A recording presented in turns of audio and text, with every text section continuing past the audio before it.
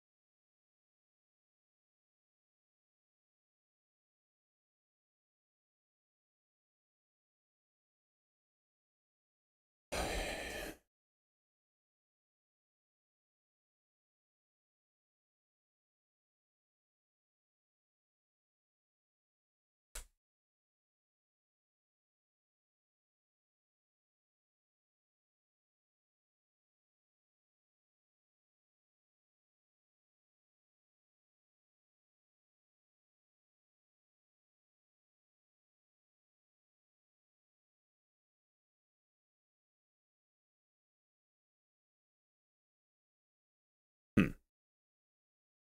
Is this halted?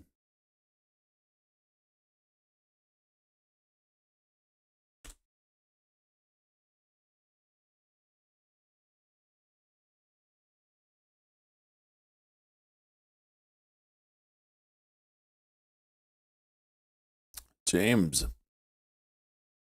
That's awesome, man. Let me know if you have any questions.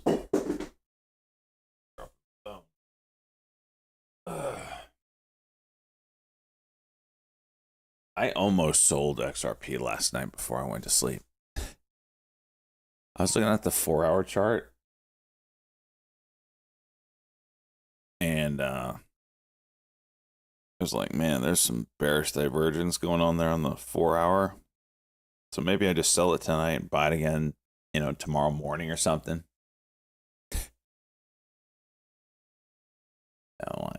Well, glad that was glad I didn't do that.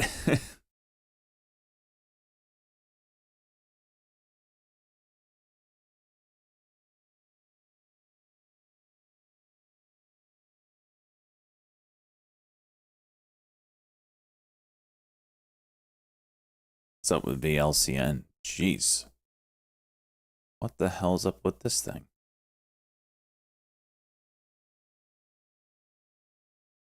Why is Ross down $50,000?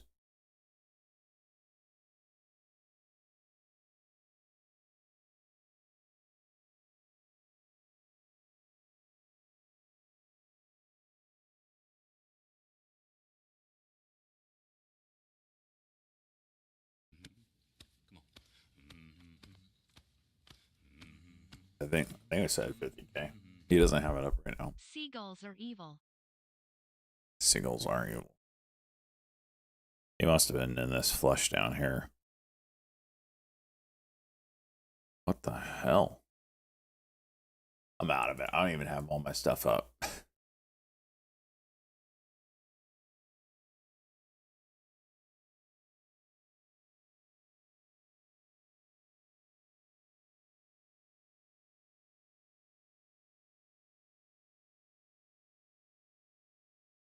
Restart.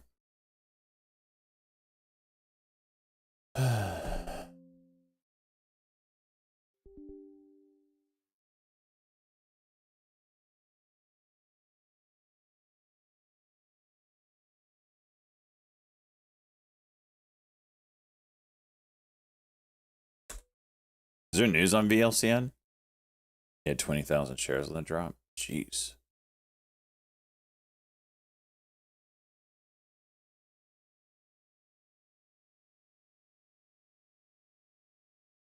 They're doing a Bitcoin treasury. I'm telling you, man, so many of those are just absolute juice plays. It's crazy. And then other times they don't do anything. It's the most bizarre feature of this market right now. FIMO, let's go 7 months.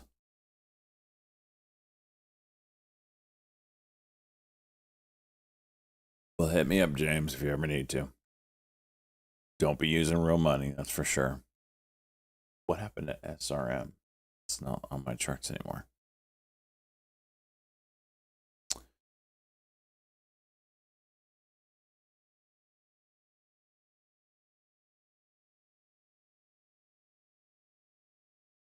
Oh, it's Tron now.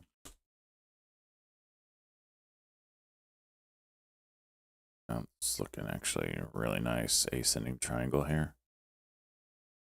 Bada bang, bada boom.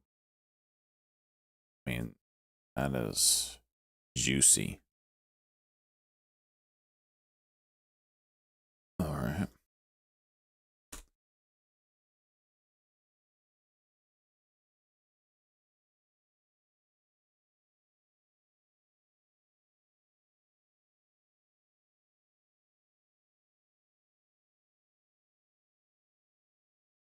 Wow.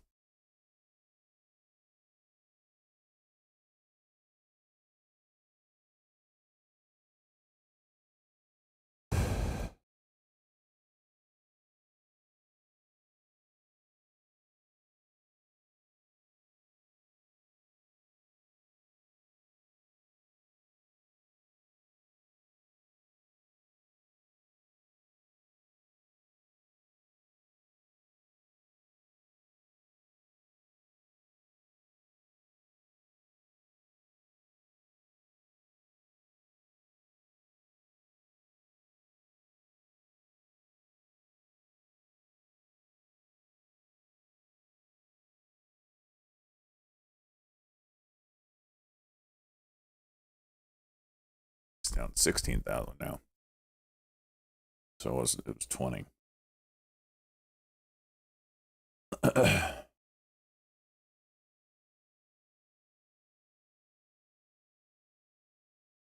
Guess I didn't miss nothing.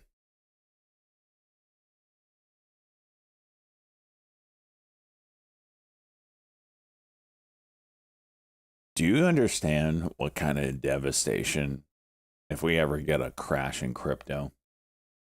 Do you understand what kind of devastation that's going to do to this market? With all the levered plays, all the connected plays, Bitcoin ETH ETF, Bitcoin ETH this, ETH XRP. I mean, everything is entangled now. It's just going to bring everything down. Sailor won't let it happen.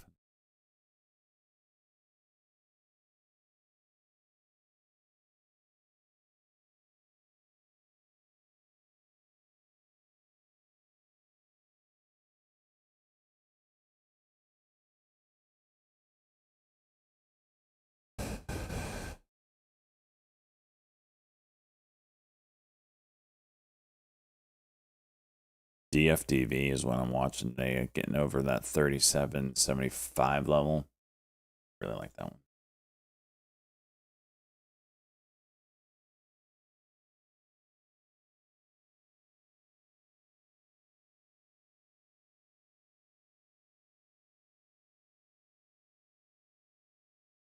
What's up with Bull?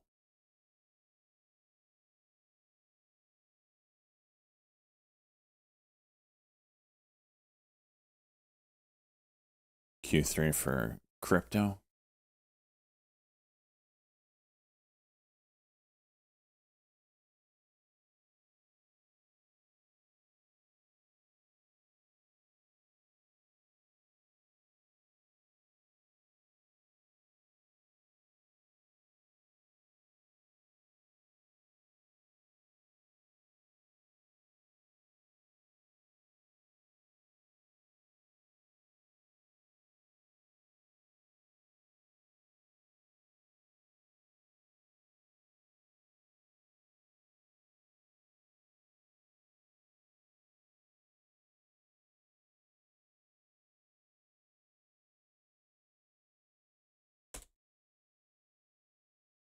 This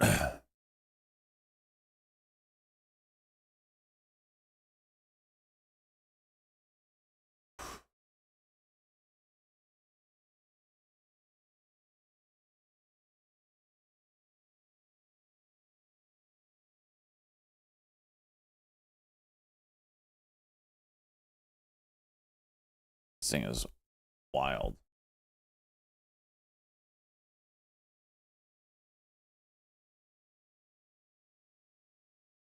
So whenever this CEPO resumes, this is probably going to be pretty juicy.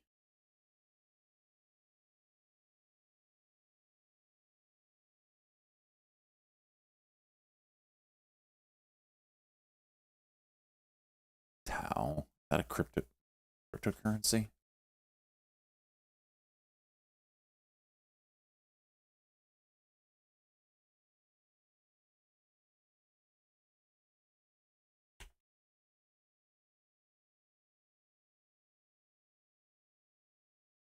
Dogecoin treasury? Oh, jeez. Gotta get some of that.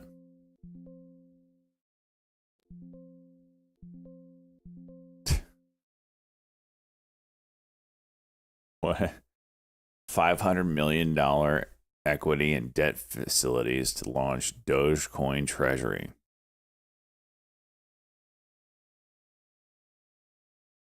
What more could I ask for from my first trade of the day? Sale up to $400 million of shares, and $100 million convertible debt to launch company's Dogecoin treasury strategy.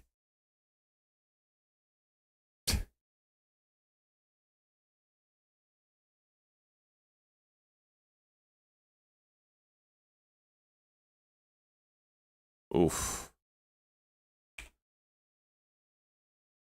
Not holding up well.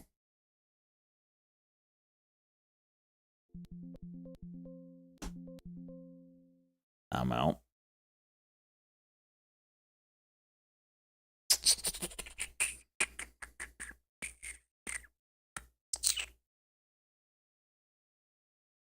Currency of Mars. It might be BULL. 5 minute. Is that 1353? Oh, for crying out loud, the Pope. Jesus, mother of God.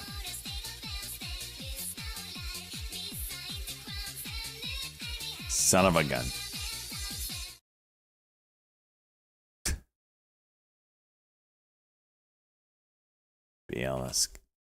BSLK. 432. Interesting.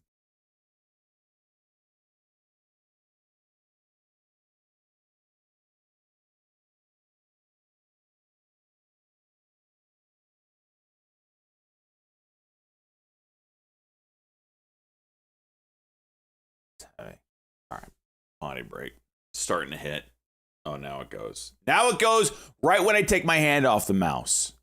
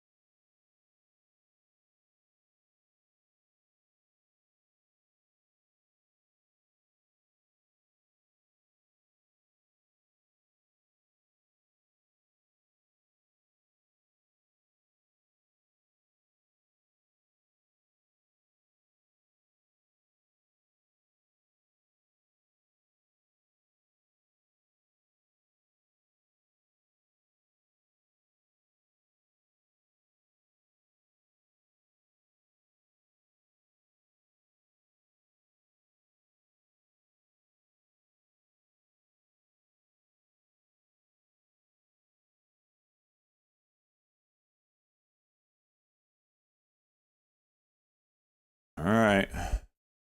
See what the heck this market BMNR. What the heck was that move?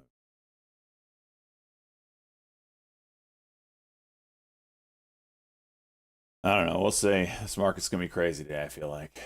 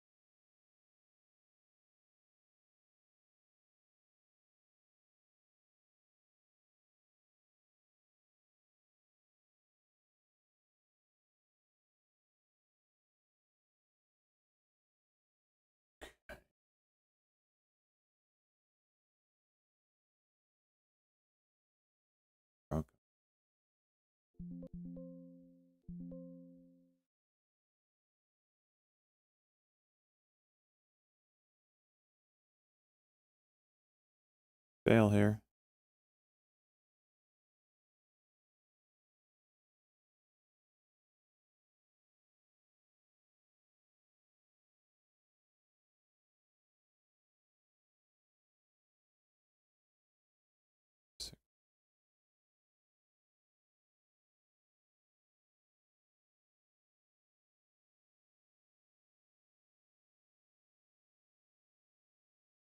Come on. No.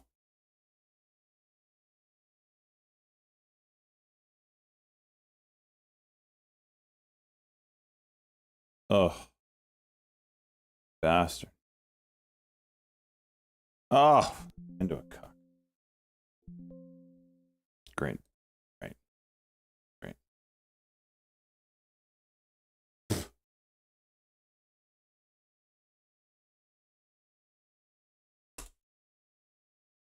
CYCC daily cock 10 something.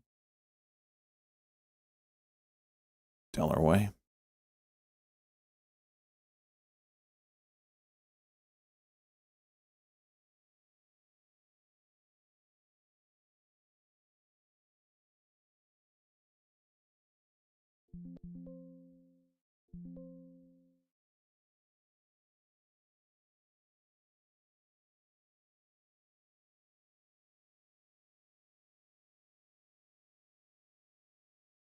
Just top.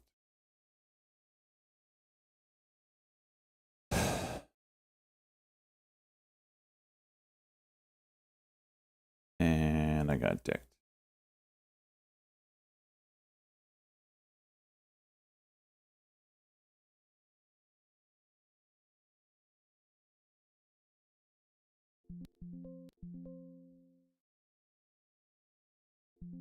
Oh, for 3 this morning.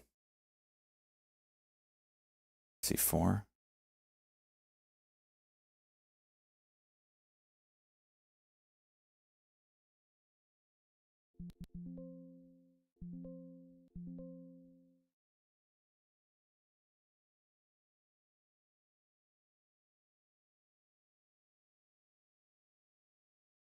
How does that not go?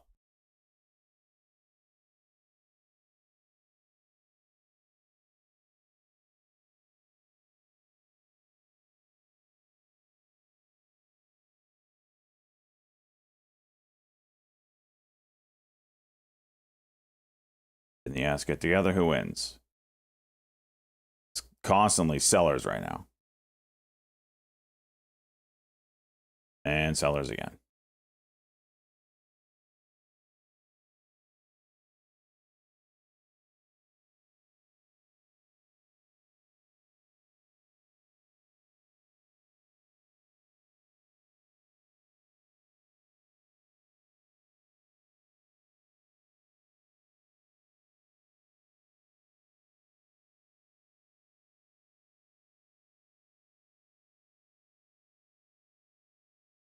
Here it is. This absolutely should be going. Wow.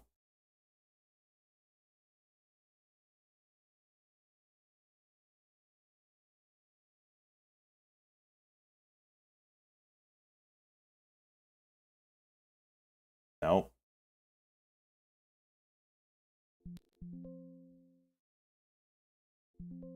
Selling some of the stock odds. Hopefully we get a pop. Oh.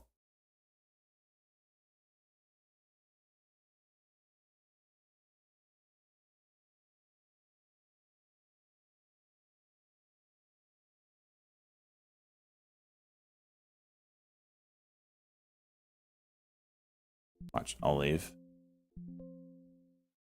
It'll go.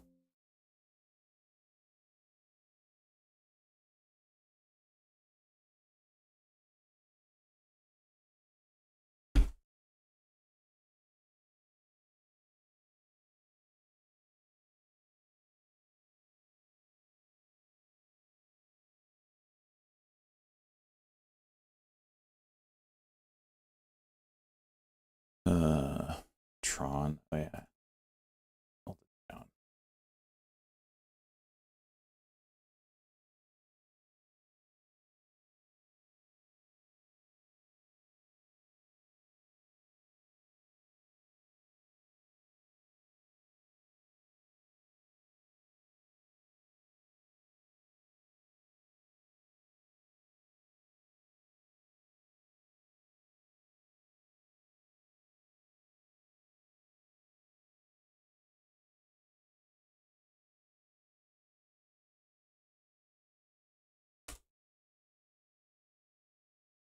Wow, it's quite the pullback.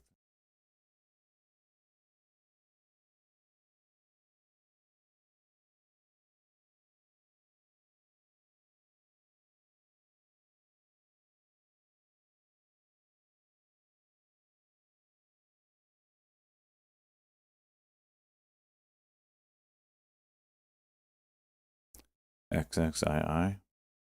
What's up with this one?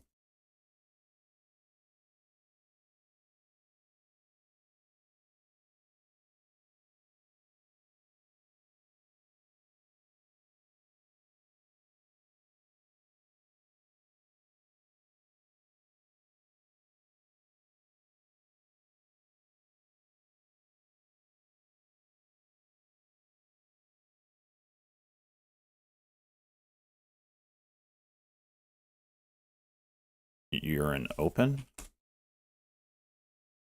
Jeez. Nice work.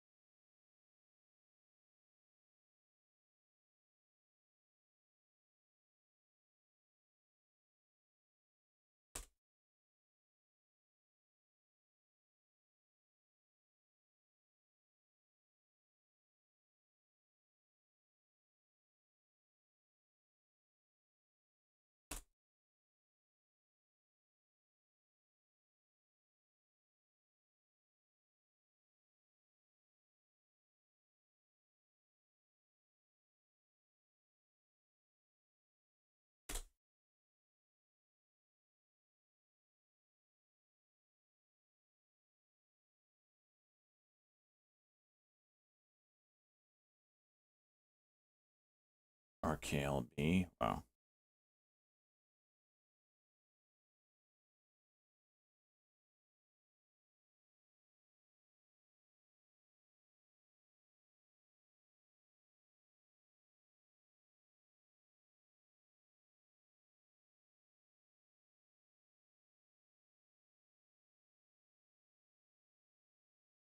We have a resumption on CPO yet?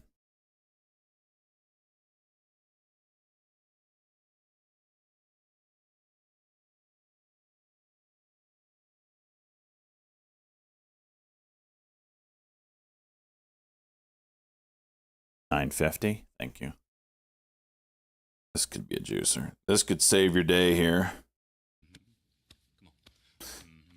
Upon closing the conversation, expect to trade under the ticker BSTR. Transaction highlights one of the largest ever pipes, up to 1.5 billion fiat, plus 5,000 Bitcoin. It's quoting 16. It's not terrible.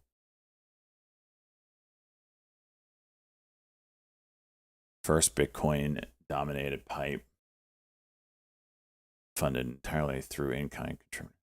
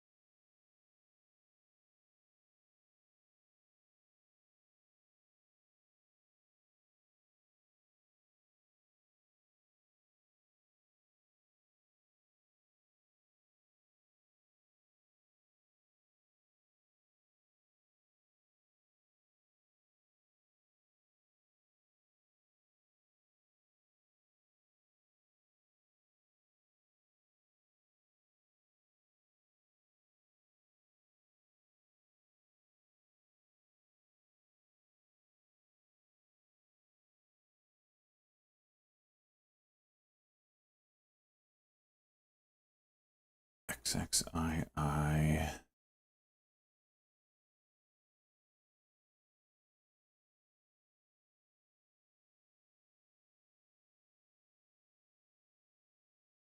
Having a hard time with that 850.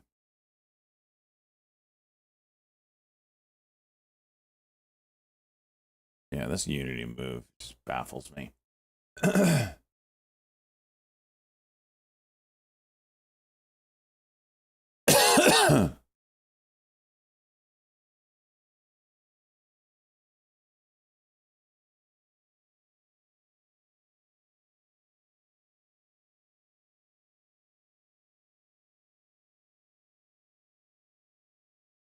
Circle trying to curl.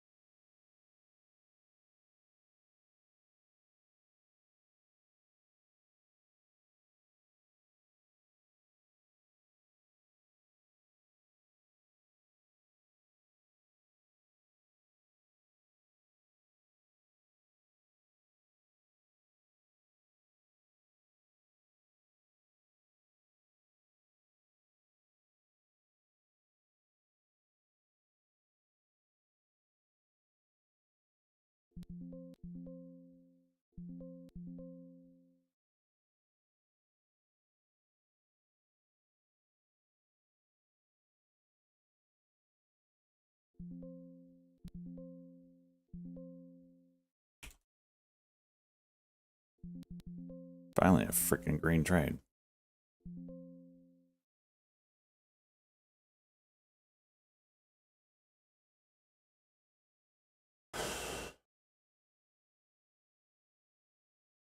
I want to watch this SIPO.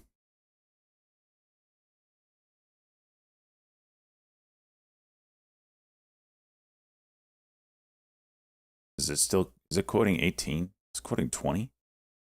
Oof.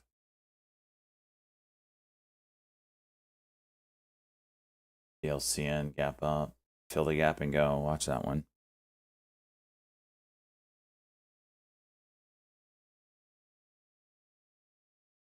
$18, $16. Watch over 16.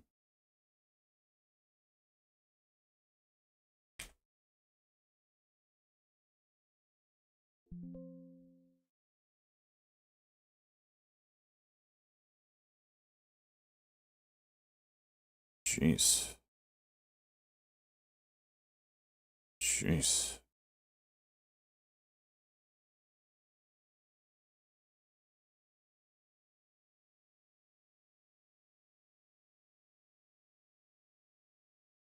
Did not expect this. Keep dumping. We'll get a play out of this.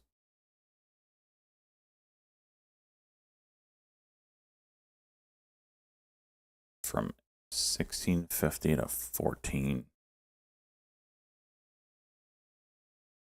DRPO coming back up. XXII, nothing. VLCN, nothing.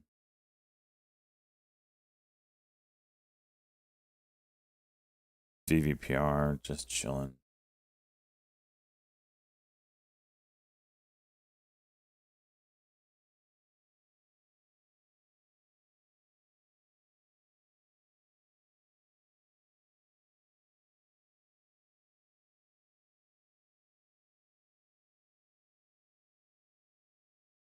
$44.20.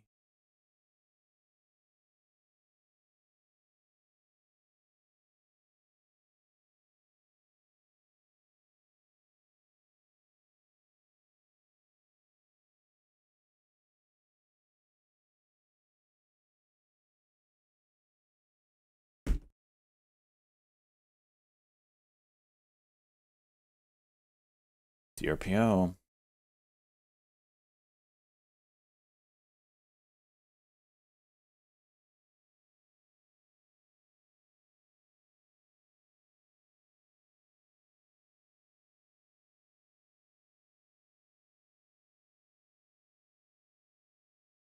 Video starting to go.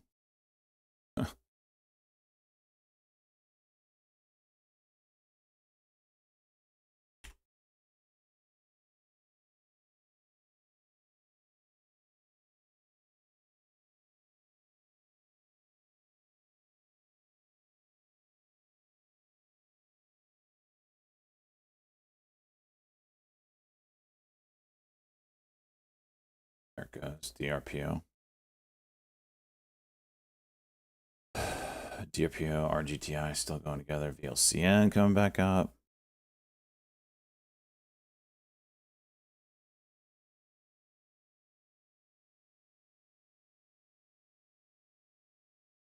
Bull gave it all back.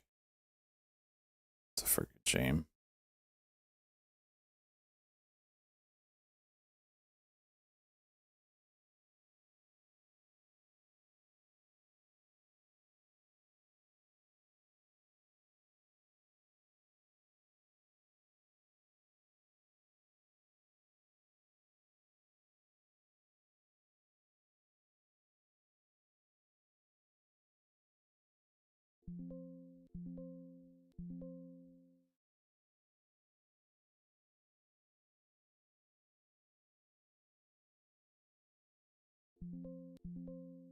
Oh shit.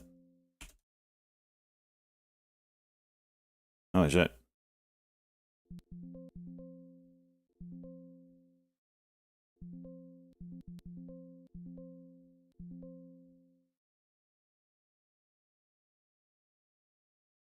It should be green on the day now. Let's go!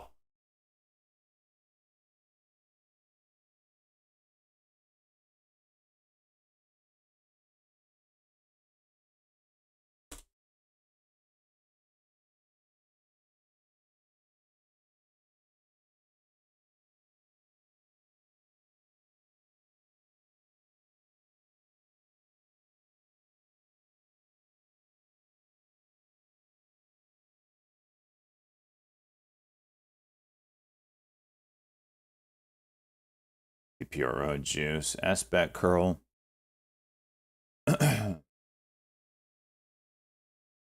This daily is interesting.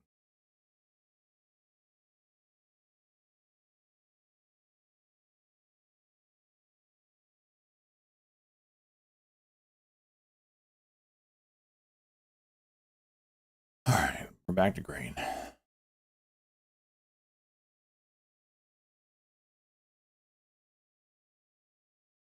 For those that are watching on Rumble, can you type something? I want to make sure the chat part is connected. I don't see it showing up. DM. What do we got now?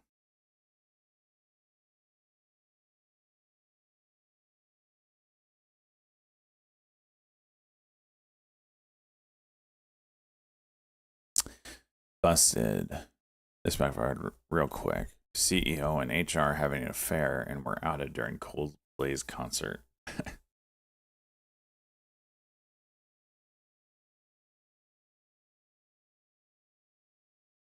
Are these people like famous or something? Andy Byron and Kristen Cabot from Astronomer. Wife's Facebook has already been found and people commenting on it. Oh no.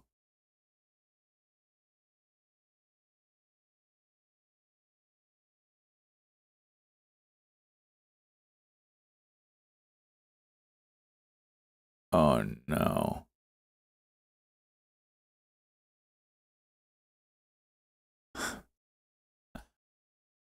This is either they're having an affair or they're yeah. Oh, look at these two. All right, come on. You're okay? Oh, what? Either they're having an affair or they're just very shy. This is the friend who knows what's going on. She's just as bad. Oh, look at these two. All right, come on. You're okay? Like, where are you going, bud? You do this kind of affair or they're just very shy. It's in the education portal. I'm not quite sure. With the class. Yeah. Oh, look.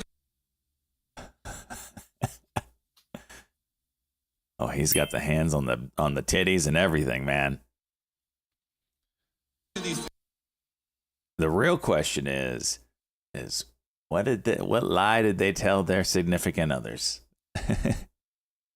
Where were they supposed to be that night?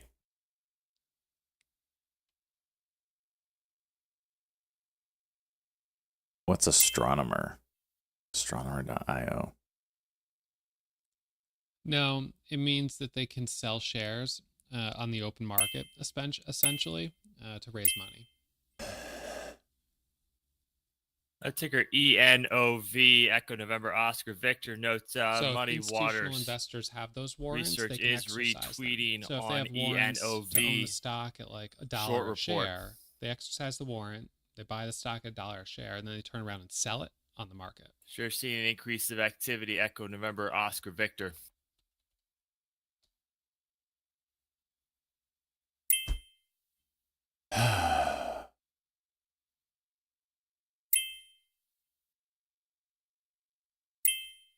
Yeah, if they acted normal, they would have been fine. Camera would have moved on. Nobody would have known. You do that kind of thing, people are going to want to know what's up.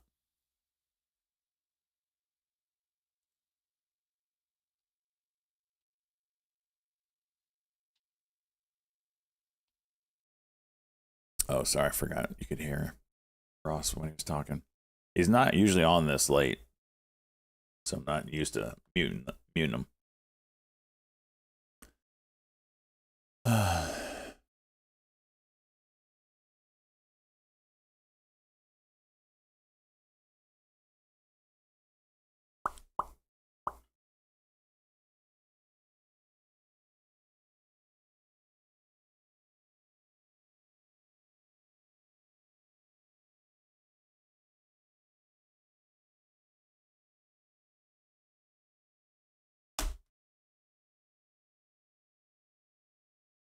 SIPO, trying to find a bottom, potentially.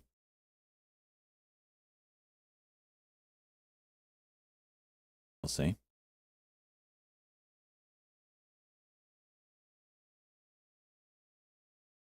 bet.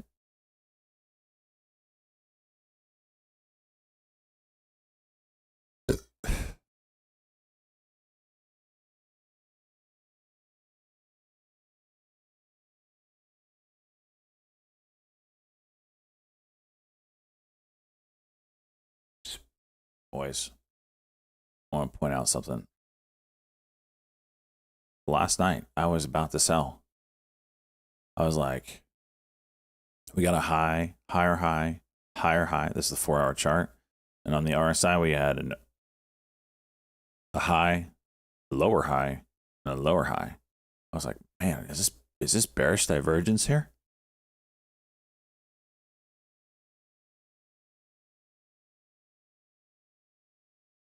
LAWR IPO. Robot Consulting.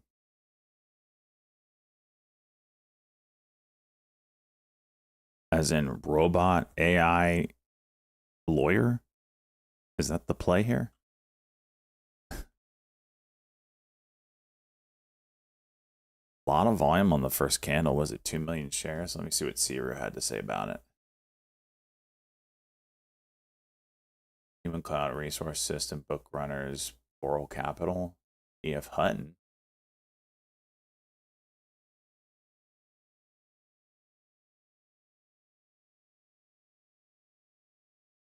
It's Tokyo. Tokyo's not China, though.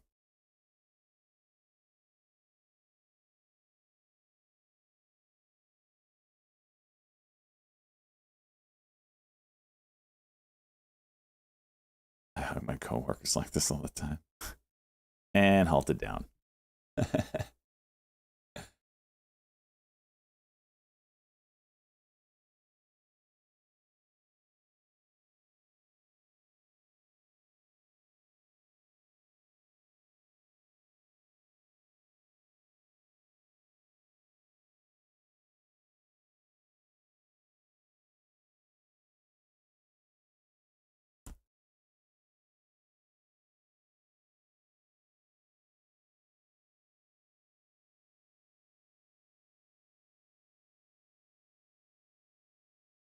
bull trying to curl. DPRO.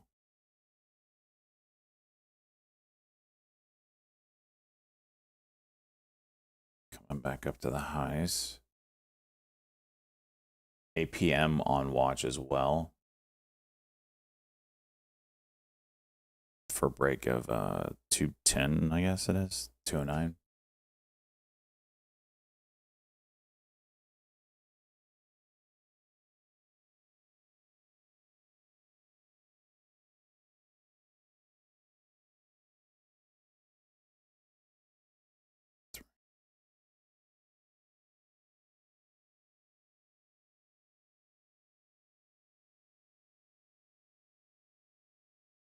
What the hell is up with Unity, man? That thing is blowing me away.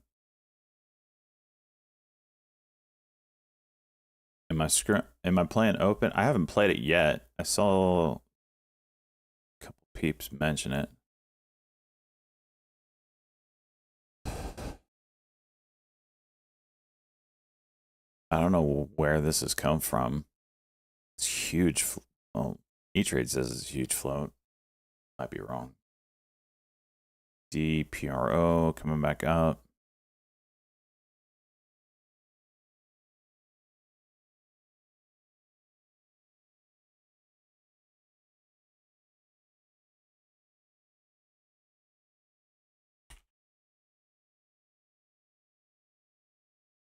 Minute cock on this is 82.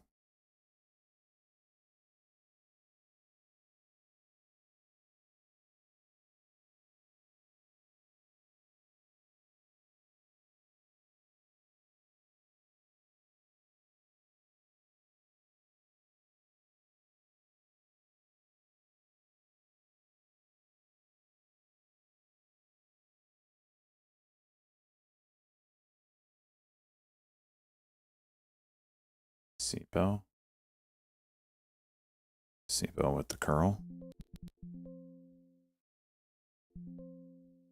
Decent buyers, decent fill.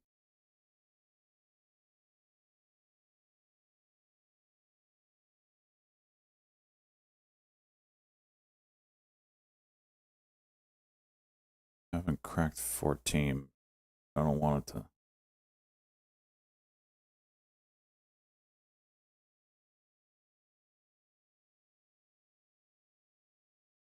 A lot of buying at 14 didn't break. Not a good sign. Don't want to see the front. Okay, there we go. Into a halt. Nope. And okay.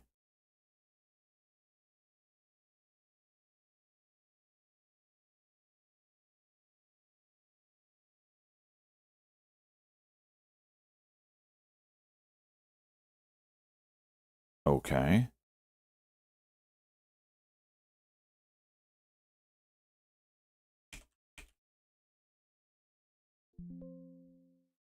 Yeah, as soon as I put the order out, it's like, dump it! He's trying to exit! Oh my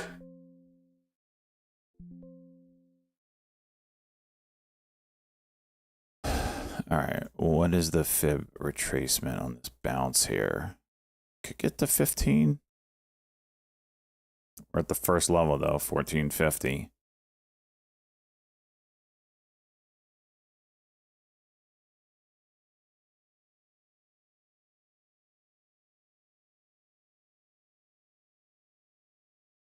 .90 MA is this 1450. So if we see a break of the 1450 and then it reclaims to the downside, not a good sign. MRKR is juicing. Ideally, you see the break of 1450 with volume and it holds it. We'll see. Profit stop will be the first cuck we get, which would be 1420 break now. That's the profit stop. We're looking for 1450. So, oh, that is all right. I'm stopping out. Close enough. I don't want to be in it. I can always get back.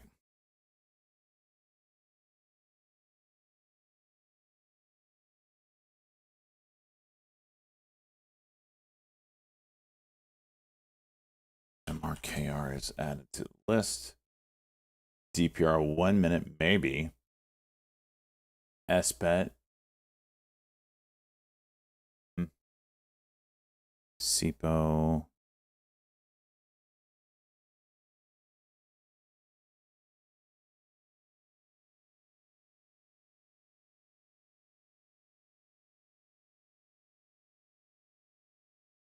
Newegg Daily. Damn.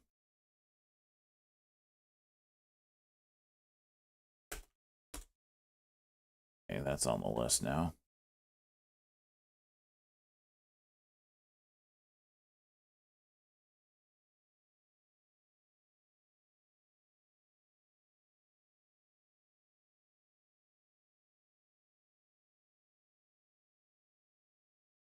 Citron positive on RKT. Aren't they? Have they been that one forever?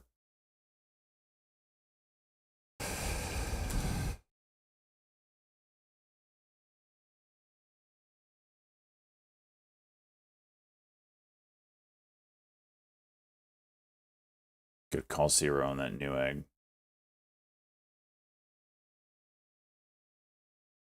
Bull trying to get back to the highs.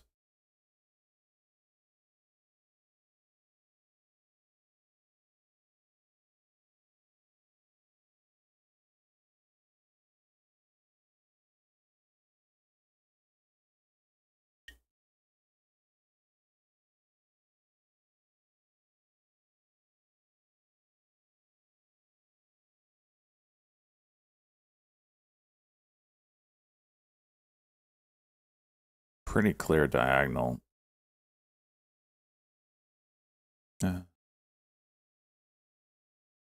Maybe not so. Newegg.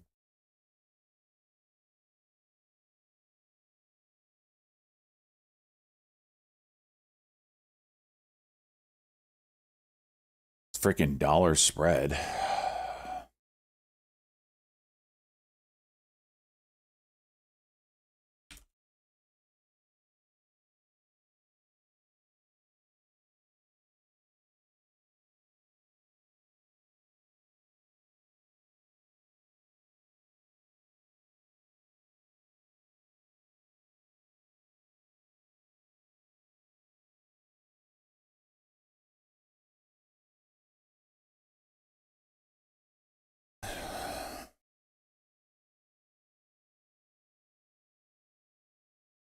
I want to trade this one, but it needs, I think, more volume. DPRO, 5 minute. It broke that little lip.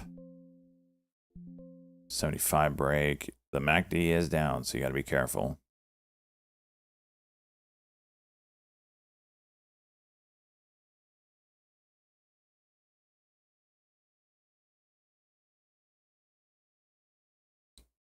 Little tough getting through the 675. Take it off.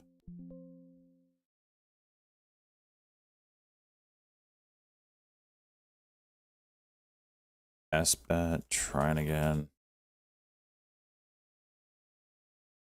This is a 5 minute cut that didn't do anything, so 36.76 break would be a long for me.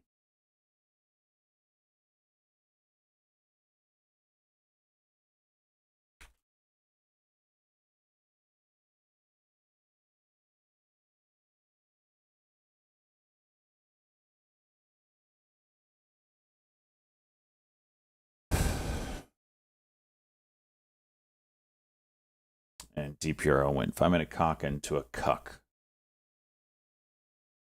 I know we got a lot of new peeps today. If you're asking me questions and I'm ignoring you right now, it's not intentional. The first hour of trading is by far the busiest time of trading. So as things cool off, I'm more than happy to answer any questions you might have. MRKR juice and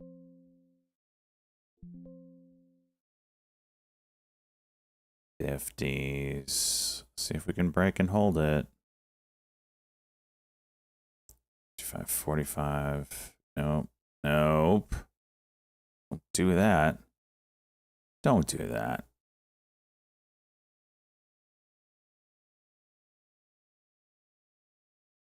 Nasty candle. That needs to change.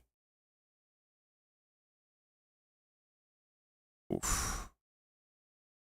Nope. Taking it. Taking the L. Taking the L.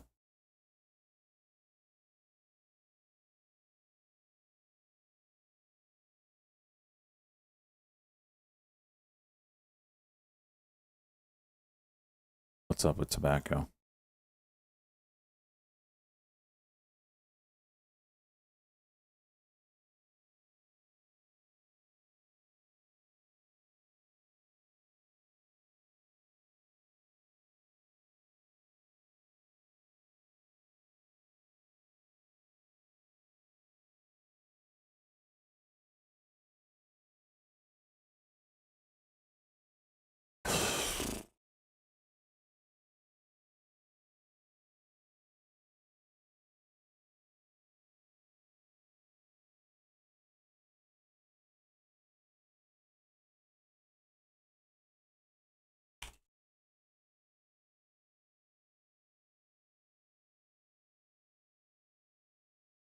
Having a knack.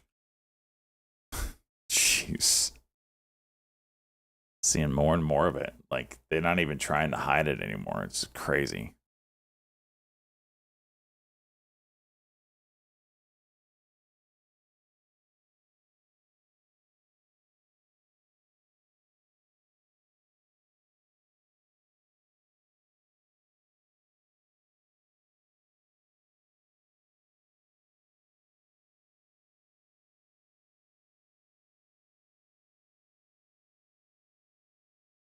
DFDV. That looks really juicy.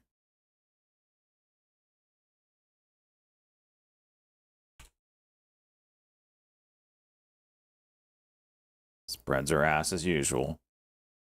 Really looking for that 33.75. It's a ways away, but this looks really nice.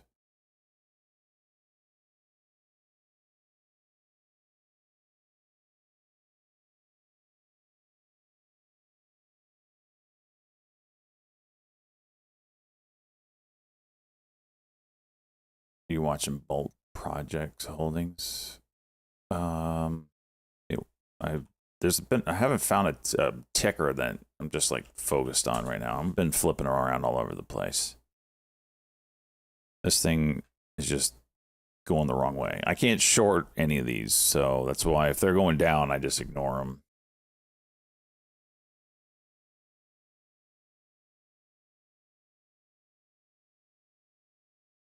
Jewel can stay on the U.S. market. Who owns Jewel? Is that Altria? Interesting. That should be XXII should be dumping on that.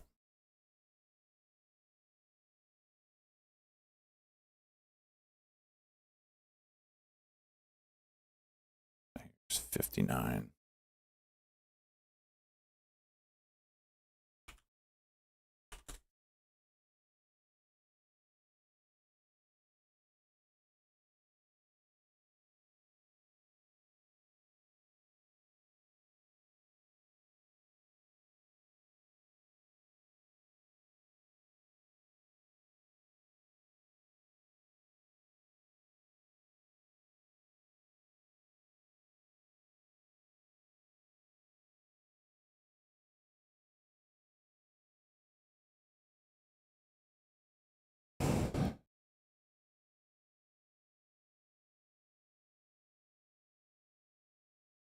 It's really light volume.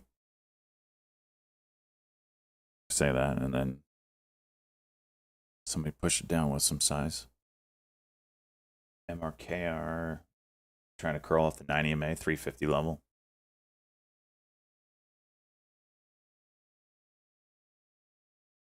SIPO.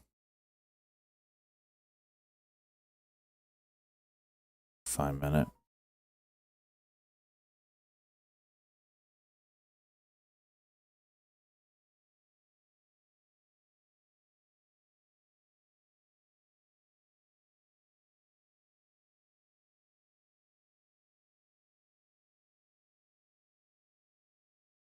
PLTR.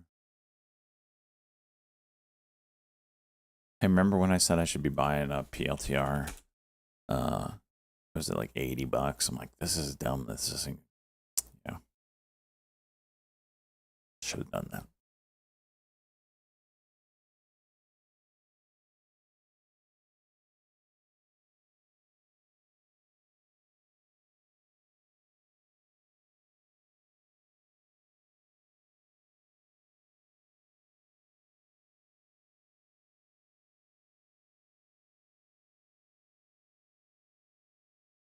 VVPR close to some levels.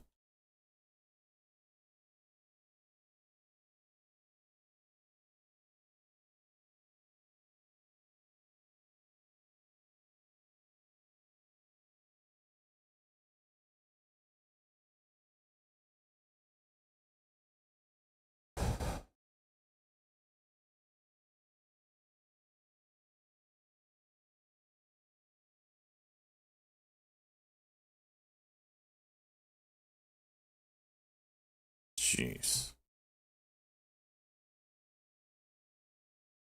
RGTI coming up to yesterday's highs.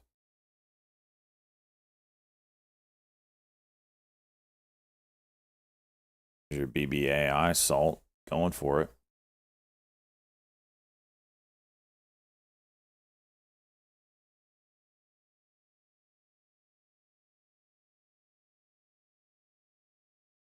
Dude, Unity is on fire, and I don't understand it.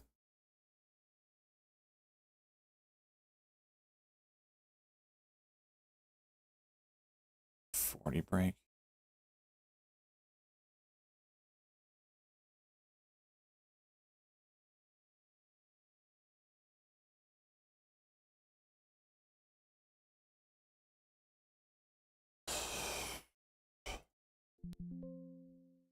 Good fill.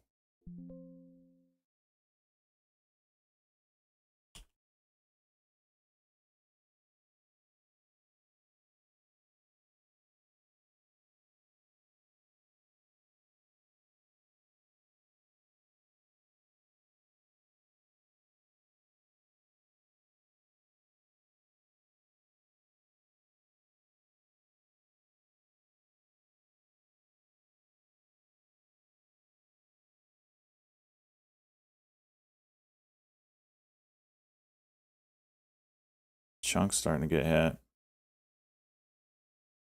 Not big ones.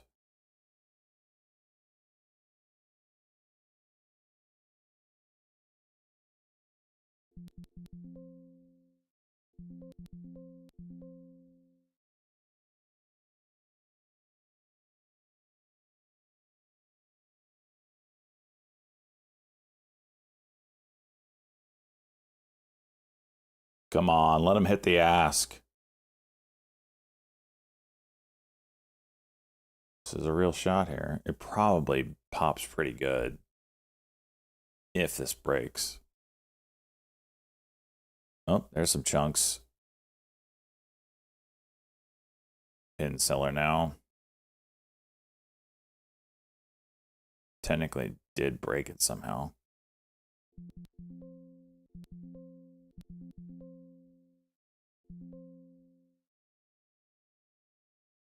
$14.52.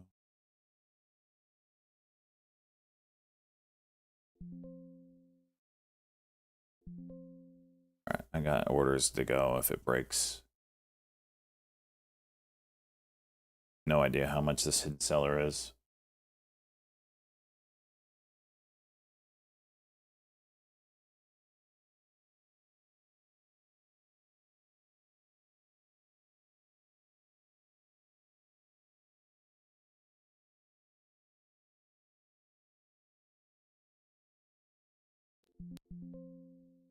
I'm partially in.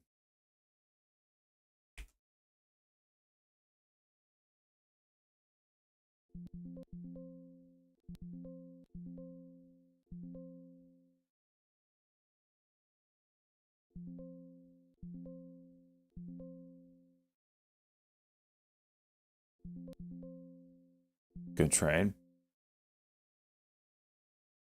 Do we invest in NAC? Any Chinese company that has a stock that looks like this, yeah, I'm not touching that ever again.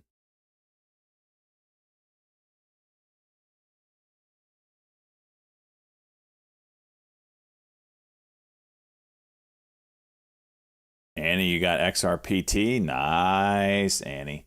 Annie, are you okay? Annie, are you okay? Are you okay? Annie, are you okay? Ah, Annie, are you okay? Are you okay, Annie? You've been hit by a smooth criminal. Annie, have people been doing that to you your entire life? For crying out loud. Oh, you're freaking it. This guy got his paycheck again.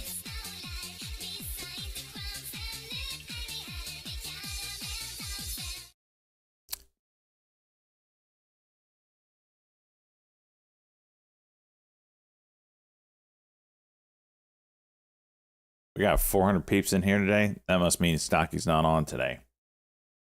Stocky not streaming.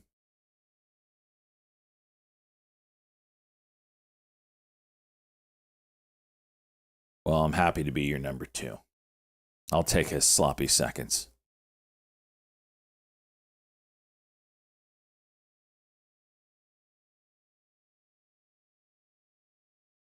Xena.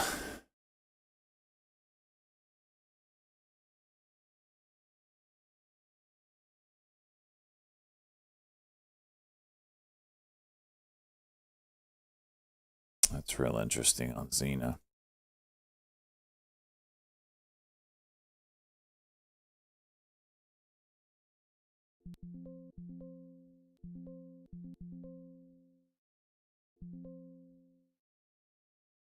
Broke the 460 level. I don't know where this volume came from.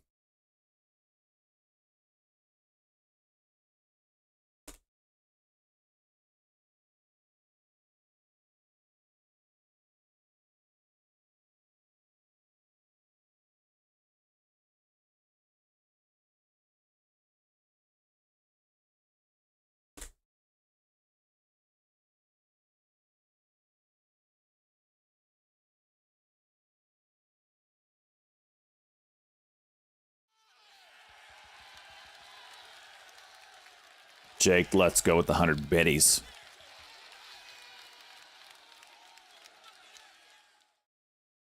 Chat SJ is now at the age where he needs to start getting colonoscopies. No. Oh, Billy. No. Berries and cream with a side of not the buttons in my bum bum. Oh my gosh. Something wrong with you, Jake. Minus 3,000 PE. That sounds just the level I'm looking for.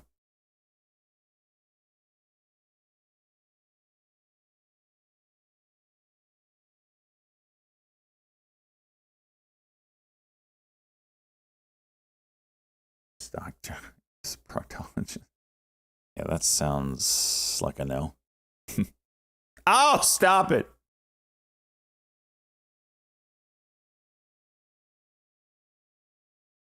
YHC halted. Now, halted down. Damn.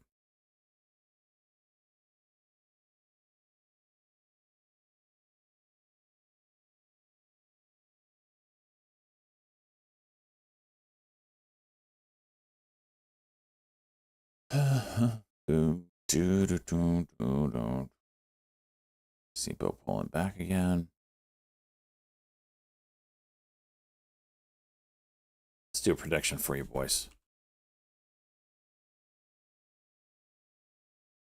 Does SIPO break 16 before 4 p.m.? Yeah.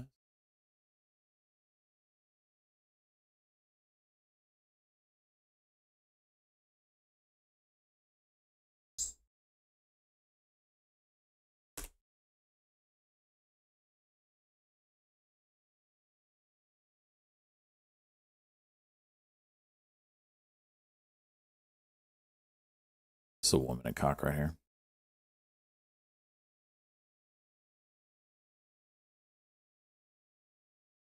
Asylum, let's go, buddy.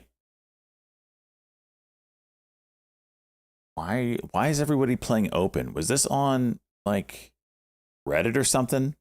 Like it wasn't even on my radar and everybody's talking about it.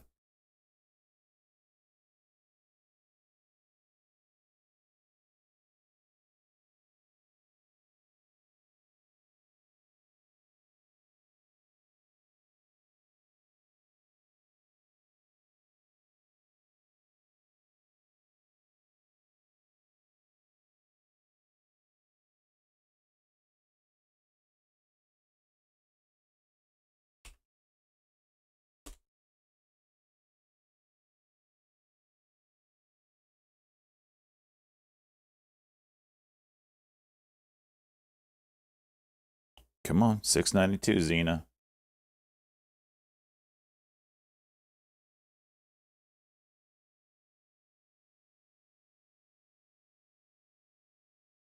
We're 10 cents away, Xena. Or your princess. Ooh, almost got it. 85, and then it's on. Yep.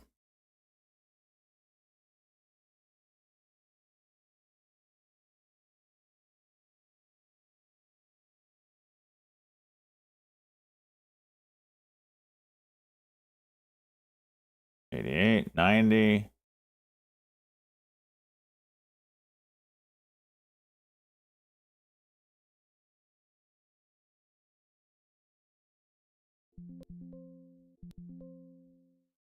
Taking half off, locking it in.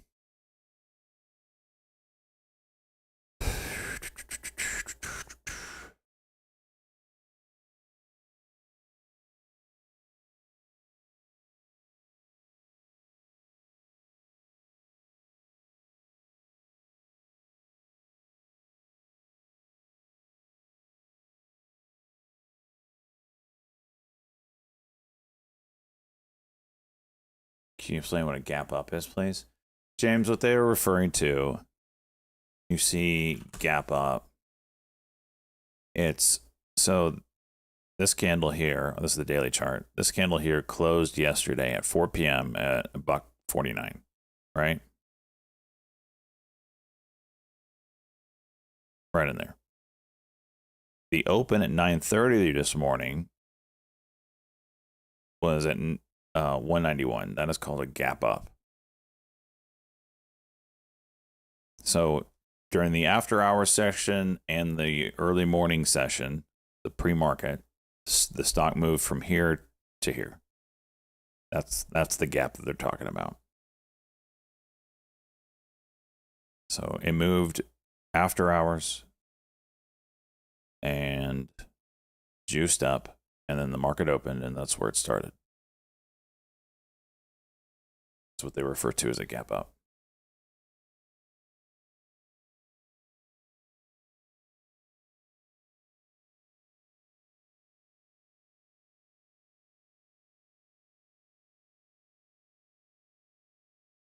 Ross was up $200,000 on that trade, on the VLCL one, and then it went red on him. Is that how? Holy shit! I can't imagine being up 200 grand on it, on anything, on one ticker. The size the man is taking, the stones he has.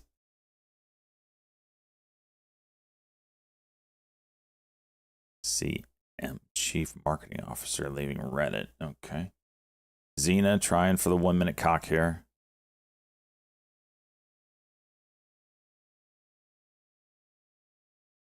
Here you are, 250. Yeah.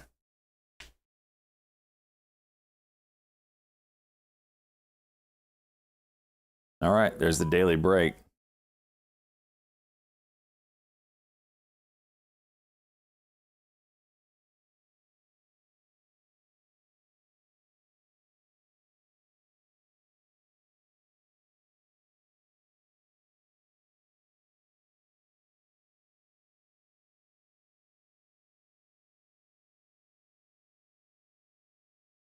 He had 20,000 shares and he was up $10 on it, and then it reversed on him.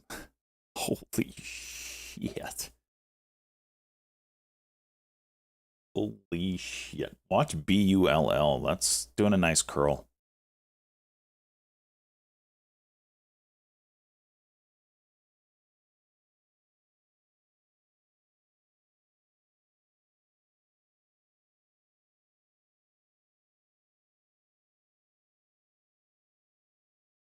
$7 on Xena.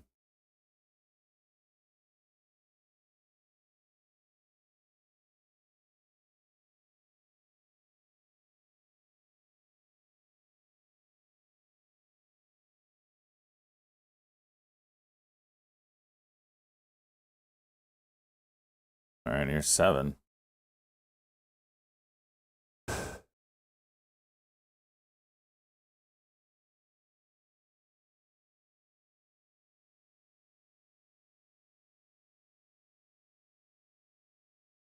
Everybody sees the wall here, and they're not scared. You don't see a lot of front running. Say that.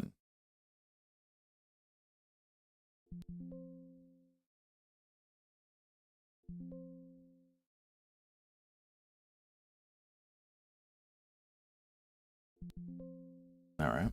Good trade. Good trade. Got us back over 2K on that one.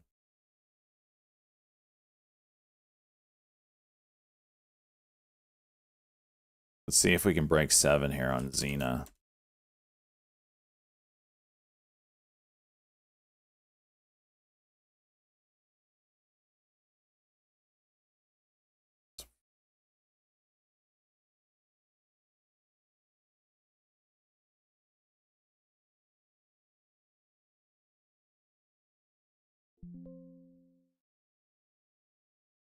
New egg.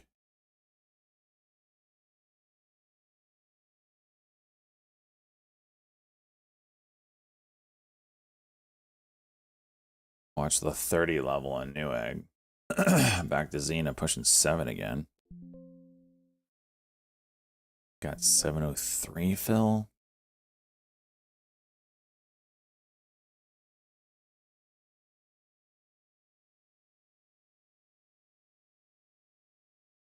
It's really not chooching yet. Good volume, but the kind of break we're looking for here. Gonna take the L. SJ Thong's merch when? Oh Love you, my Daddy. gosh. Who is that? Caddy. Let's go, bud. 23. SBet still looking for that 3676.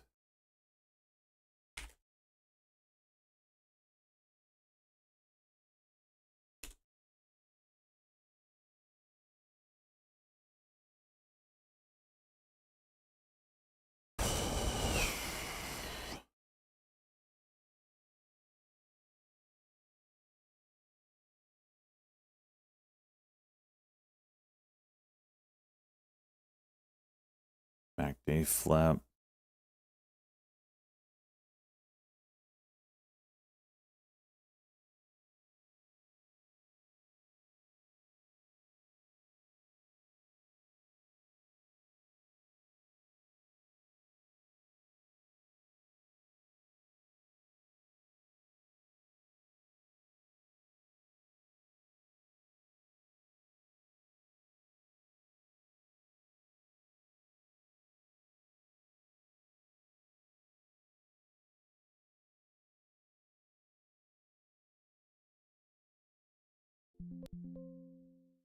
Oh. As soon as I take it. Don't pull back. Don't be the pullback start. Get back over 36. There you go.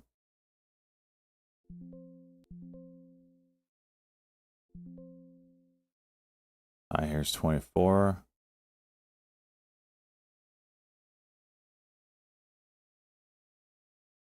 Nice. 40, 45. Bullshit, Phil. Good, Phil. Okay, okay.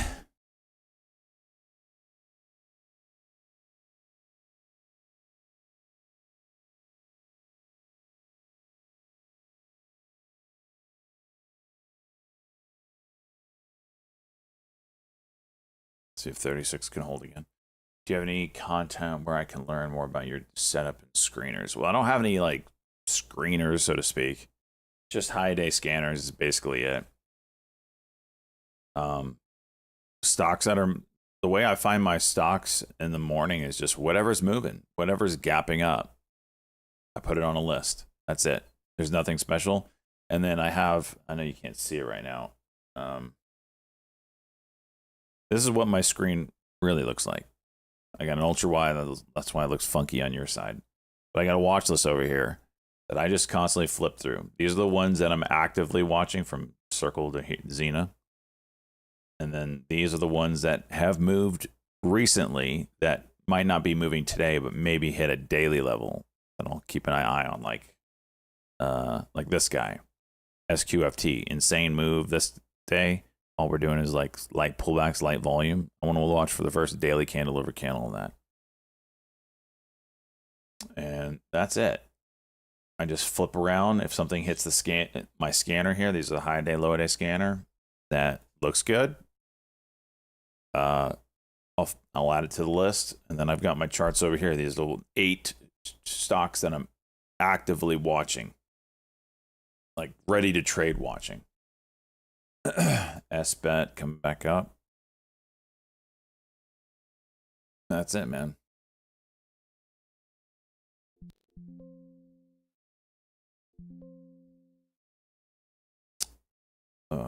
Shit.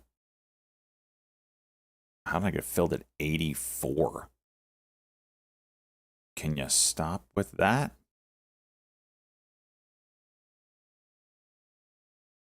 Oof, that's ugly.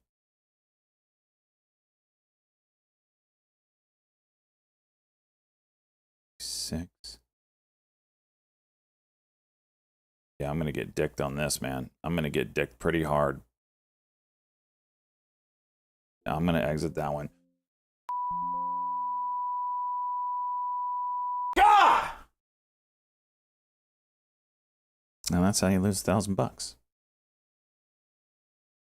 What a slow ass fill.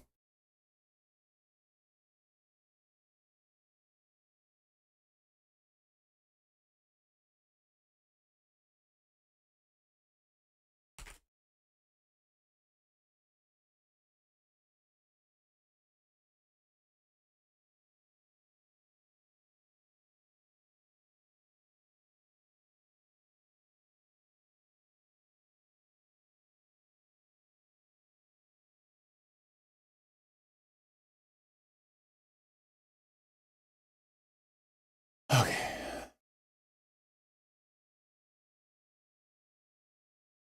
I ran right through that level. That's the one I wanted to play. Wasn't paying attention. Missed it.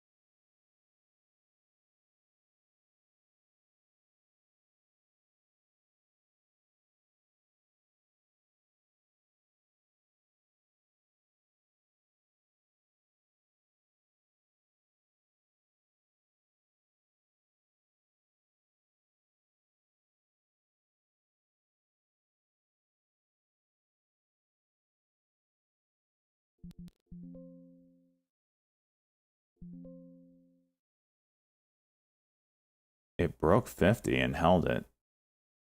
Maybe it needs to break again.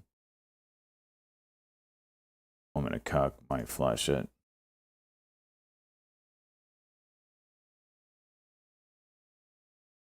Go, you bastard. 71. Give me the 71. Okay. Do something with that. In seller at 72. Okay, it's gone. 80. Good. 38. Can we get it?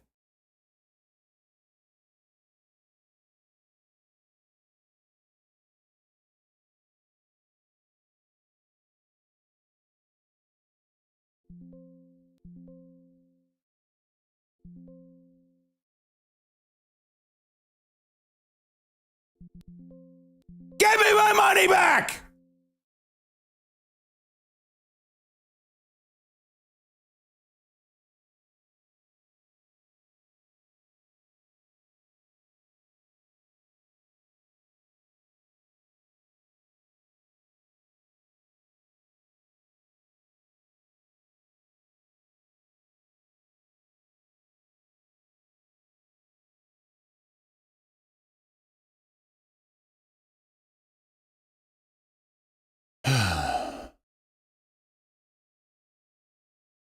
Uh-oh. Xena, 5-minute cuck.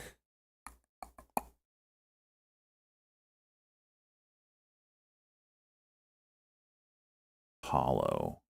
Daily cock on Hollow would be $6 or $5.95. Keep that on watch.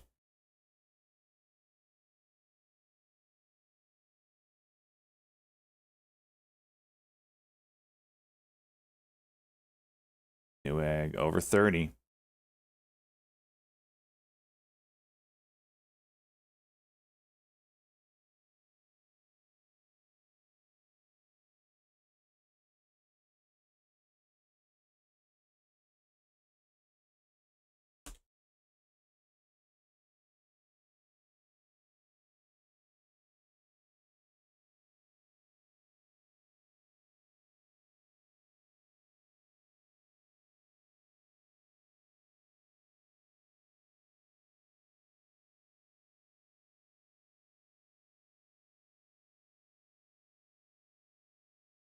How to learn SJ Strat? Which one? The part where I just lost 1,000 and got it back?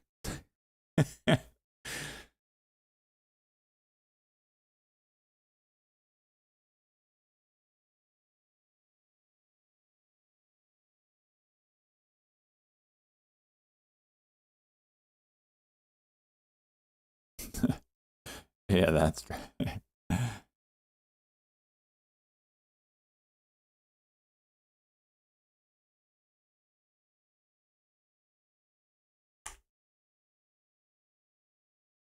Some kind of headline at LASE. What's that? LASE completes its validation of QS 700 or 7001 quantum resistant hardware platform cryptographic toolbox. Eh.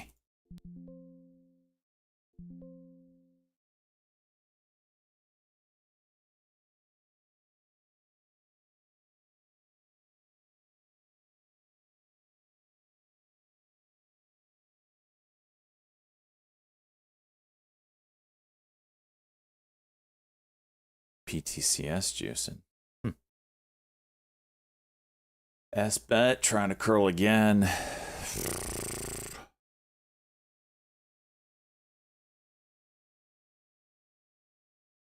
Not a fan of these spikes here, but we'll see.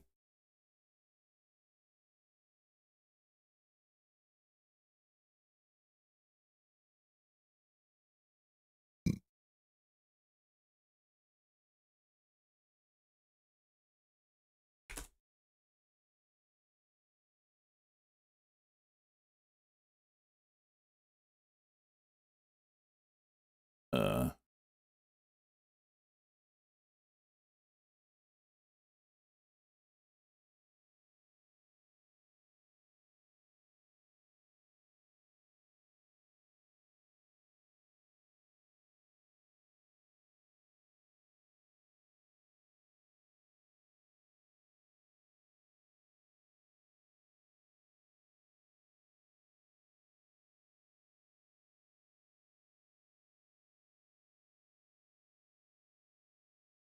$0.50 spread. It makes it a little tough.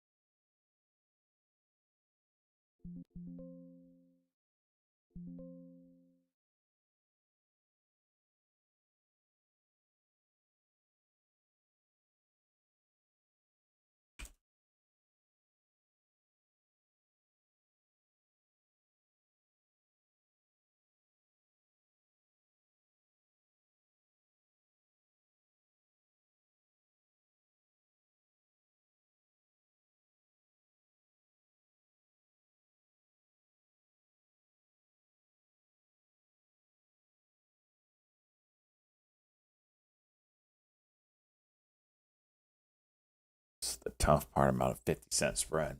Jeez. If it doesn't juice when you break, you're like stuck a little bit.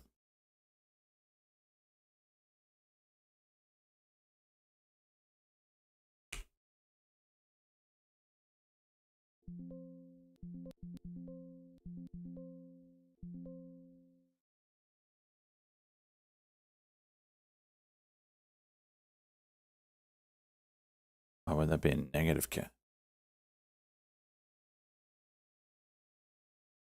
Oh, FSLR has Indian operations.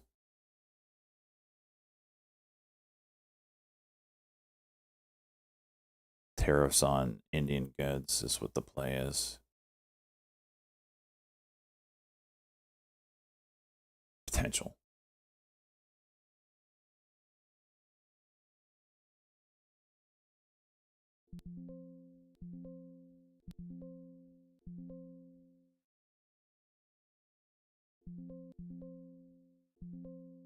I had to sell some, and then it immediately goes up.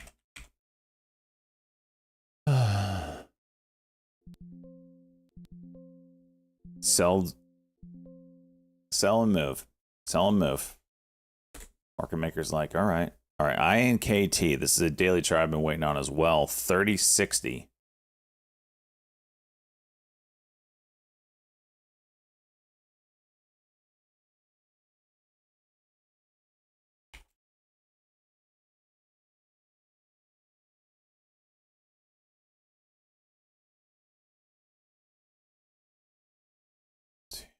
KT, that would be a 3064. So we're $1 away from it.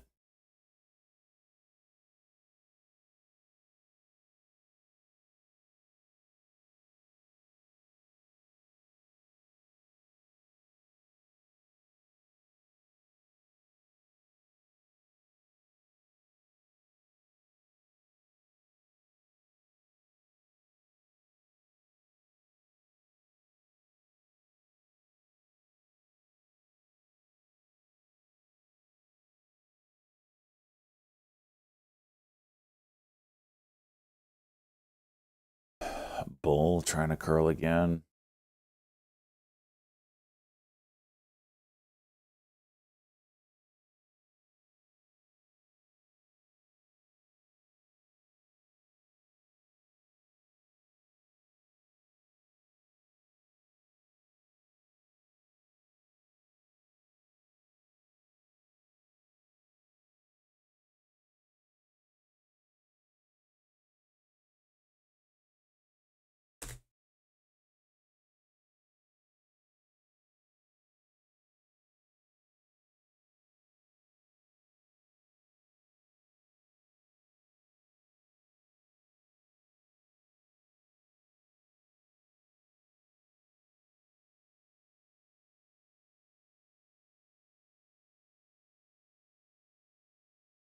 Bull about to go.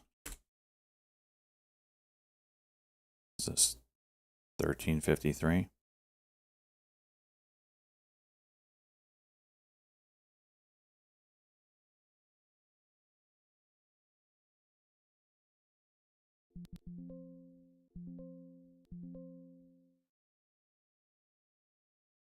It's right there.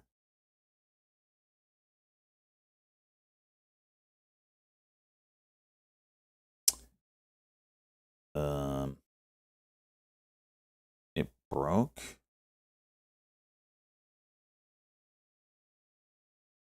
3.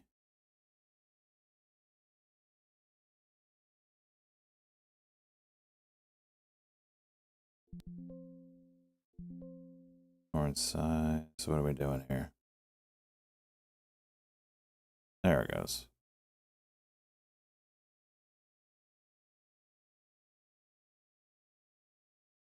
It's kind of extended. That's why I'm kind of short leash on it.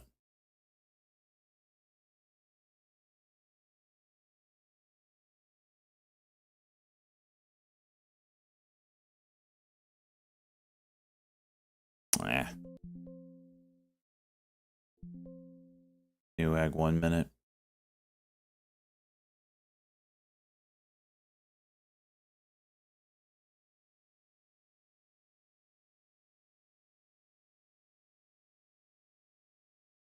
We got on the day. 2100 bucks. All right.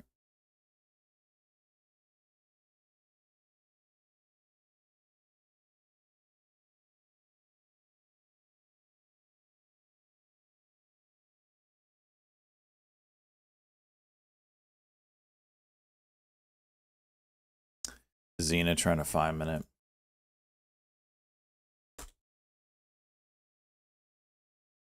DLC uncurling.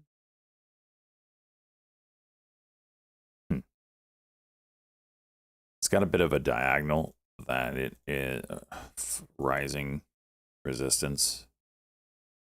So it needs to break that for it to open up.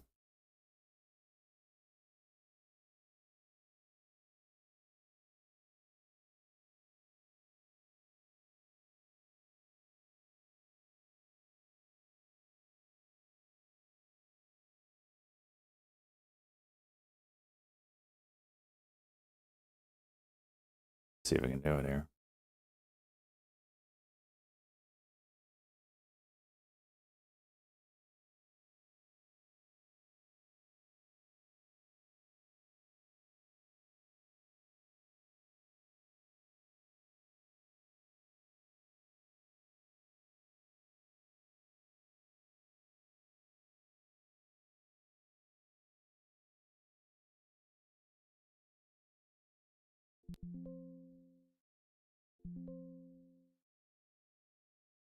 $0.70 spread.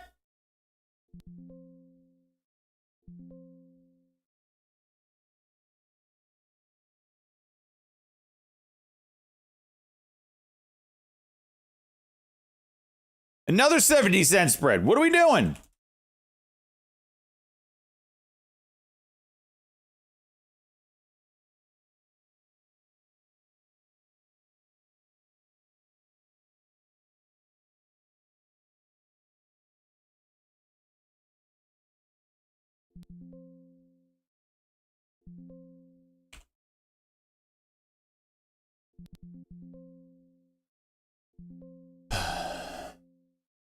All right, well, it broke it.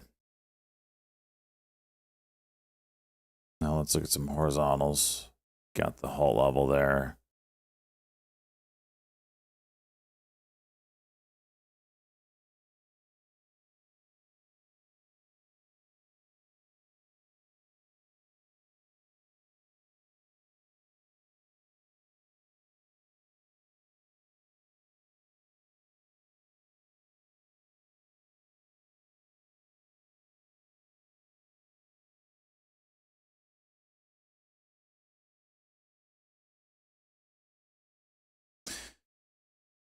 Somewhere there.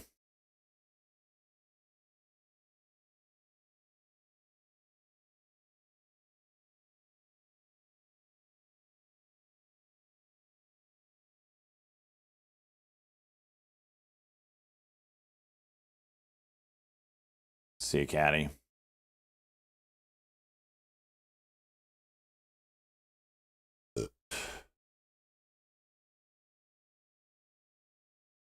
Back under the diagonal. Needs to get back over it. 35 break and hold. Gel's hitting the scanner.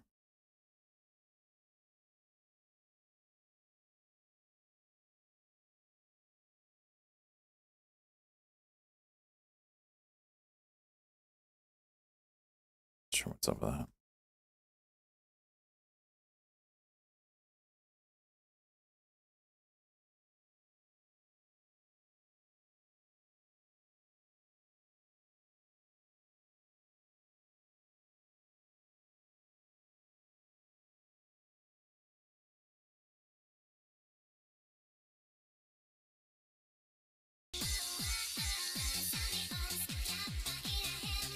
Pope's still here. How do you...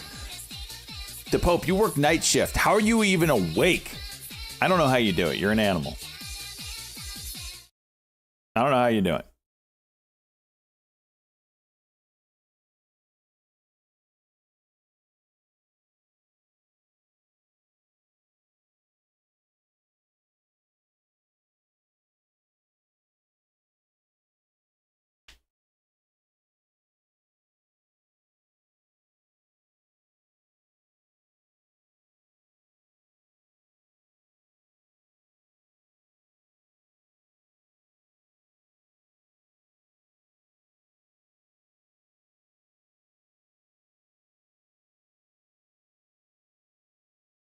So 1 minute. Oh, nice. Nice. 67.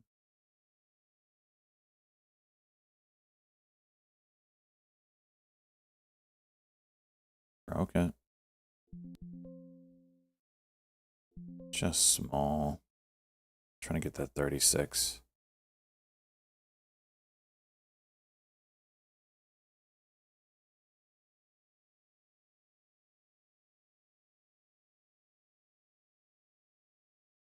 Nope. Oh, come on.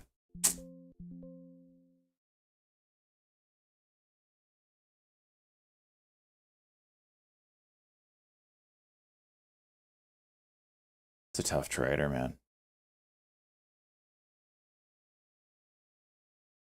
I'm watching CPO at like that 1425 level.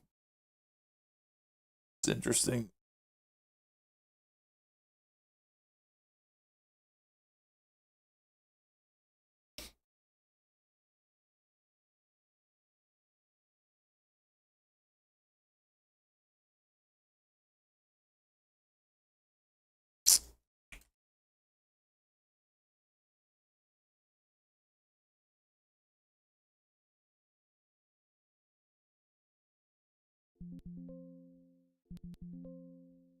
Yeah. Yeah. New egg dump.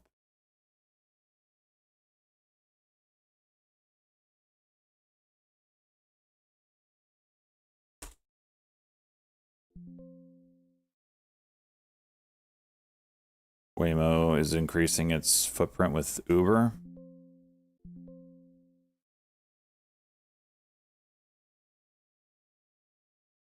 This is from Beta Chuck. Let's freaking go, Beta Chuck. Let's freaking go, Beta Chuck. Are we in at 50?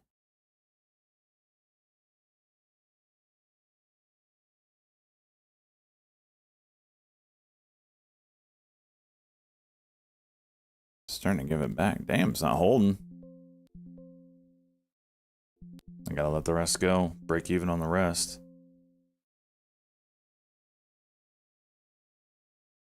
Waymo.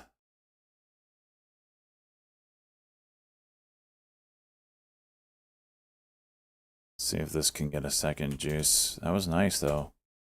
Beta check with the win there. ABVE hitting scanners. That was a nice break. And pop. Nice.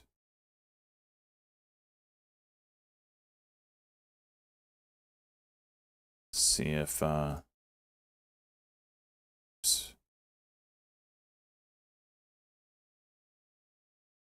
nice spike.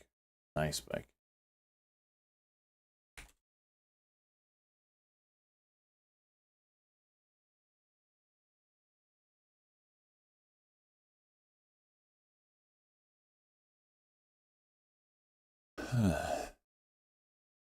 Yeah, that's the bull's got some range, man. Where does it keep? I could have sworn I had it on the list here. Guess not.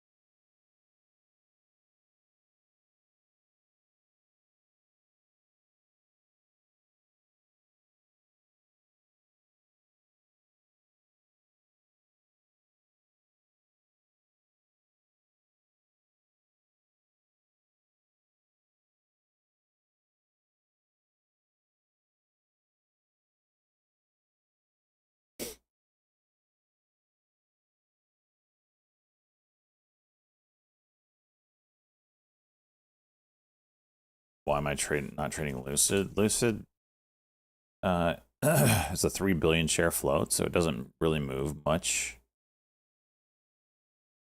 Like this candle over candle was 3 cents. Like I ain't making a lot of money on 3 cents. So that's it. It's just its range. I need something with a lot of range, so a lot of high beta. Just buy lots of shares. I mean, I could. I prefer not to.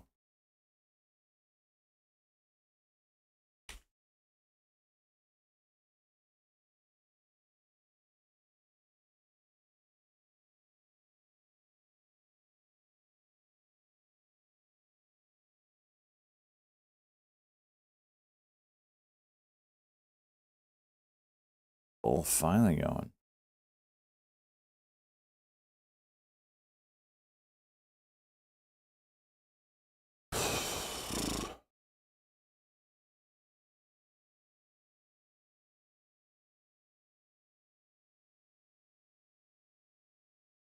It's getting close. It's just creeping right now.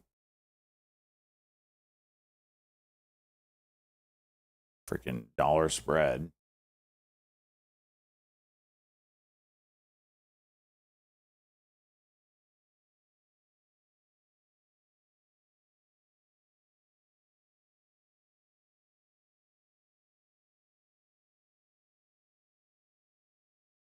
DPRO, decent 5-minute if it wants it.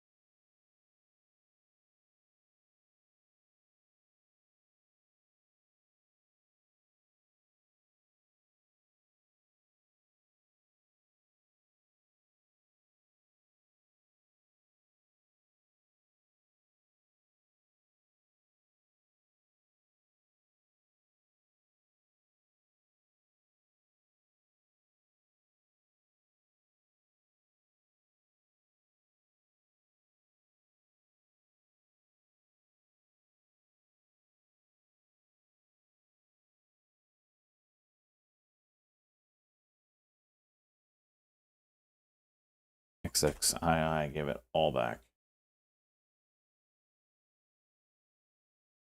SIPO.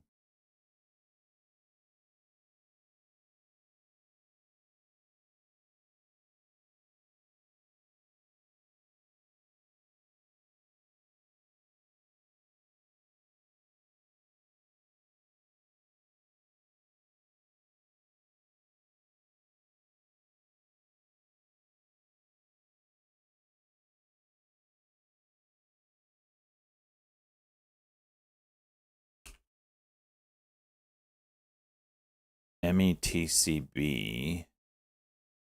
Daily cock potential. I don't know what this thing is. There's no volume on it. Yeah, INKT is very interesting still. It's hard to trade right now.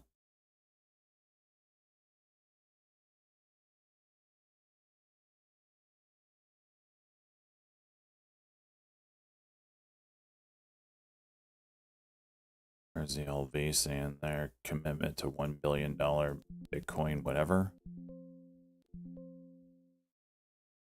Why is it so thick? Confirms commit to 1 billion strategy and governments.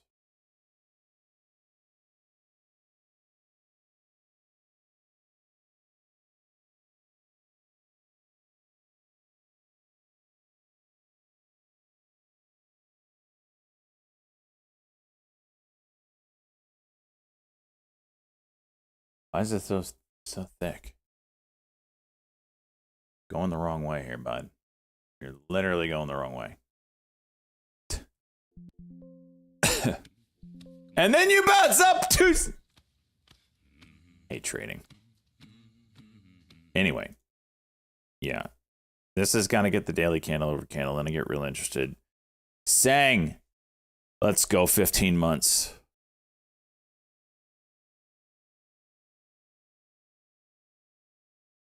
Got some levels at 29, and then just the spreads are so tough. Your YouTube video of your strategy explained is still strategy. It's one of the strategies I use. Door. I only have done one video of one strategy I use. I use a bunch of different ones. But yeah, that is one. That's a momentum strategy. So you want the stock to be going, clear momentum. So like Unity this morning, you want the stock to look like this when you're trading that 1 minute. So this would have been a perfect 1 minute candle over candle right here. Big move up, right? Just look at it like this. Big move up, candle over candle over candle over candle over candle over candle over candle, and then we got a pullback. We did not make a new high. So this is considered a pullback candle. And the entry on this would have been candle over candle. So 36.50.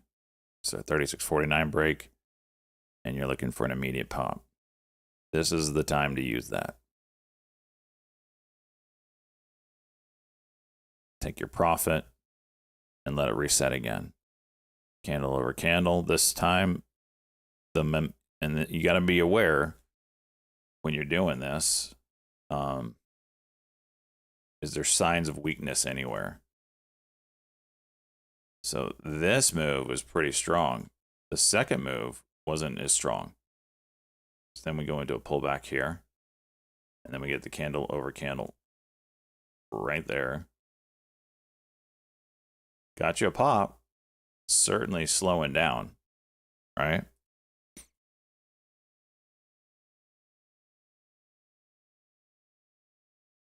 Then it expanded again. So it's always, always looking for, is this it? Is this it? Unity did get another couple legs in it. But eventually, wow, golly, it really did go. So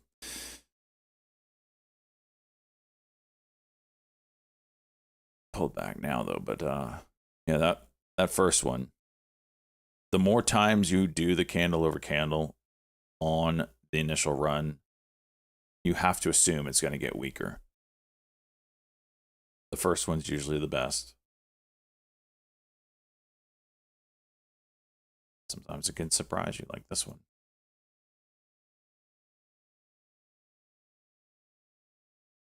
KT broke.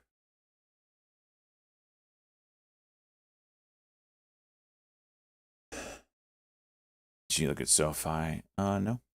Didn't look at SoFi. I didn't even thought about that one today. Just real life volume billions here float. Not one I would typically trade.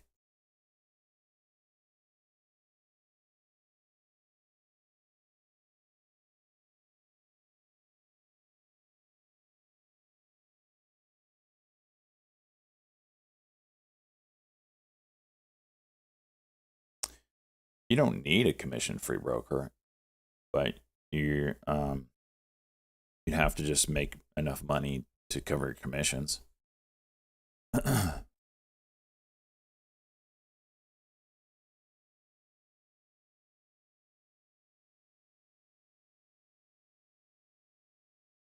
Certainly helps. I want my commissions. I want to see what they're at right now.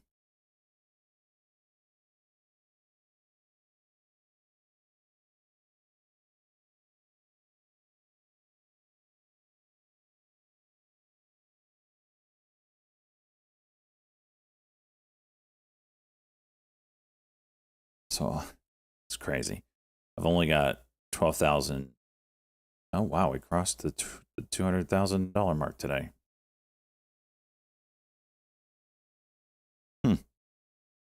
Didn't even know that. So I've only got 12,000 in commissions for the year. Kite. All right, what is this? 64.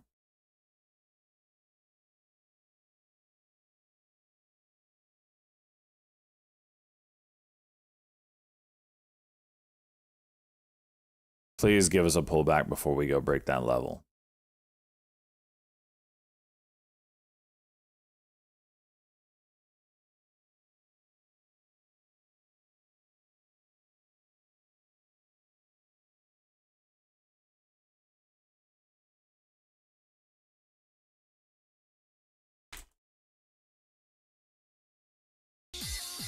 Oh my gosh.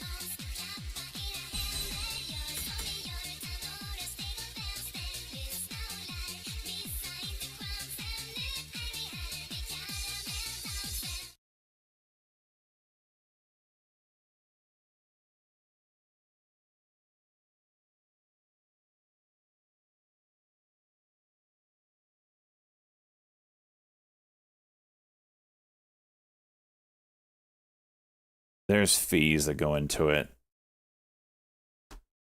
The broker doesn't charge you commissions, but there are fees. What are they called? FCC fees or whatever they are.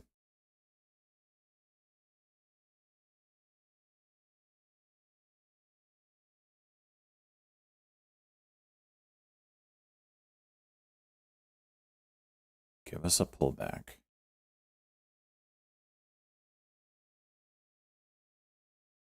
30.64. That's the level we're looking for right there, boys. Freaking dollar spread here. You can see volume is accelerating. Let's see if that continues.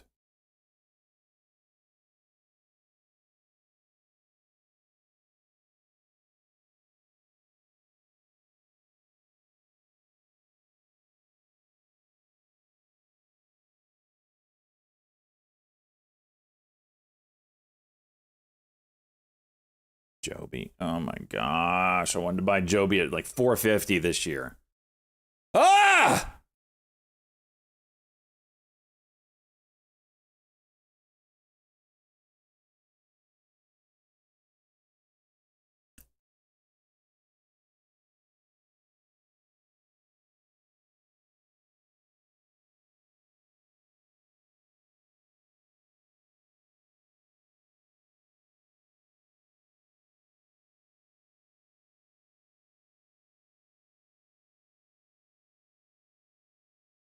Well, we're going to be waiting a little longer on this one.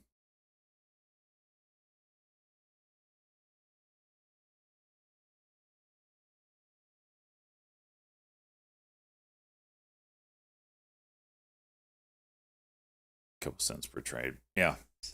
Yep. But they add up, especially when you do the volume that I do. I wonder what I got this month on fees.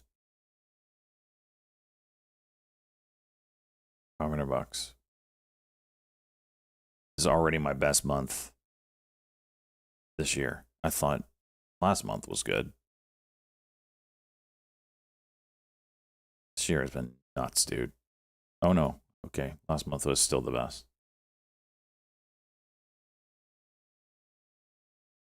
We're only halfway through this one. Oh, jeez.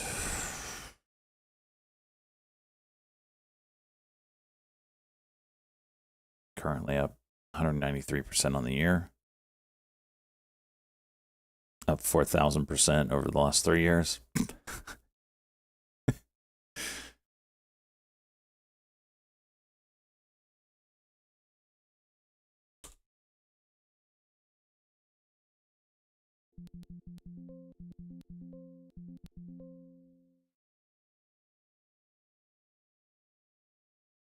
Speculation that Lucid is partnered with Luminar.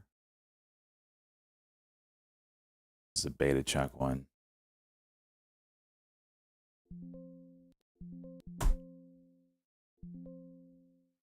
And it's going the wrong way. We've seen a lot of that, where news hits and immediately goes down on good news. The only way that can be attributed is someone is feeding false information to the news wires and needs the liquidity to exit.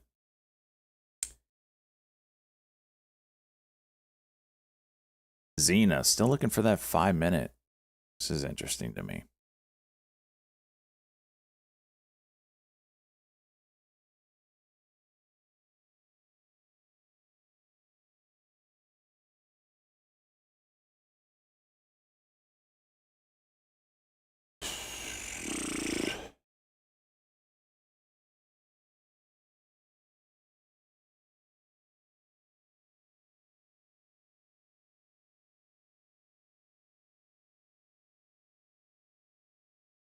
How'd you end up with more fees for 2K difference in gains?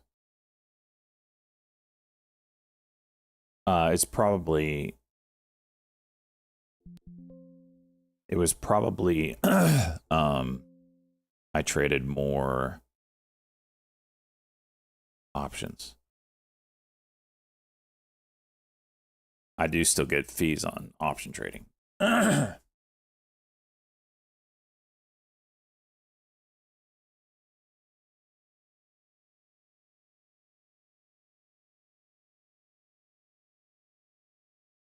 280 break is something.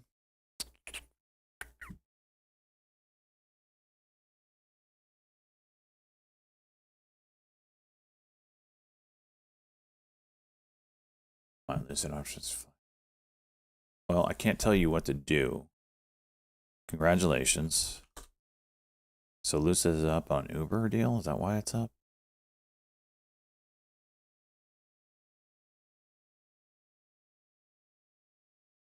Uber Neuro Robotex.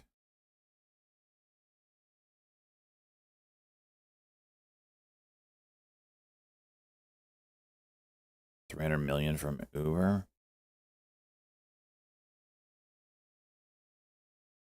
Congratulations. I didn't even catch that.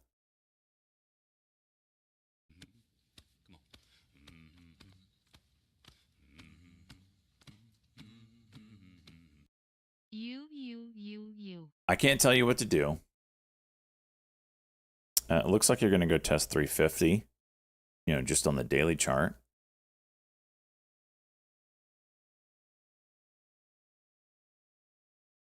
I mean, you can all, if you're probably way up on them, you can always take out your cost basis and then you're just playing with the house's money.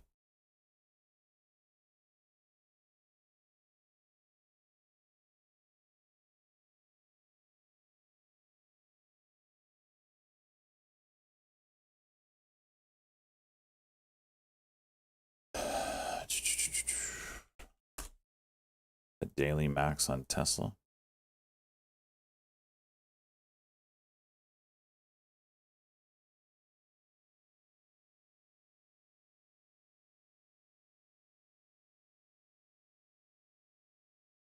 Tesla's got a wedge going. It's updating right now.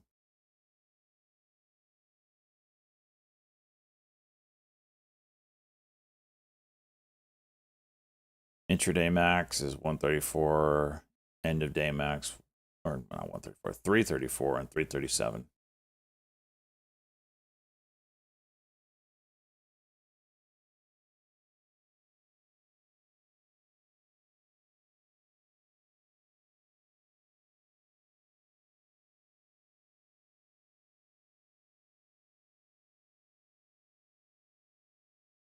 But yeah, congratulations on your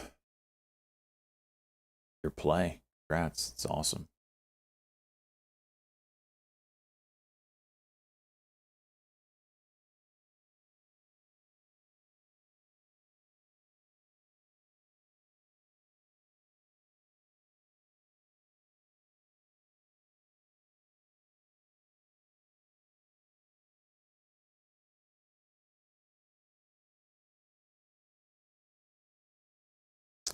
Missed my exit, it looks like.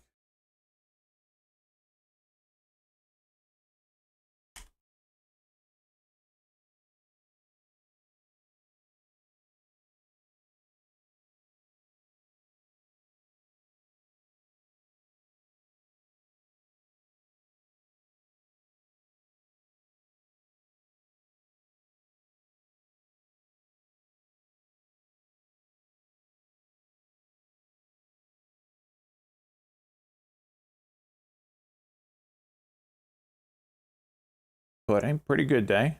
2,400 bucks so far.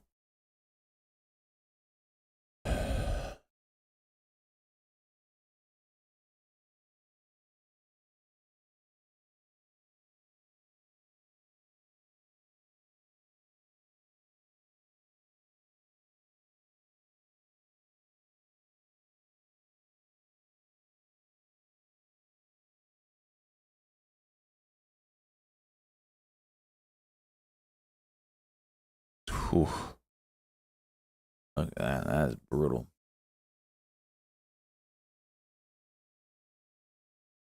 DPRO trying to curl.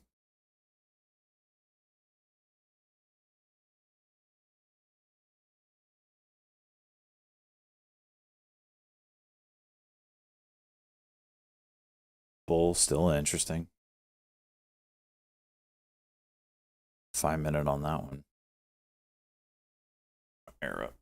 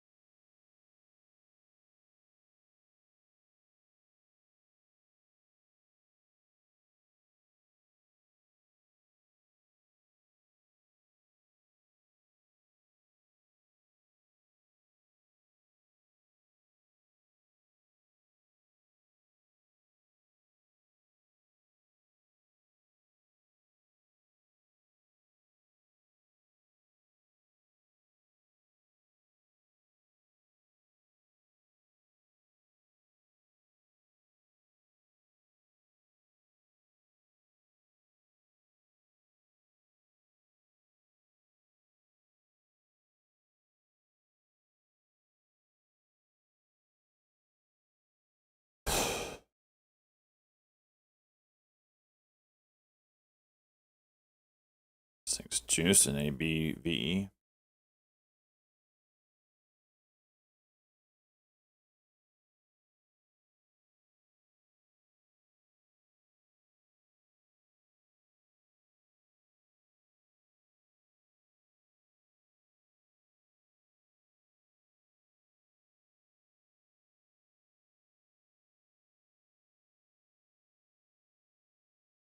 Bull.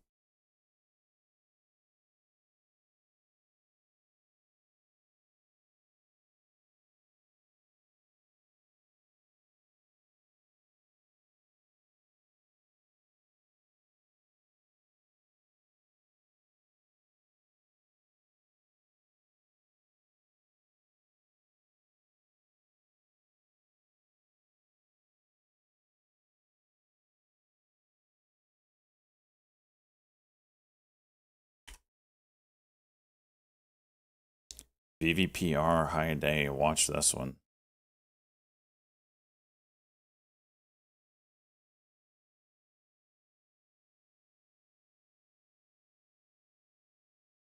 Because you got that 739 right behind it.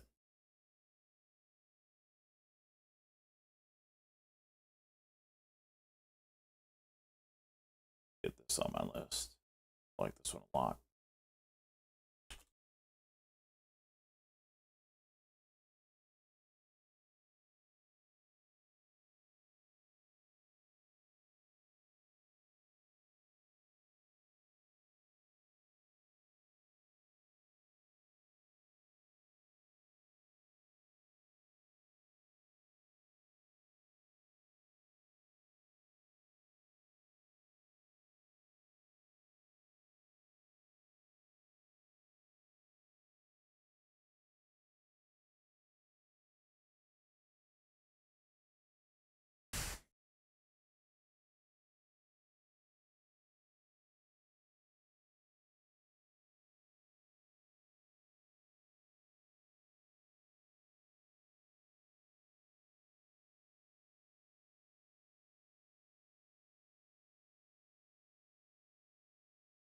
Flat top on bull.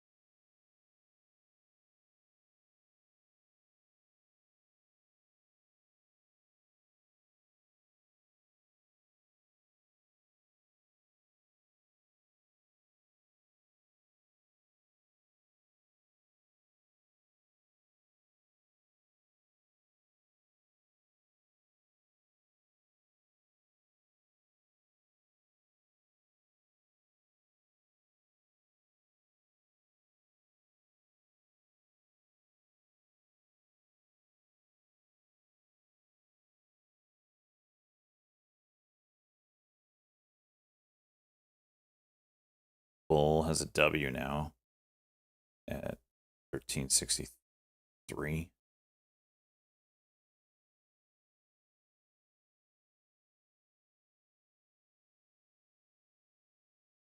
ABVE, nice 1 minute.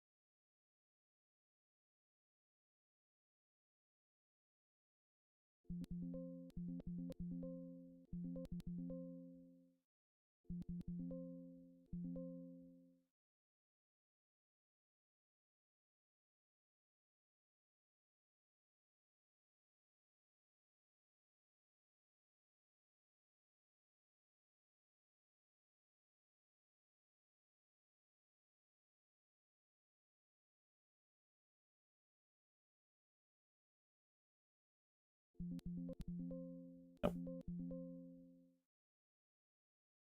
Okay. Tron.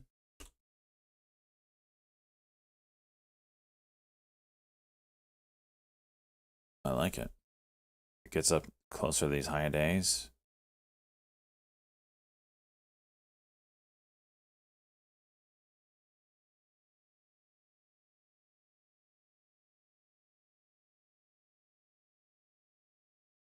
Nasty drop.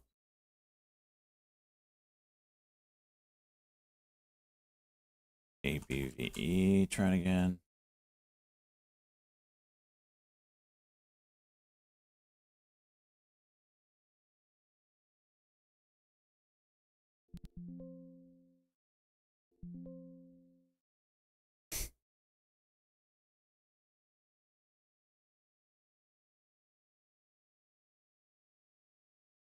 Love as soon as I freaking get in.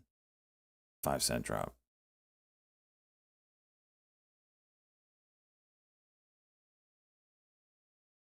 10-cent drop. To a cuck. Ah, yes. Yes!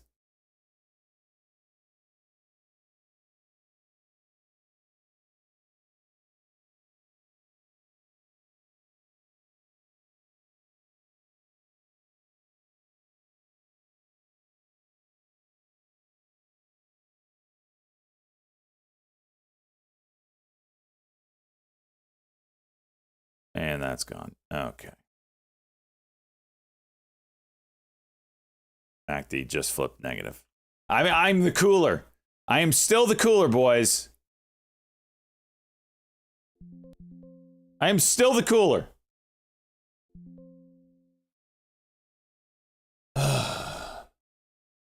Bull trying again.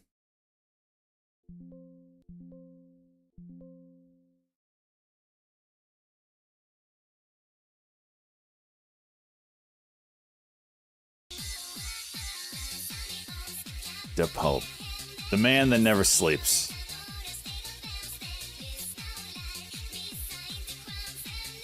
High here was 68.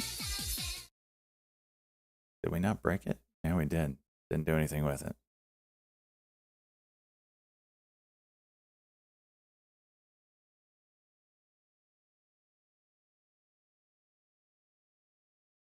There you go.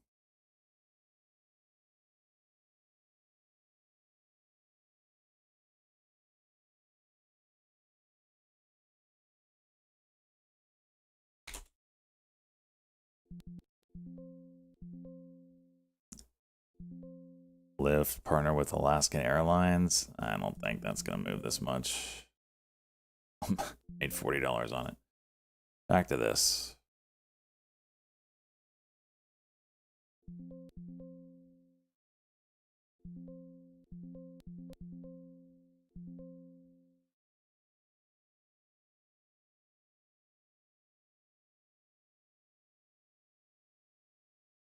What's my P&L today? It's right up here. See it? $2,300.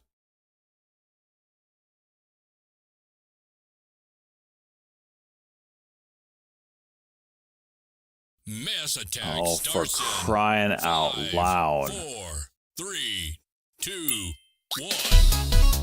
Mass attack. All right, boys and girls. You got 2 minutes. Throw your digital shit at me. Go for it. Your Discord. Stop it!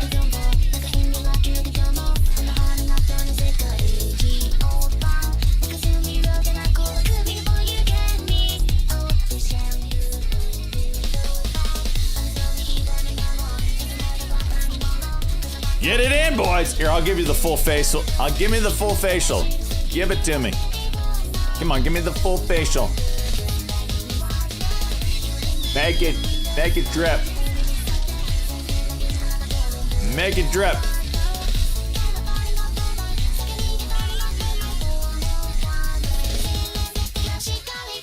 For those that don't know what's going on, you have 2 minutes.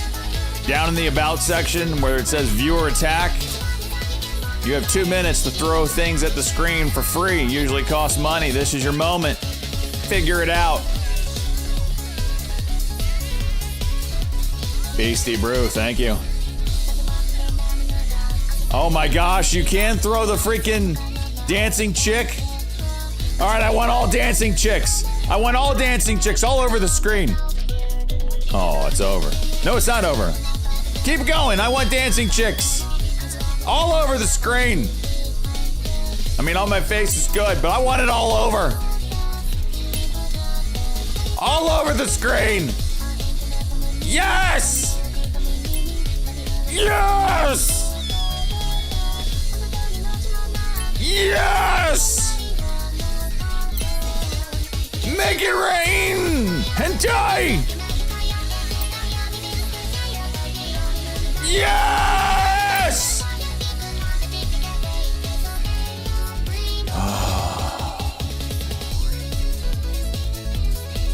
Is it good for you?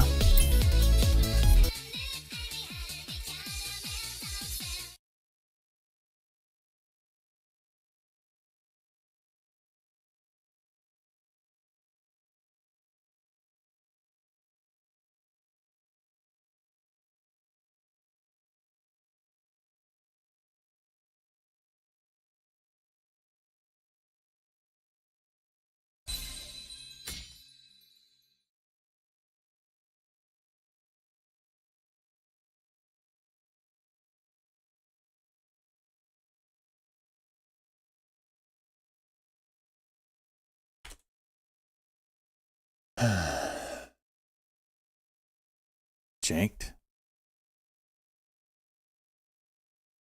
Bull with a cock and go.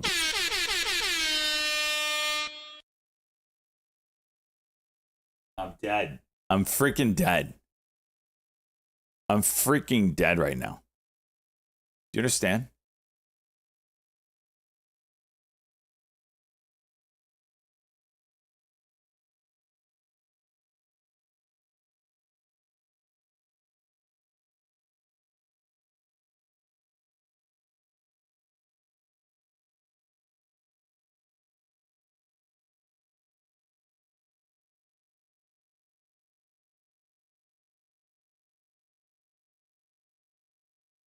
No ticker GIII. Note to Herb Greenberg, guys, out with a short report. Golf, India.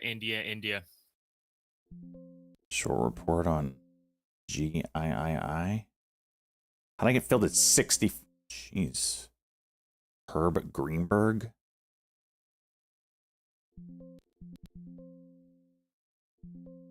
This is from Beta Chuck. I feel like that name's moved stuff before.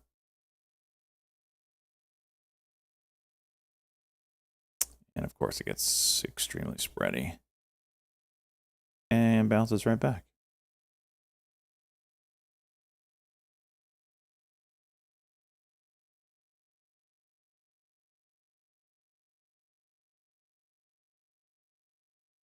Herb Greenberg says GIII's accounting is a tad tangled, including mismatch of fiscal year ends among several of its foreign subsidiaries and the parent company. Hollow says it's purchased Bitcoin. GIII seen a bump in activity on that short report from Herb Greenberg. 200 million? Jeez.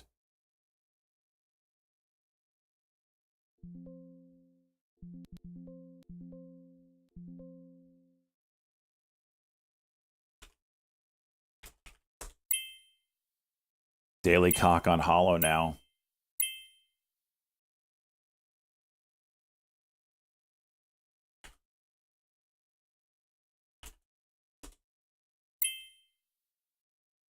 Hollow's purchased up to, announced it has purchased up to. How do you purchase up to 200 million? It's either you purchased 200 million or you didn't. In Bitcoin and cryptocurrency related treasury derivatives, again, with a current cumulative income 34 million.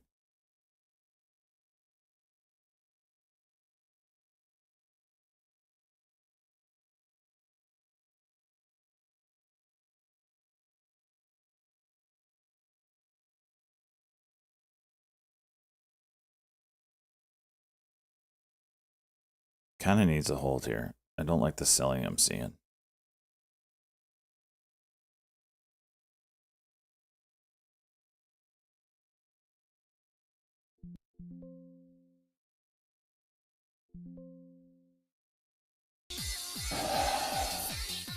Son of a bitch.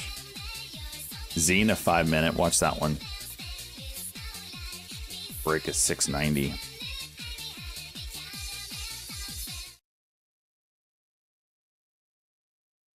Got the daily cock on this Hollow.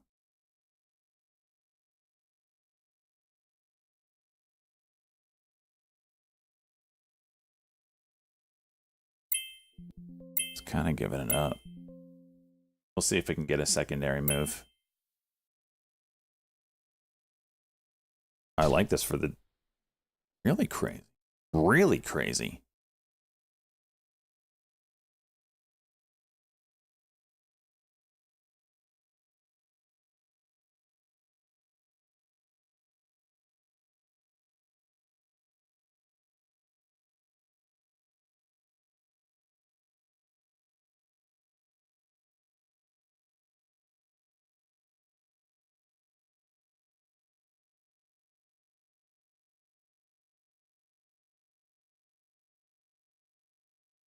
Xena 5-minute worked out beautifully.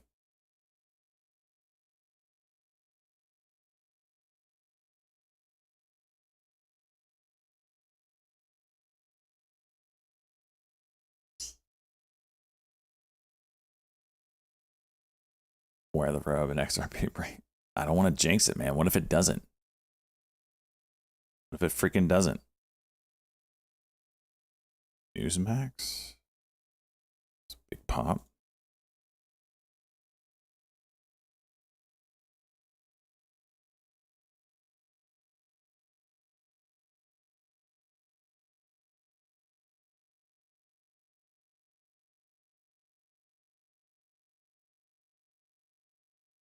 Hollow has a tendency not to hold up its moves, so even though that news is exactly what this market loves to play, Hollow leaves a bad taste in people's mouths.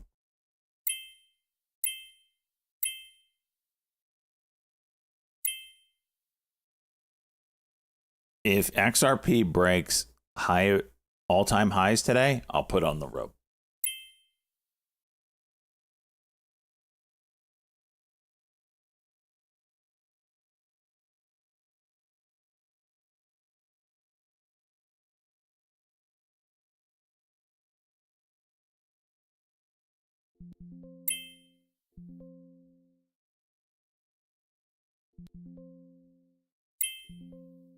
$15.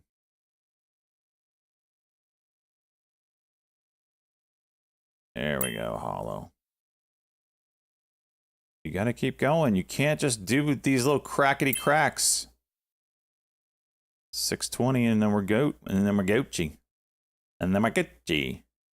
Too much selling. Too much selling. Look at this. Too much selling. Jeez.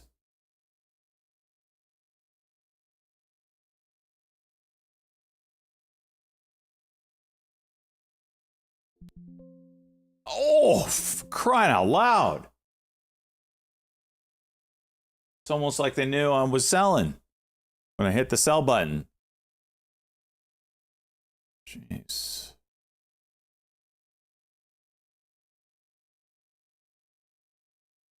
Bull trying it again. Thing is looking strong.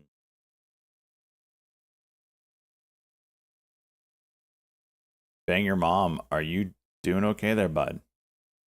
We need to keep you around. Don't freaking blow up your account.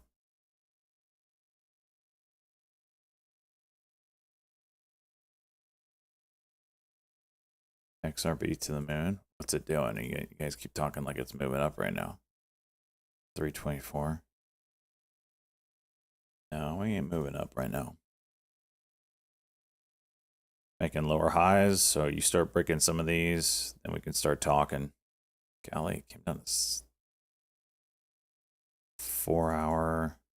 4 hour looks so good now. Jeez. That $3 retest was it.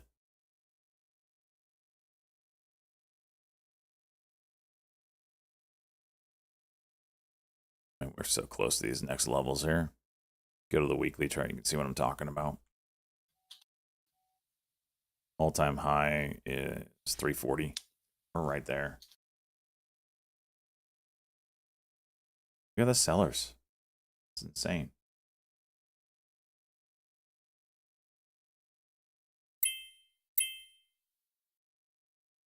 $378's all-time high. So I must be looking just at the all-time high on That ticker Coinbase. DTIL, no social media circulations of an orphan drug designation, Delta Tango, India, Lima. DTIL orphan drug designation. It's a low float. Big buyer. SIPO coming back up. 14.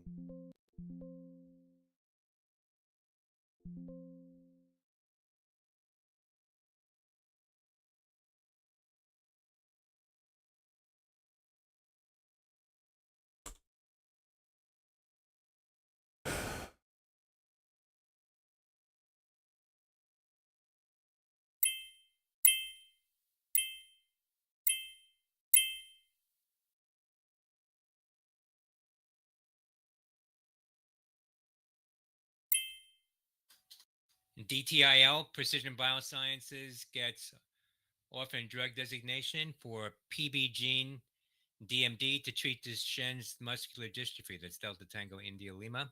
What DTIL. did Chuck just call that? Degens must.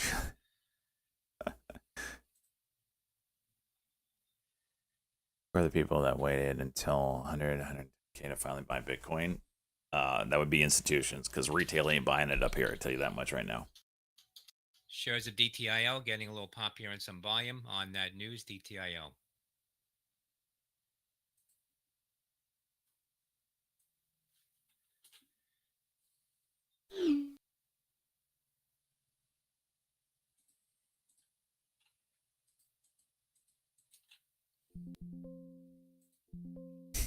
As soon as I sell 1,000 shares, it goes back up.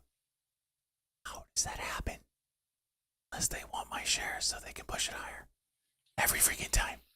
It's not a conspiracy anymore. It's confirmed.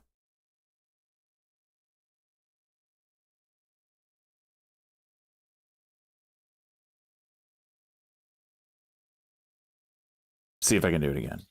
ANPA, Rich Sparkle Holdings, getting a pop here, $5.04. Alpha November Papa Alpha, ANPA.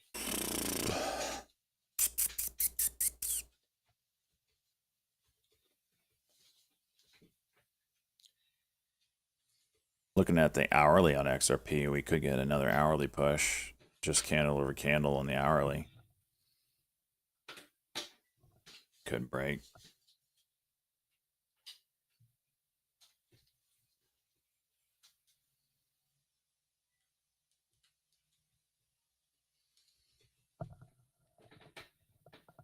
Gave it all back.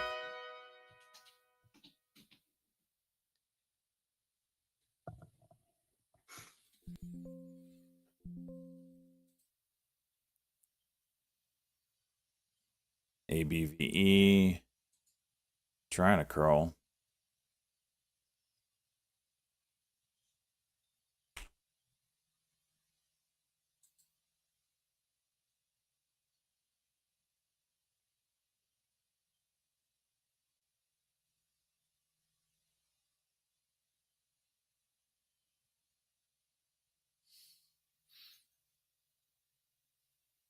What's the biggest green flag for a V-shaped recovery? Green flag? There's ways to measure.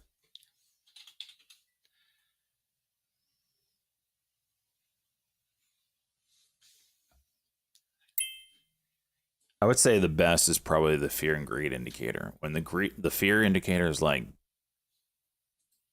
just pinned, that's usually your time to buy. Just the contrarian play.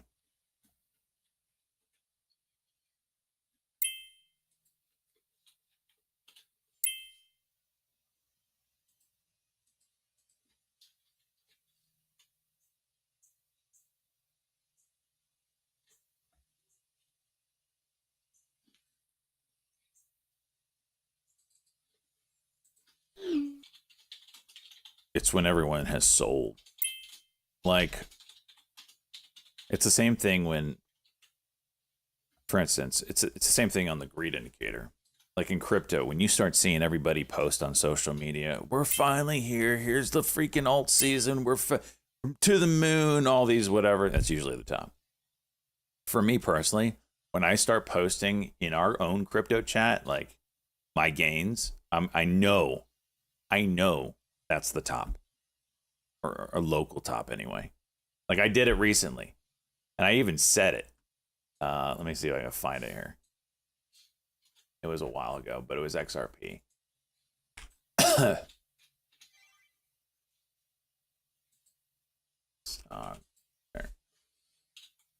See if I can find it.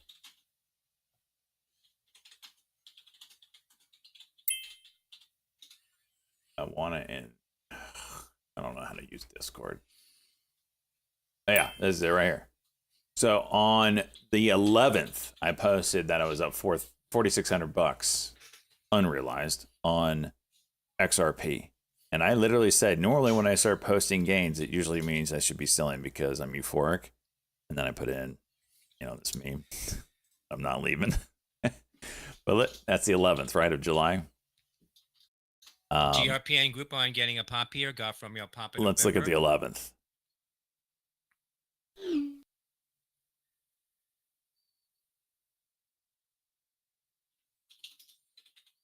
I literally posted that right here at that peak, and then we pulled back. It was literally like 295 to whatever when I posted. 11:32 a.m. Let's see if I can even get it down in a minute.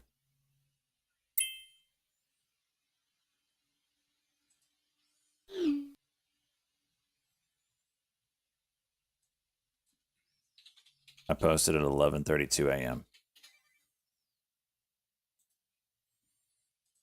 Damn it.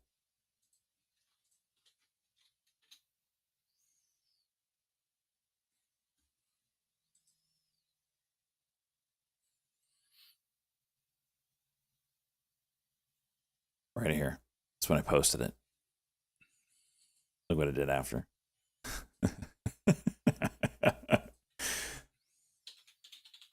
So it's a contrarian play, I would say, is your best bet.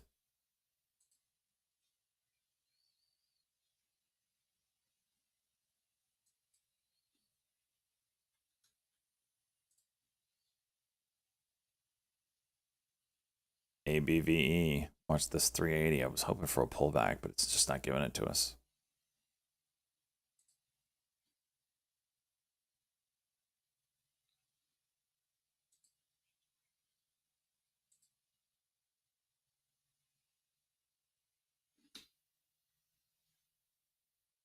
100K shares just poof. Good God.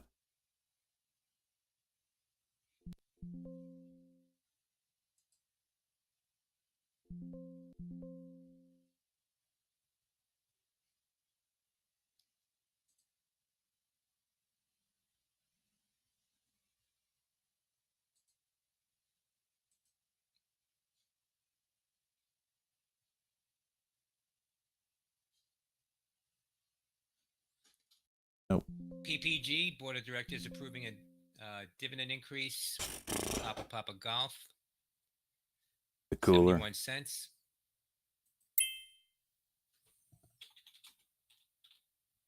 Nope. I caused the pullback that I've been looking for. That's good. Let's see where we bounce. He's not commenting because this shit likes to paper hand everything. What? Did I miss something?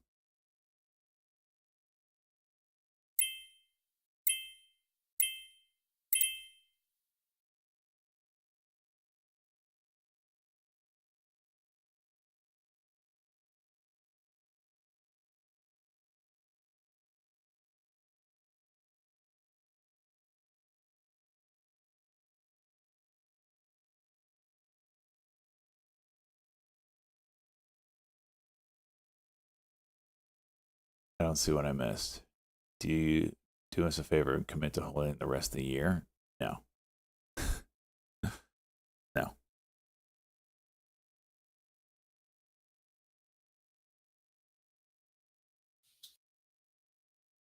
How do you decide if when to take profits? Because like Jake said, 10 years is probably 25x or something.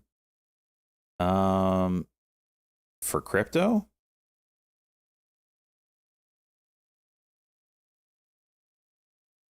I usually use a 4-hour chart or a daily. So when we're doing this stuff, when we're kind of going euphoric and just absolutely ripper, there's a few things. Macro note coming from Politico. Several outside lawyers recently warned President Trump that new strategy to remove Fed Chair Powell over the central bank's $2.5 billion renovation project is, quote, on shaky legal ground. That coming from people familiar with the matter. Coming from Politico. It's usually like a higher time frame. I play higher time frames when it comes to this stuff, but it's all just candle under candle, candle over candle. That's all it is. The daily holds more weight, obviously, and breaking levels. These are big ones, these yellow ones that I've had drawn. And now you've got all-time highs up, right above, or at least Coinbase all-time highs, and then all-time highs right above. You have that everybody's starting to look at. Couple that with some of the legislation that is being passed. I knew we were going to get this move, or a move. I didn't know it would be this big. So at this point, I just have to watch the charts. That's it. When the charts show me weakness, show me something that I don't like. I'm like watching Crown's Crypto Cave. He's the guy that I watch when it comes to crypto. What is he seeing in the overall market of crypto? Is there some kind of bearish divergence that might be forming? We are pretty extended here on the daily. We got the Stokes overbought. Last time it was overbought, we got a pullback. So we are at these extreme levels. This is about time for another pullback. Could I sell and buy lower? Maybe. Part of me fears is it's crypto though. So this could juice $1 still. So, I mean, you have that variability in it. My cost basis is 220, way down here. So I'm okay with holding through a pullback if that's what we get.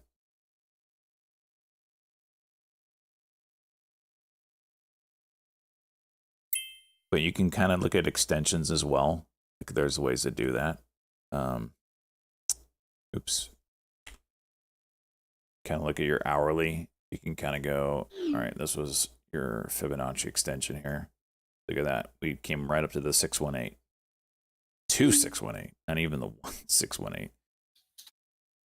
So you can get your levels that way. Not surprised to see it pullback right on that extension. Not surprised at all to see it come up to the 1618 and pull back.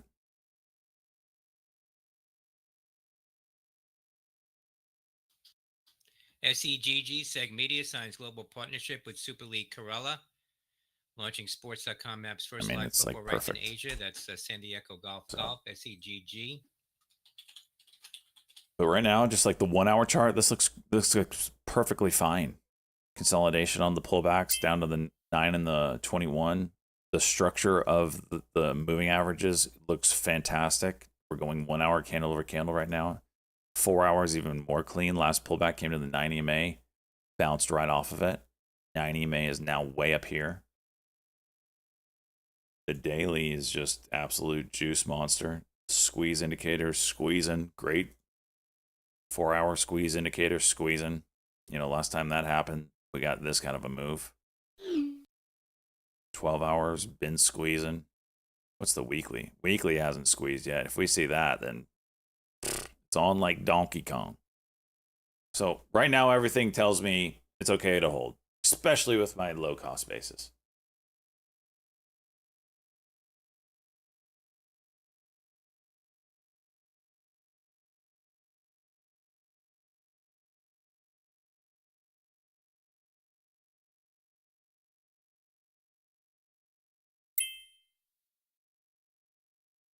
I did sell briefly the other day when it was rumored that Trump was going to fire Powell, but when it came out that that was just a lie, I bought back in at the exact same price. I think it was 290. So technically my cost base is 290 right now, but it's not. What's the indicator on the bottom? That's the squeeze indicator. It's SQZ Pro. This kind of just gives you, think of it like this. It's like price compression and expansion. The bars are the momentum.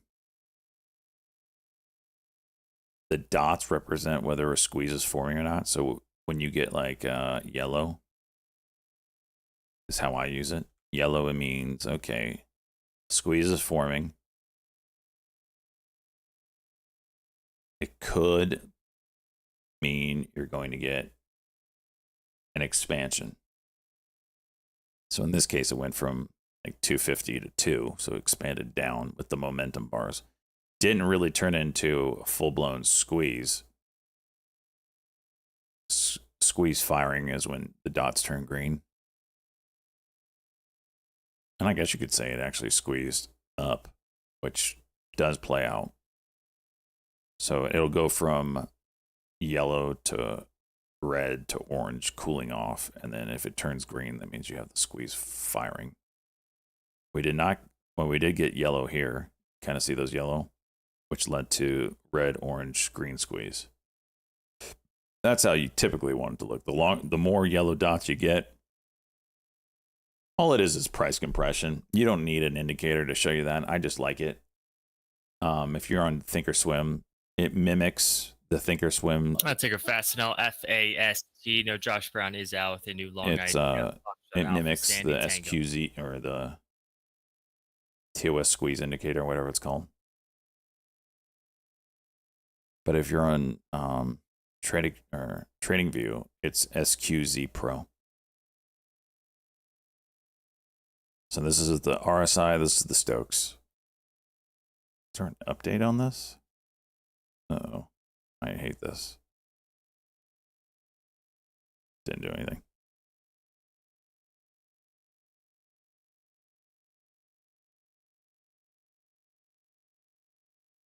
ABVE. Flat top.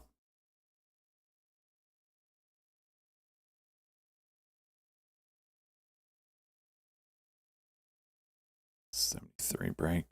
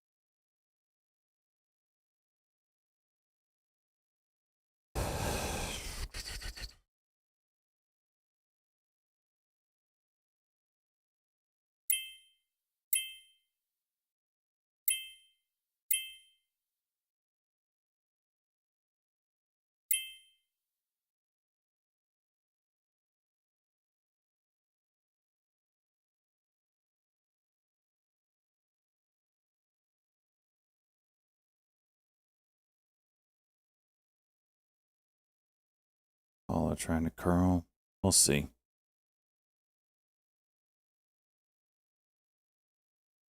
SPAT. Not a fan of that pullback. It's got to get closer.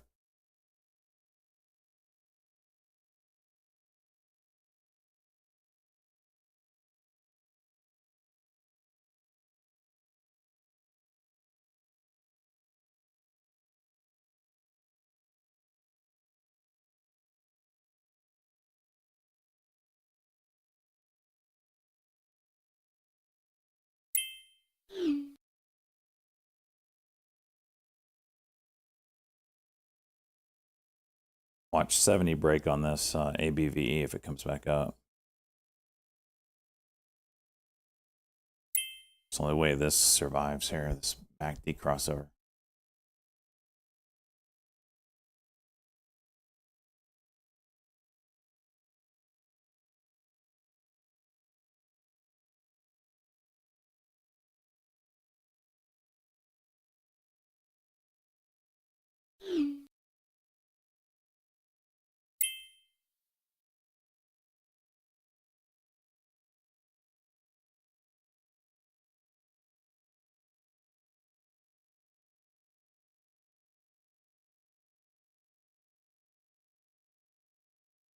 Netflix earnings. I'm going to say pop, and I'm going to say that they're going to announce a split.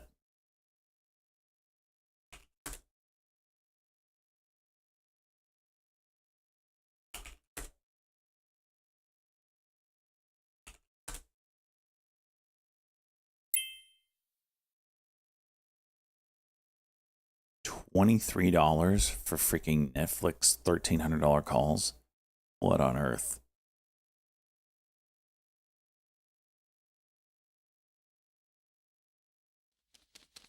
Chicka Bow Wow, good morning.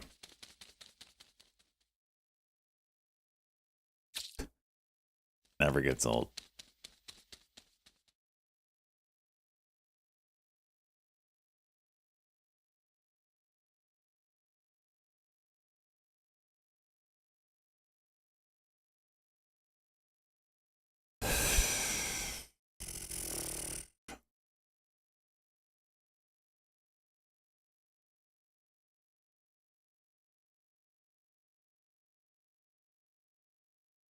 Lovely day.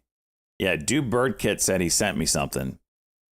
He goes, "You mentioned it from your stream today," referring to yesterday.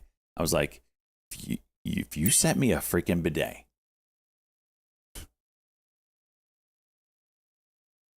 But my guess is he sent me dude wipes because, you know, dude. That's my guess.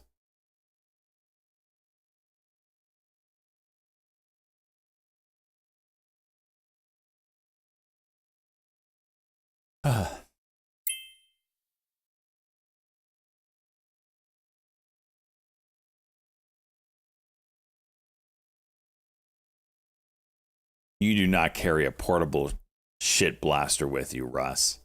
You do not.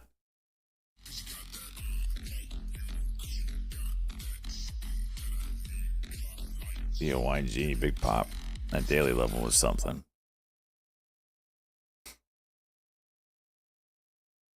God, that move. I 100% do. Oh my gosh.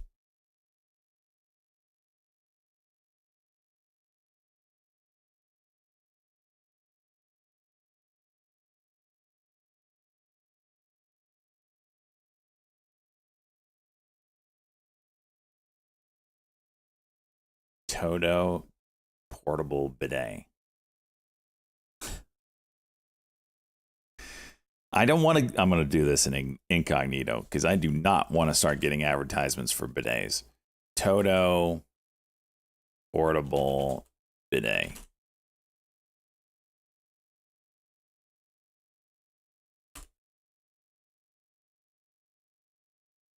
You're freaking ridiculous. You literally got to hold it there and just ass blast yourself, huh?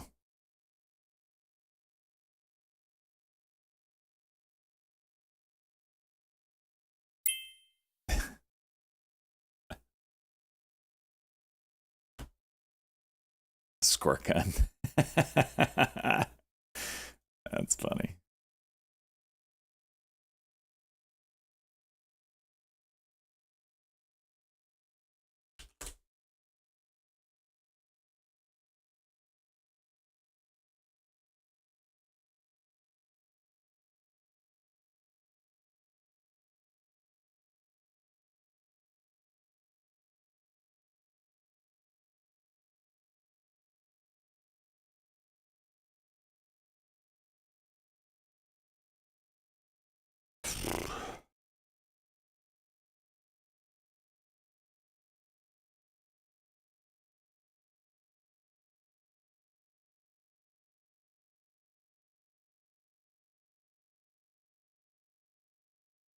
I'm gonna take a leak. Then we're gonna watch the You've Got Options. Kim Quasson interviewed Rick Santelli, so this should be good. Be right back.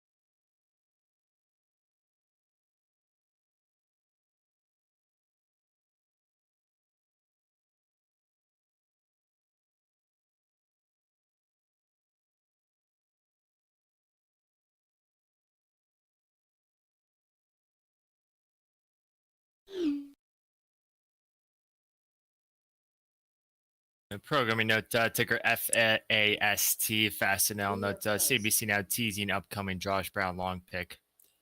Ticker Fastenal. Seen a bump in activity.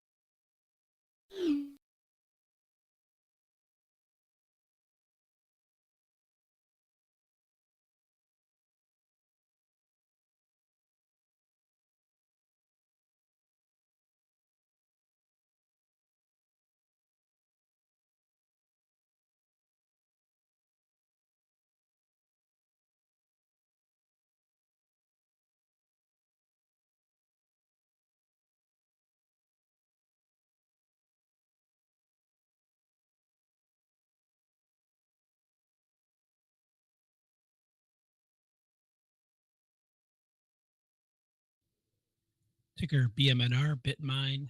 Shares continuing lower here, down 7.3%.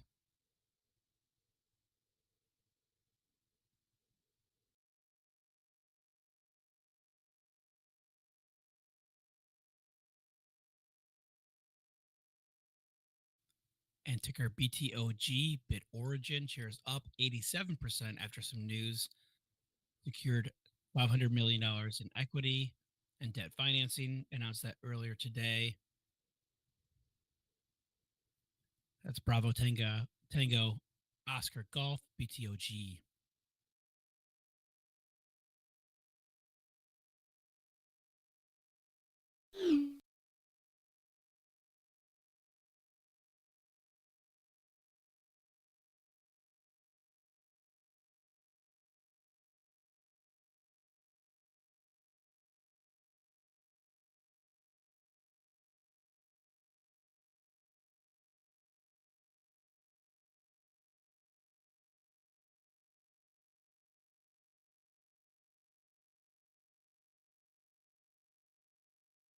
Coming up in about 10 minutes, Fed President Mary Daly is set to speak.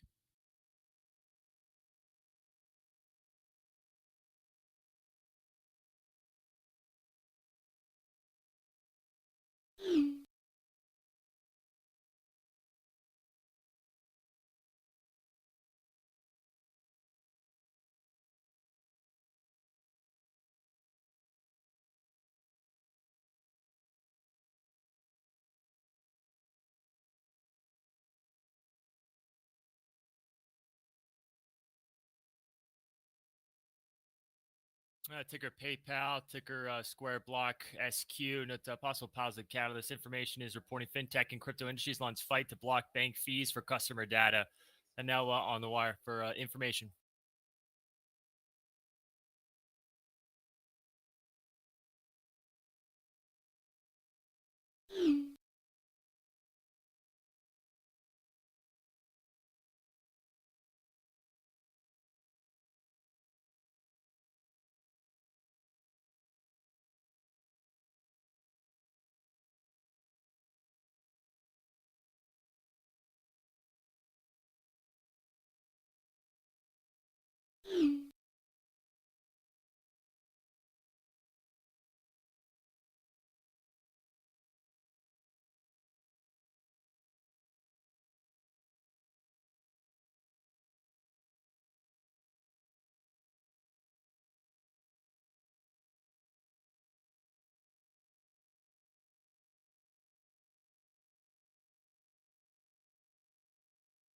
All right.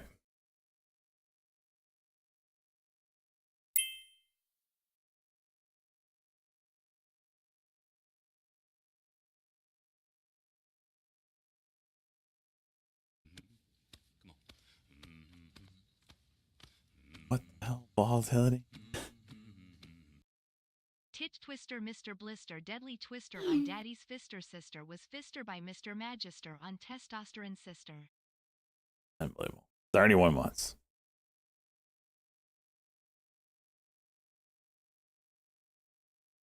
Let's get this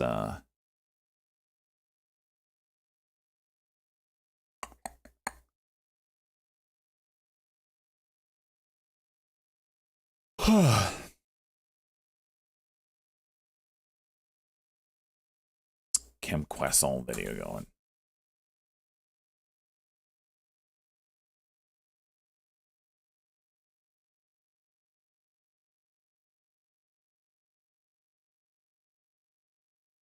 Welcome back to another episode of You Got Options from the CBOE floor.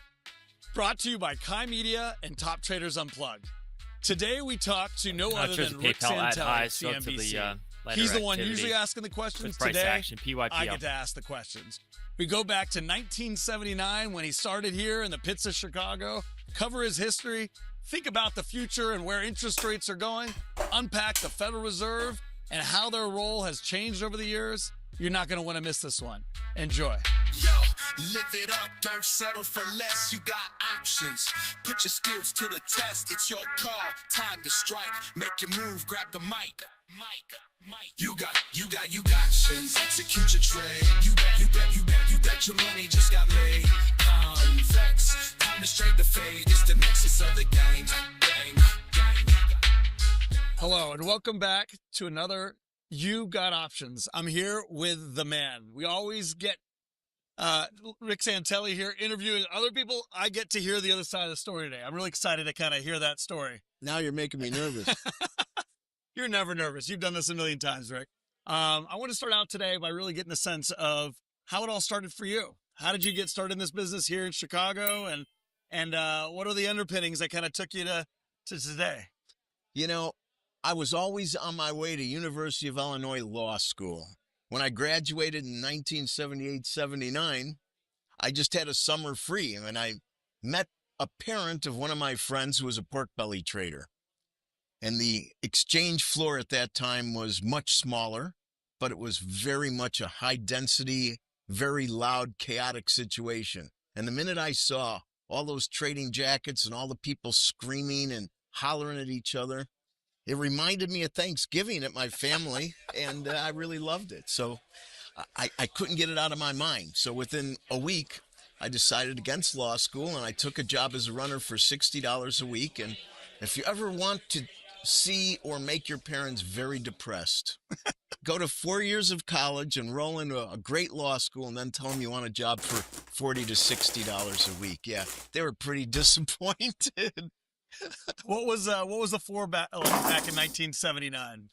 You know, it's such a different place. First of all, the old CME had a TV room. I mean, it really was like a fraternity. It had a That's TV so room. crazy. And I remember because gold at the time really started to make a move in late 70s, early 80s.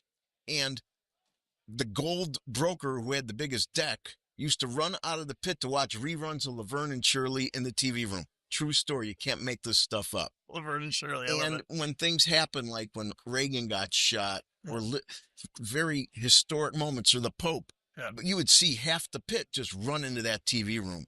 Those are things that, you know, it was more like a club. Right. And now this new floor really, in many ways, reminds me of that. So my hat's off to the SIBO. Yeah, they kind of brought it back a little They bit old really school, did. right? They Yeah, certainly did. I agree. And you were here in the Board of Trade building, right? Yes, well, I've been in a lot of buildings. Yeah. The CME has moved several times since I Right. started trading in 79. And even the membership I had at the time was called an AAM membership. Basically, it was lumber, eggs, and potatoes. And they didn't have an egg contract, and they barely had a russet potato contract. So it meant I was trading 2x4s for the most part. Amazing. How long did you That's trade your 2x4s? Not very FICO, long, no, Bill because Pulte then I is saying another realized that monopoly. FICO, gold another was monopoly that's ripped off more Americans fun. for decades. Yeah. Stopped And using a lot proper more efforts volatile. to But threaten I do regulators. have one story about the FICO. first trade I ever made. I'd love to hear So it. I walk in the lumber pit, and there's only two guys in there. And I get my trading card out, and I got my pen out, and I was like shaking. And they both looked at me. And it's tradition in these pits to kind of give somebody a one-tick winner on their first trade. Okay. So the broker taps me on the shoulder, introduces himself to me, and he goes, okay, you're a buyer, and I'm going to sell you this contract, blah, blah, blah. And the market was a bit higher. And within 2 minutes, the market was limit up. And by the way, pork bellies and lumber in the late 70s, early 80s had more limit moves than any other futures I'm sure, contracts. So it was limit up. And he taps me on the shoulder, and I'm like thinking how great this is. Wow, this is an easy way to make a living, right? He goes, you should get out of that now. And okay, I was a little cocky, thinking to myself, like, well, I should get out of it. A couple minutes later, he goes, did you get out of it yet? I said, I think I'm going to hold a little while longer. He goes, it's up to you. He turns around, and he offers the market limit down. Within 4 trades, it's limit down. And that Oh, was how I your learned first about trade. trading. That's You gotta learn risk, learn how to unbelievable. manage risk. That's amazing. Yeah, lumber and gold, right? Those things kind of are getting interesting again after a long time. Yeah, and Yeah. believe me, there was a stretch in the 80s where gold was like literally dormant. Yep. Dormant. It became board trade. See, people in New York, COMEX especially, they really believe that they are the center of the universe for gold and silver. Sorry. Chicago was the center of the universe in gold, and then they kind of lost it because gold kind of lost its luster after it hit I think it was February 1980. It hit its all-time high in futures around 840, 850 bucks. And from that point, this was around January-ish, and this is one of the first weeks that the Iran-Iraq conflict occurred, okay? So everybody thought that was going to propel gold to $1,000. It had the exact opposite effect. It didn't do anything to gold. Gold drifted lower. The contract became board traded, and COMEX picked it up, and next time it got active, the rest is history. That's wild. You know, gold, you probably know this, from 1968 to 1982, when interest rates went from bottom left to top right and peaked at 20%, was the best performing asset by far for that 15-year period. But it was also, most people don't know this, the most volatile. And you kind of highlighted there. And it wasn't really that good of an inflation hedge, all things being equal. Well, nothing was, right? No, that's true. Except for maybe lumber, actually. Lumber was, or lumber companies were a really great There was, because of its tie to housing and whatnot. Absolutely. Right. No, I think that's the problem with assets in general, right? When that interest rate, which is the discount rate, hits every asset. Gold and whatnot a little bit less. So in nominal terms, that starts to look amazing. But in reality, I was trading it's T-bills, and the yields were, 16, 17% back then. Okay. And the CME actually had a CD contract back then. But, it didn't last long after we had our CD debacles. Yes. When did you move over to interest rates? What was the year? How did that play out? Okay, there used to be a firm that used to be a great firm. It was called Drexel Burnham Lambert. And anybody who was financial history interest would know that Michael Milken, of course, was part of Drexel and the junk bonds and Beverly Hills, and the rest is kind of history. But Drexel was really quite good in the interest rate game before junk bonds became the moving force. And they had a huge presence in the bond room of the Chicago Board of Trade. I was at the CME, T-bills, Eurodollars, foreign exchange, lumber. And when I worked at Drexel, they put me on the Eurodollar Let's go, desk. Googly. And that's really kind of where I started to cut my teeth on interest rates, yield curves, volatility, options. And the guy who was running the bond desk on the other side of town had a lot of errors in 1 week. So they decided to transfer me over there. And so right around 1984, I became the manager of one of the biggest bond futures desks in the world. And the staff of 15 people, the minute I went to the desk, they all quit. Oh, man. They all quit. They said, what, you're bringing in this guy? What about any of us? In the middle of a busy day. Oof. But anyway, within a day or two, I had a new staff, and there I was. The interest rates, and back then, mortgages, Volcker, inflation. It was a world that people today would be shocked to understand that things still worked when you had interest rates high, or you had a Fed overnight rate that was virtually in double digits. Right. Things still work. You could actually get a mortgage of 14% and make it work. Right. Talk to me a little bit about, dislocations that happened at that time, how things operated differently. Obviously, you're a bond guy, right? Can you imagine a 14% a lot of interest cycles. rate? Most people haven't seen what that would do to our market right now. So what are some of the things that used to happen back then, maybe that aren't happening anymore? When did it start to change in your mind?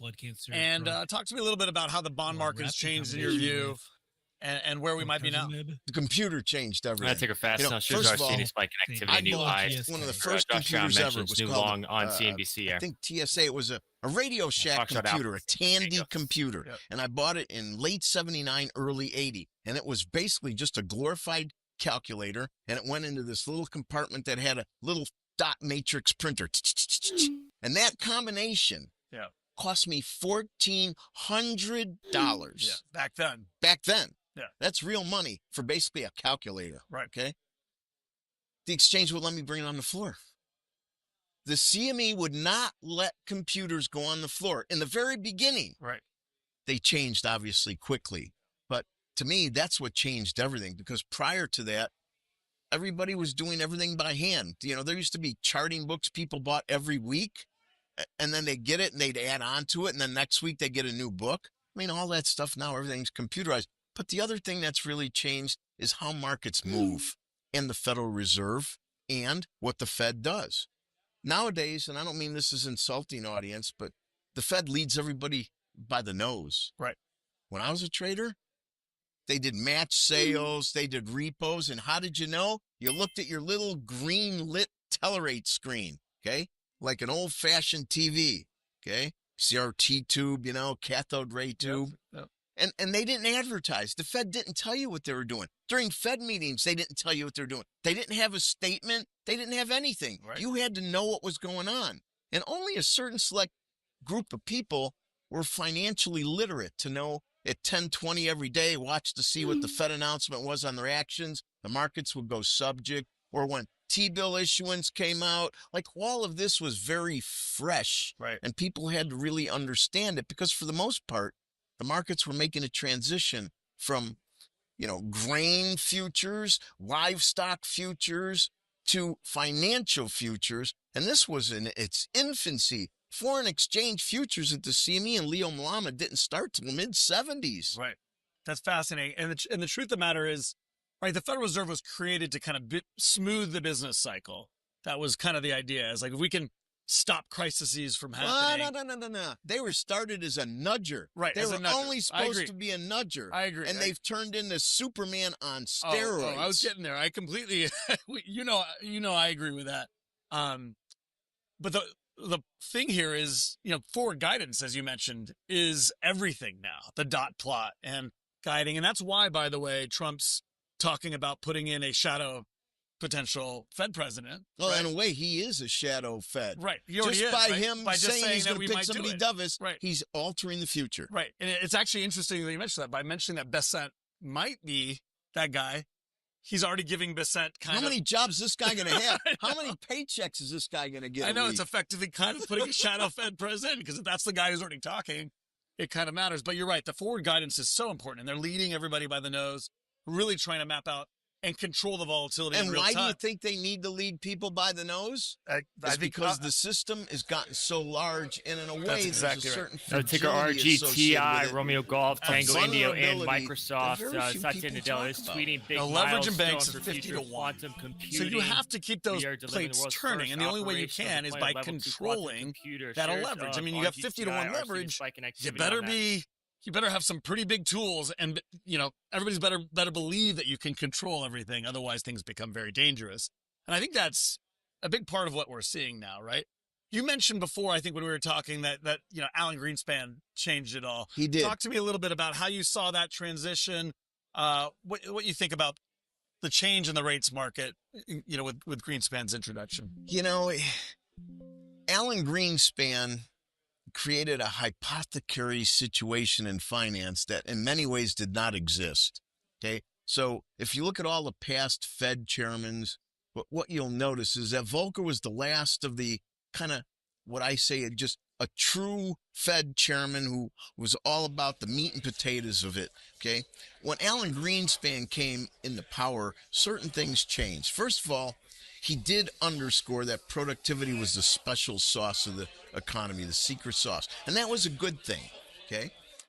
But he also brought up this notion of being able to create debt and for the Federal Reserve to start doing things and being a little bit more aggressive in how they controlled monetary policy. And he started creating this forward guidance. And I remember one of the first things that he did was he had like 3 categories. So after they'd have a Fed meeting, he'd say, we're comfortable here, we're symmetric, we're asymmetric. Like they had 3 choices and they would tell you which one it was. And over time, the guidance got much more in depth.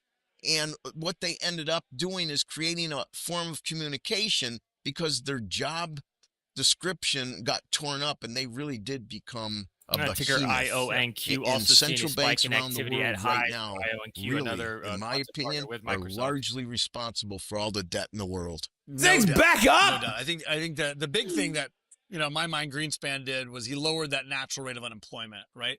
And what that did is that allowed the Federal Reserve to ease at increasingly extreme levels, right? And you can argue that reality was reflexive. It was a function of them lowering interest rates, sent more money to the top, right? That's what interest rates do. If you lower interest rates, if you do QE, who gets the benefit of that? the very if tip you're, top of the. if you're making test tube financial products, Yeah. low interest rates, that's the first ingredient you need. Yeah, I agree. And the reality is that nobody borrows money in the bottom 50%. Nobody. Very little. And all the assets are owned by, like, I think the stat is the wealth owned by the top 0.1% in the United States is equivalent to the wealth that's owned by the bottom 80%. So guess what? You push That up is assets, nuts. who benefits, right? And so that's the reality, is that the Federal Reserve, by stimulating and stimulating again, they had the benefit of maximizing employment, maybe not wages, but employment, whilst keeping inflation in a very deflationary environment. And they just kept pushing against that. And that's great for GDP or creating new widgets and technologies. But is that good for the median person? No. And that's what we've created. We've created a system that's for corporations first and individuals second. I know you agree with this, and I preach to the choir. I mean, they're called a central bank. Okay. They are a bank, and they're working for banks. Exactly. That's important for everybody to understand. I think people think the Federal Reserve is working for the people. And when you listen to the it's chairman and the Q&A, I mean, they really do go, listen, their heart's in the right place. Oh, I agree with you. Heart's It's in the not, right place. it's not a conspiracy. Yeah, but here's It's- the problem. Yeah. When you have 435 guys, okay, in Congress, you have your senators and you have the president and vice president. How many of those do you think would like to have interest rates at zero and have unlimited spending power? Yeah. I think they would all raise their hand out there. Their Exactly. hands all went up. Yeah. And see, this is the problem.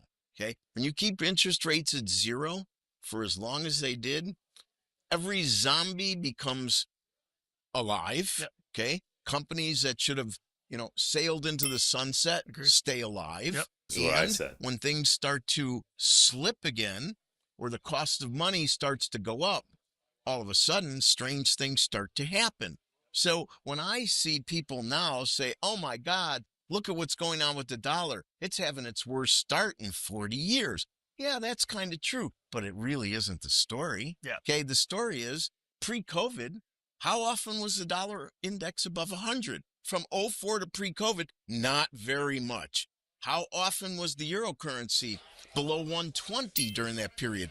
Not very often. Yep. So what changed? Okay, what changed is that the United States went into hock up to their eyeballs to overspend in COVID, the last hurrah of much overspending, and we're going to pay the price for that overspending. Just look at what's happening with housing. Yeah, I couldn't agree more.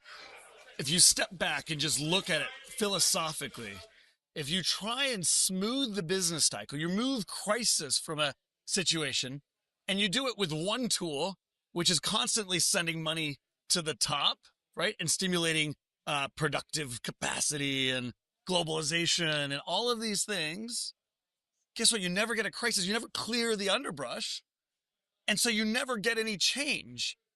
You can't fix the problem. And yes, you go to malinvestment. You go to all I these did not things, you take dig a yourself gummy. deeper I'm and watching deeper hole. the show. Meanwhile, guess what? A forest fire will happen. It just at looks like some I'm not point. There's always because- exogenous Yeah. issues, way I whether have it's it set up. long-term capital, whether it's COVID. If I look this whether way, it's the credit crisis. I'd all not be these looking things at the screen will that always has the continue show to happen, on. especially as the I'm looking governments at the get a screen bigger that has a show appetite on. to control people's lives and tell them exactly how to do various things. The bigger the presence of a government in various entities, the more prone they are to shocks in the system. Just think about it. The government moves into housing. What happens to housing? Government moves into programming note for OpenAI. OpenAI is college hosting a educational live event finance. at 1 o'clock How many Eastern trillions time. of dollars do we have out there? The We title enable young ChatGPT people to agent borrow is money ready they could to never pay back. introduce Can itself. you imagine being an 18-year-old? Wait, and going what to did the you bank? just say? Okay, hey, I want to borrow 25, 30, 50 grand over the next 8 years. What's your That's a collateral? link Oh, I to don't event have any posted collateral. high base How much you block make in your driver. job? Oh, Oh, I boy. don't have a job. Okay, but the government, well, they were just borrow as much Agent money ready as you to want, introduce right? itself. Okay. It's really sad. It is sad. The question, though, is, As and this Daily is, says, rates have really been we're left restricted and for a right kind of significant number meet of in terms years. of economic policy, right? Says This is not, in my policy mind, and a economy is in political a good place. situation. Is the entities driving Says it two is rate the cuts Federal this Reserve is a year part of government, is, but the quote, reality is it's reasonable banks, it's outlook. power. It's entities that would do this for their benefit regardless of the government being there Well, or not. let's give the public an easy example. Yeah. Doesn't anybody find it a little odd that you have a treasury and a treasury sells securities to basically bring in money? Because for every dollar we're spending, we're probably borrowing 35 to 40 cents, right? Yeah. So the debt comes from the treasury. And all of a sudden, the treasury is issuing so much debt, it becomes a supply-demand situation, puts upward pressure on rates, okay? So then all of a sudden, this wonderful idea, the Fed says, Treasury prints the paper, and we're going to come and we're going to buy the paper, and then we're going to store the paper. It becomes this kind of daisy chain of a closed It's circle. just money Also printing called at the end of circle day. We jerk. can call it whatever you want. And I don't know. Yeah. The more you think about that, it just doesn't really quite seem right, does it? No, I mean, it goes back to the beginning of, we can go to Greek and Roman times and the shaving of coins. It's the same thing at the end of the day. They'll never say that, and they'll never call it money printing. No, but that's we what it is. invented a lot of these, but every other central bank in the world they were all quick study. Right. But it's a story as Wow. old as time. It Yes. is the critical part. And again, whether it's a government getting involved or not, All it right, is circle kind of over yesterday's high. absolute power Oh. corrupting absolutely. And Well, the Fed's how we balance got- sheet before the 06, 07, 08 crisis was about $750 billion. Right. So less than $1 trillion, let's say $750 billion. And then on its high side, it ended up $9 trillion. Okay, now it's in the sixes, and that's it. It's not going to really go much lower. And in the last crisis, they got Jeez. it down to around $4 trillion. The point is that's kind of a fund for the economy that keeps getting bigger and bigger, and it really also isn't a good thing to have the central bank have that, to take those As Daly securities says, and business basically is not put them in selling a out, so corral. businesses are And so the optimistic. question is, and this is the big question affecting everybody, is how does it end? How do we get out? Right? Like, you've dug yourself this malinvestment hole. The leverage has increased to a dramatic level. The Fed has to be more involved. So where are we going? That's How why does they have this press resolve itself? conferences, and that's why they have the Fed governors go out speaking tours, because they need to definitely control the conversation. There could be no surprises in this system. Well, eventually there will be a surprise. yeah. And so Oh, the yeah. question is, if you were Fed chair, first of all, you'd probably just disband the Fed, but let's be realistic. No, Let's I be don't think I'd realistic. disband Yeah, the Fed. Let's be realistic. How would you respond to the situation? I respect the fact, and I agree that probably wouldn't gotten ourselves to this point to begin with. Right. But you're here today. How do you deal with this situation? I personally wouldn't have the Fed governors go out on the road giving speeches. That'd be the first thing I'd cancel. And I understand that Fed chairman, current Fed chairman Powell, and previous Fed chairmen, they thought it was a very good thing. But I think they thought it was a good thing for the obvious reasons. The Fed's grown, their power's grown. We need to, stay and communicate and share information. I understand that. But I also think there's a complicated message there because they all think a little bit differently. The other thing is, when it comes to the relationship between any political administration in power and the Fed, this one in particular seems to get a lot of attention because the president is very disparaging to the Fed chair. And all I can say about that is that if I was running the Fed, I would ignore it. Like the press just eats this stuff up with a spoon, but in the end, Powell's going to do what Powell wants. It really isn't a big story. I wouldn't call somebody names, but that's who I am. I don't think it matters. But I think the Fed right now needs to be really careful because the entire world is buried in debt. The entire world needs to pay for that by issuing securities, and issuing securities needs to find buyers, and those buyers are like chairs, and the music's playing, and not everybody's going to continue to get a seat. And this is a big deal because all you need is one or two auctions in any of these big economies, whether it's the UK, whether it's Japan, whether it's the Eurozone, and it's going to make a very big noise in the government global system. Yeah, at the end of the day, nothing stops this train, right? Like you are kind of Yeah, heading the off the Fed cliff, and GDP what that growth in means, Q2 was I think, 4%. is Watch that the we 1 need minute some here, type. huh? We're going to end up having some debt jubilee, some type of monetization.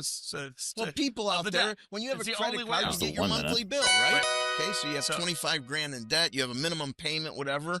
Okay, well, the United States has a minimum payment. That minimum payment right now is about $1 trillion a year to service the debt. $1 trillion a year. Speculation is circulating on that name DMYY, RTTY of a partnership. I don't care about that. Right. So it's got to be monetized. And the truth of the matter is you can do that as over the course of 2 decades or something, or you can get it out of the way now and reset. That 1 minute was perfect. So the question is, which one will they do? But see, that's a joke. Right now, and I hate to get involved in politics, but right now, every country is steeped in politics, and it permeates everywhere. So we have large executives at very large firms, at large banks, large trading entities, and you've seen them all. They've been on TV the last 3 or 4 months. What are they talking about? Oh my God, the debt. Oh my God, the debt. And I'm glad, because I've been going, oh my God, the debt for 15 years. Right. All of a sudden, they just woke up and smelled the debt because it's political. They don't like this administration. The point is, whether you like them or not, we're not going to cure our debt by one budget, by this budget, okay? And it's silly to think we are. So if this current budget is going to raise the debt, and this is static, it's not a dynamic scoring process, but let's say somewhere from $2 to $3 trillion. Yes, that's horrible. But what's the actual number? If we did nothing in 10 years, they say the debt's going to be $55 trillion, no matter what this particular budget does. And my point is that we need to start thinking about a regimented amount of steps to lower the debt, but you got to be baby steps. I don't think the economy can take something any bigger, and need to realize we now spend 20 to 25% more today than we did the year before COVID. It's all great. That's the problem. It's all great. Yes, The problem sir. is Preaching, brother. is not popular. It doesn't sell. We tried looking at it in Europe after the credit crisis. Yeah, and it doesn't honestly work either, because if you don't fix the growth problem, right, you just get slower and slower growth and a slower implosion. And this is how the Fed ended up with a balance sheet right. this size. So with this exact logic. Place, yeah. Oh, we can't do that. Yeah. It'll hurt growth. I hear you. But it is, you're kind of stuck at this point, and that's the big part that I think we're getting to. I've talked about this before on here, but I think the reality is for this type of environment, we're looking back at kind of where you started your career, the 70s. Inflation. Right? And you and I have talked about the stagflationary thing well before that word was on everybody's lips.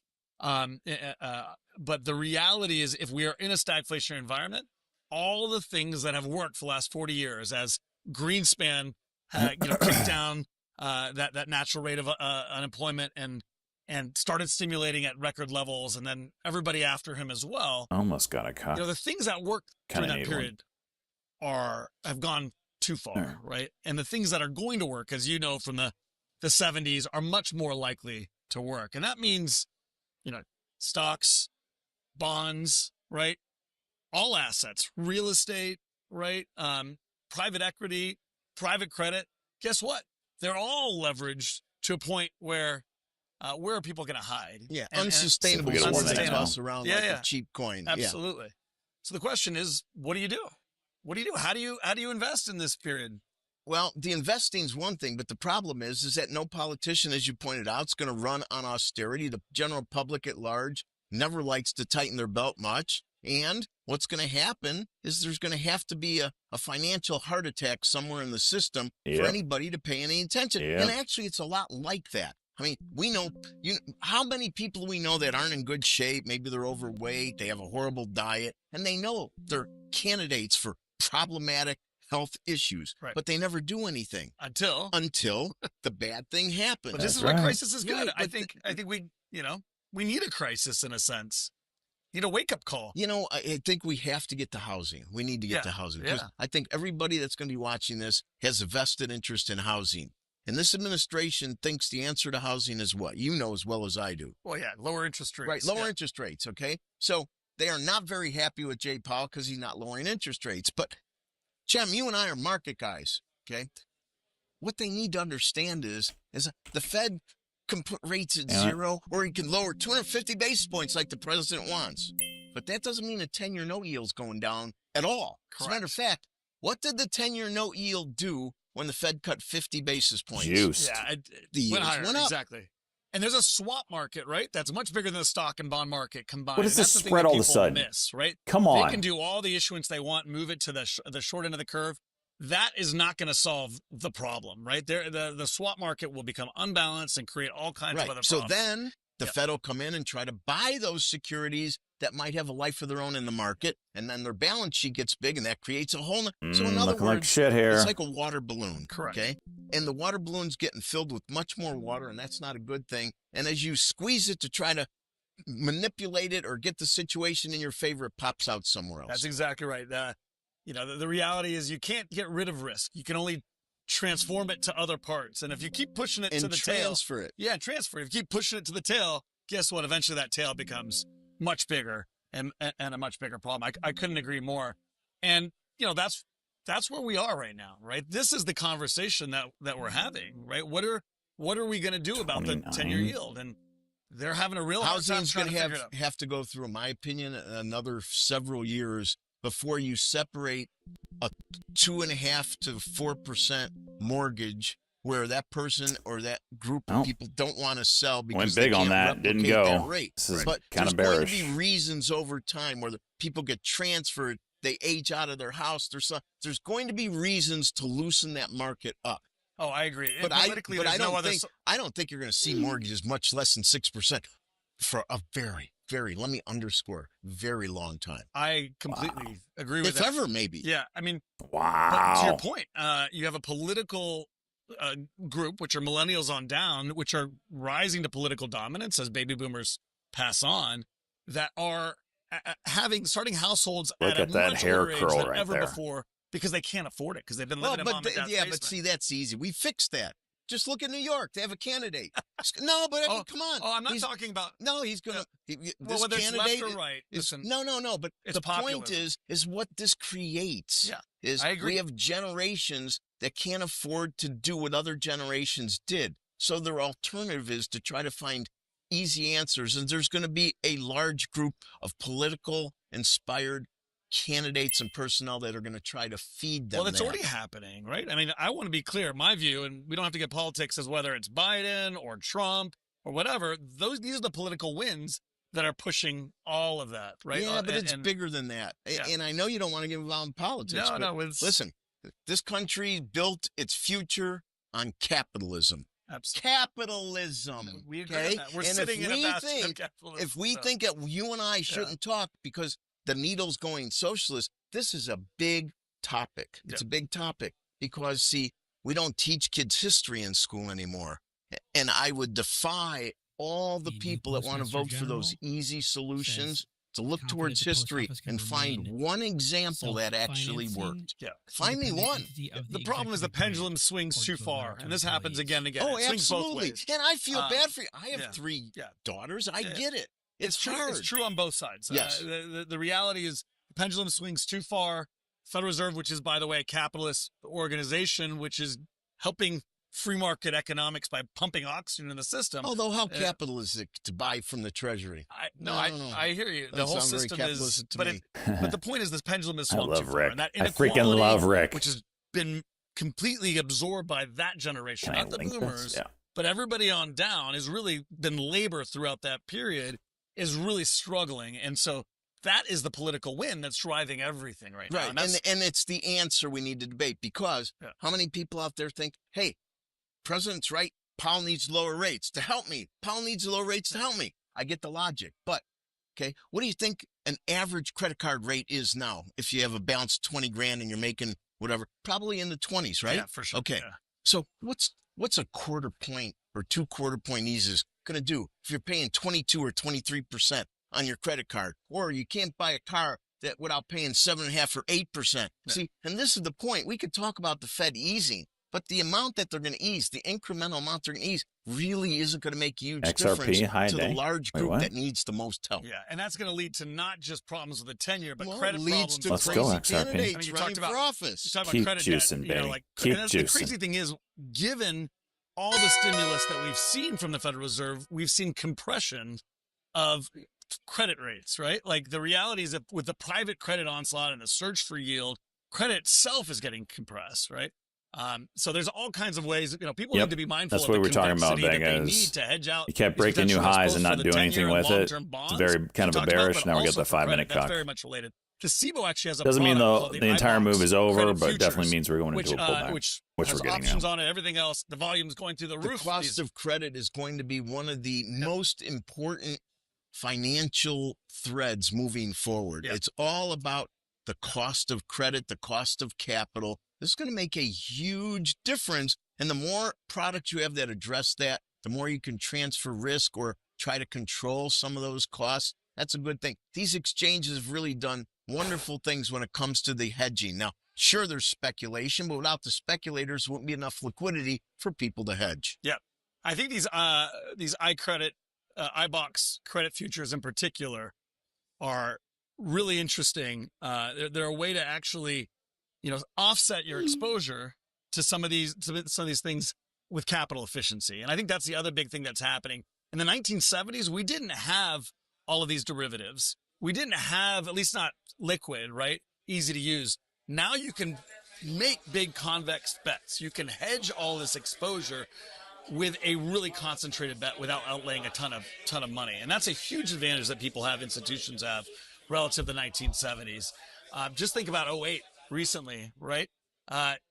Even relative to then, we have so much more product, yes. right? Oh, yes. But if you I have wish some of this these interview was products in longer. 08, right, they can create systemic issues if you're on the other side of it. But if you're on the right side of those things, they can completely pay out hundreds of X relative to your portfolio. And really Well, save. that's why exchanges versus over the counter. I mean, Right. if you really want to study where things kind of ran off the rails during the credit crisis, these bilateral over the clearing counter. arrangements, That's exactly when right. it's Trump in the you list. against Great me. point. But when you have an exchange, Well, and you have the all that latest is it clearing doesn't and such, exist. It makes such a And it huge was a difference. fabrication. No, everything on exchange, right, is not. Of the last You have one. no. Your counterparty is the U.S. government, essentially, So that's, and that makes for a that's totally where we're different at. situation. Rick, awesome having you here. It's going to be a fascinating 5-10 years ahead of us. Real quickly, Yeah. though, let's tell the audience what we think. Generally, equities up or down, interest rates up or down, yield curve flatter. All right. The predictions. This is what we're here for. Look at him. Look at his face. He's ready to go. He doesn't know what the hell. Woo! Someone turned on the vibrator. Damn. MCB shares halted on news. What's halted? That's Metropolitan Bank Holding, ticker MCB. Oh, More absolutely. steep. Real I know quick. what I think. I want to hear from you first. Okay. I don't want to bias you. Anybody under age 50, okay? And not saying that if you're over 50, that's doesn't apply. That's definitely me for all of you assholes. Definitely me. Okay? You little birthday bitches.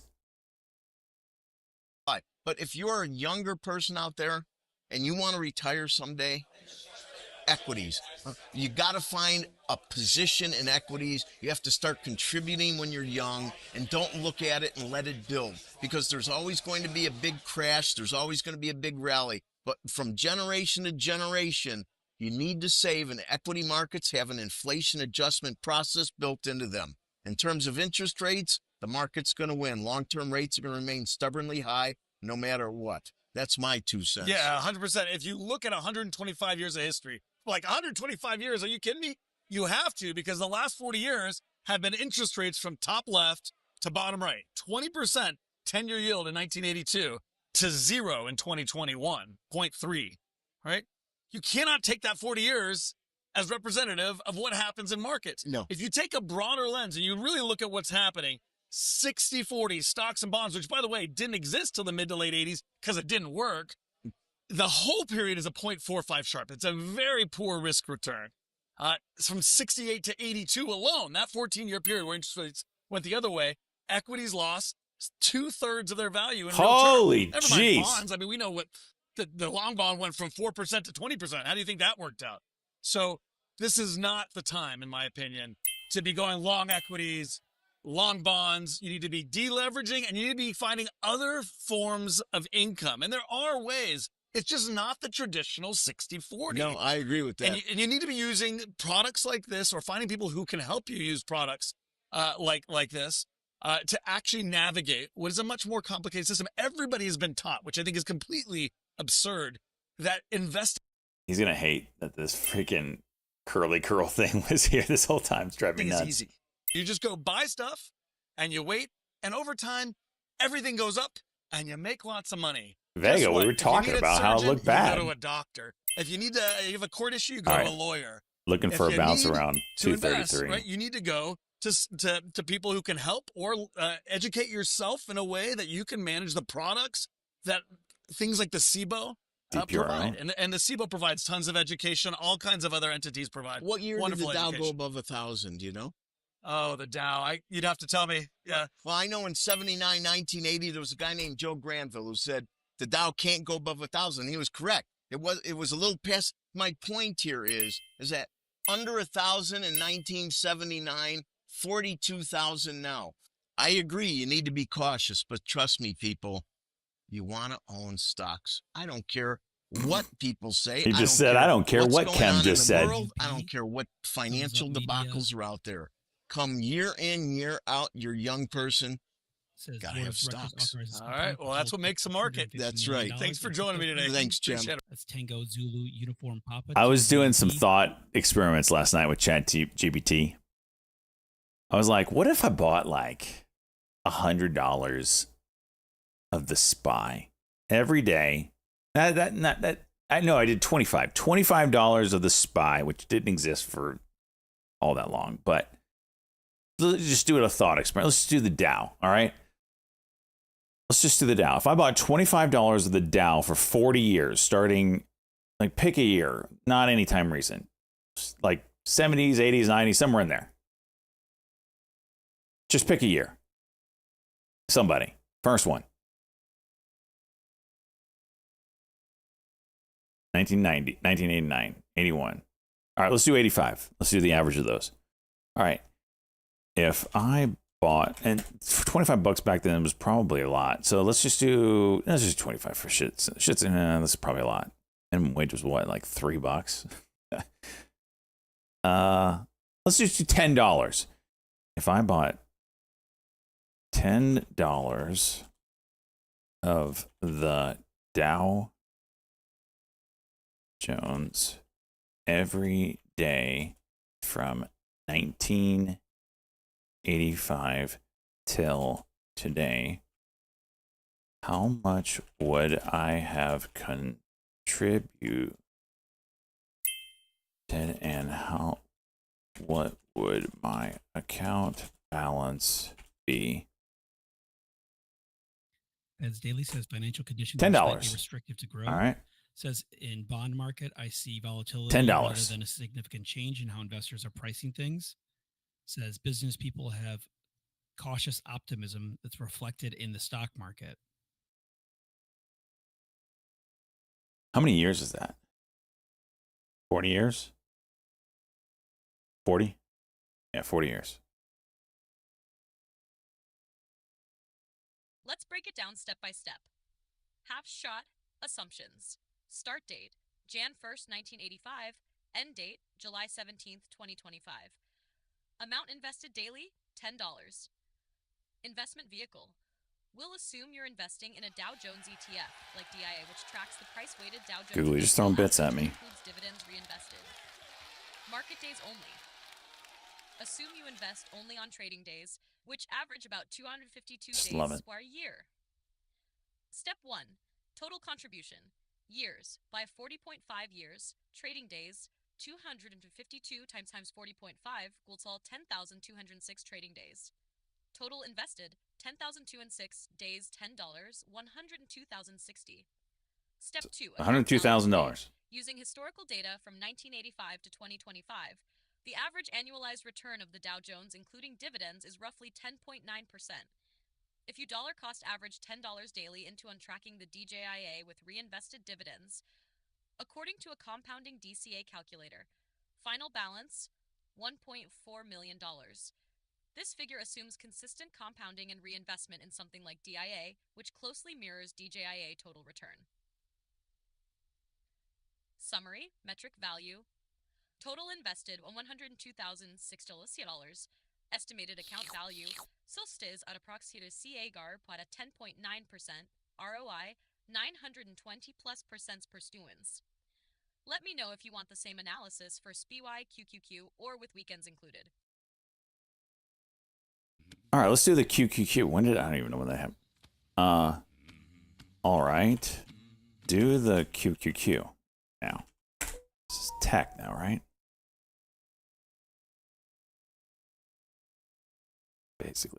Basically tech. So you put in $100,000 and you made $1.4 million. Double it if you did $20. $20 a day for just the trading day. So Monday through Friday minus holidays. $20 for 40 years. You would have $2.8 million right now.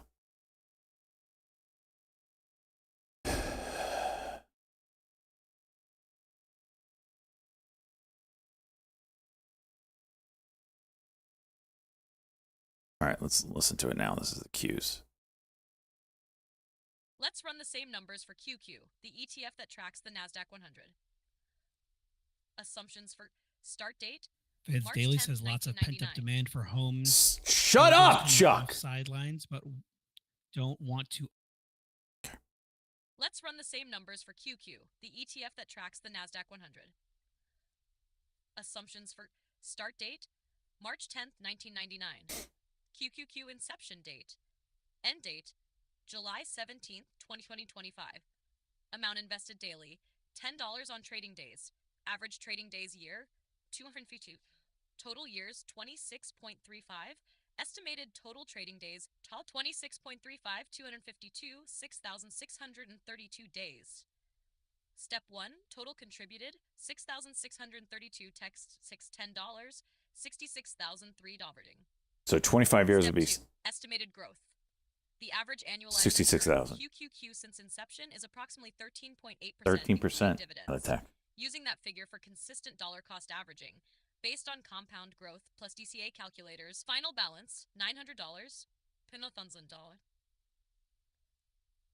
What? Summary for QQQ, metric value. 900,000. Total invested $66,003. Estimated account value, Josh 950. Approximate CAGR, 13.8%. ROI, 300%. 1,330%. I don't know why she's reading this wrong. All right. Learn how to talk, bitch. So for 25 years of the QQQ, or 26.35 years, $10 a day for 6,632 days. That's 26 years, right? With a ROI, or average return yearly of 13.8% during that time. Your total invested would have been 66,320, and your return would have been 950,000.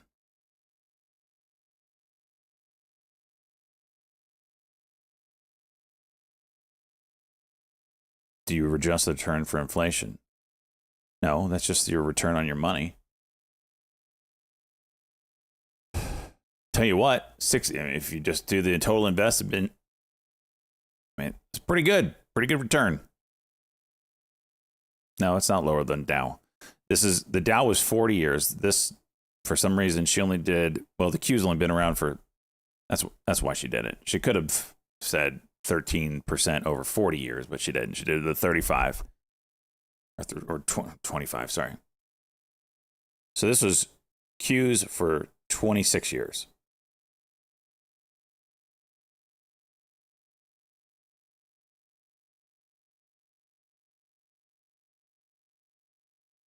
So, any of you have kids? Go ahead and just start an account with them. Freaking $20 a day, automatic draft from your bank account. $20 a day into the stock market. By the time they're 40, they're gonna be well off.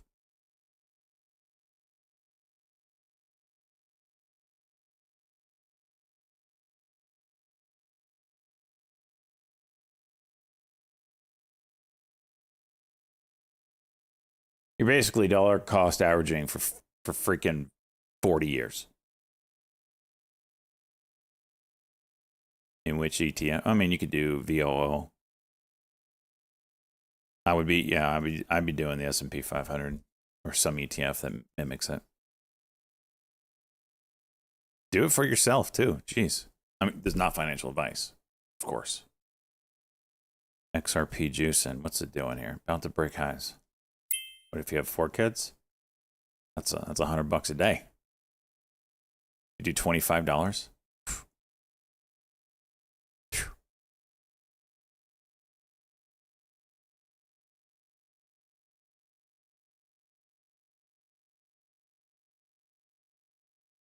Why not do leverage spy? Guess you could. When do you tell your kids about that? They just become slackers. That's your problem.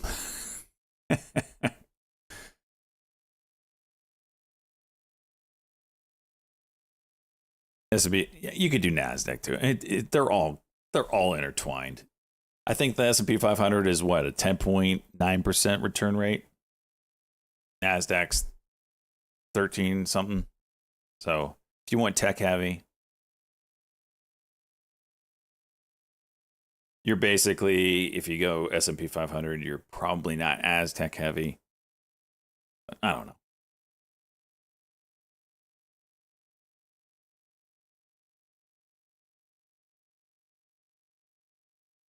$1985 median household income was $23. Yeah, I know, right?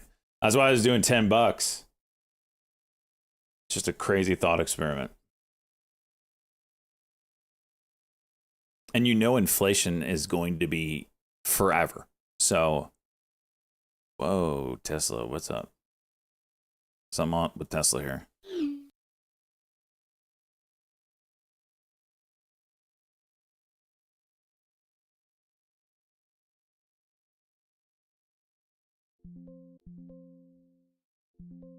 It's headline: U.S. to impose 93% tariff on battery material from China. Tesla is selling off. Ooh. Okay, that's kind of big.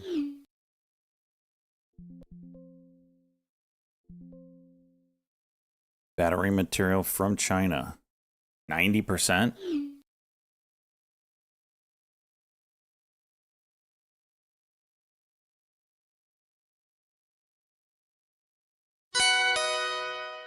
XRP breaking 330.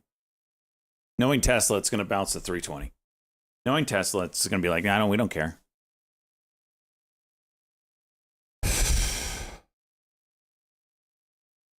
U.S. has to impose 93.5% tariff on battery material from China. Ticker WWR is seeing a spike in activity, new highs. Whiskey Romeo on that news.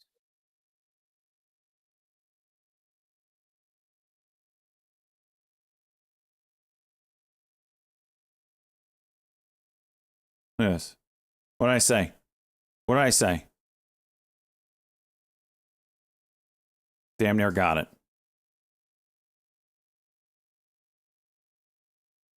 Where does Tesla get its battery material? I don't even know. Let's ask ChatGPT. Where does Tesla get its battery material?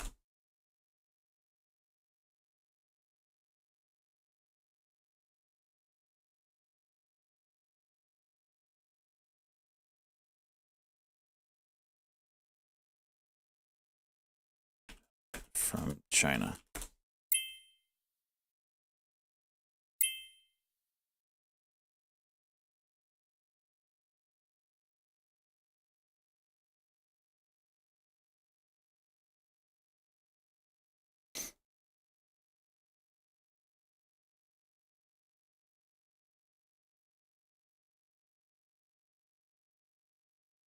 CATL.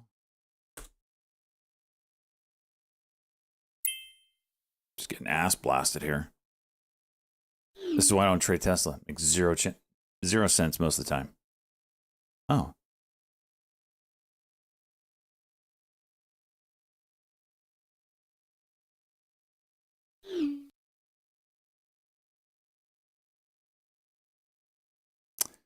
The news is the U.S. set to impose 93.5% tariff on battery material from shares are seeing China. a spike in activity on that new high. Alpha Bravo, Alpha Tango.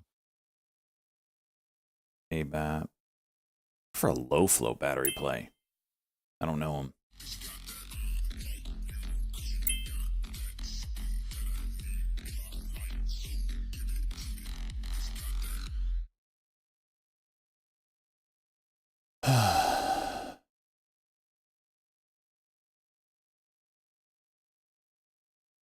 Can't break 319.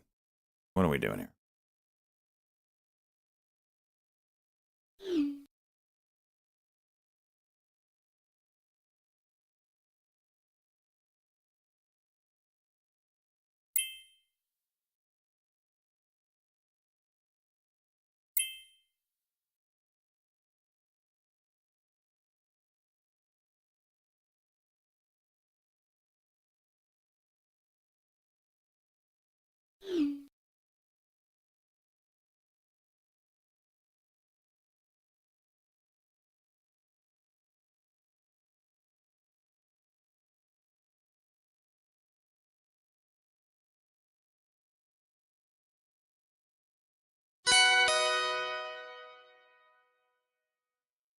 There we go.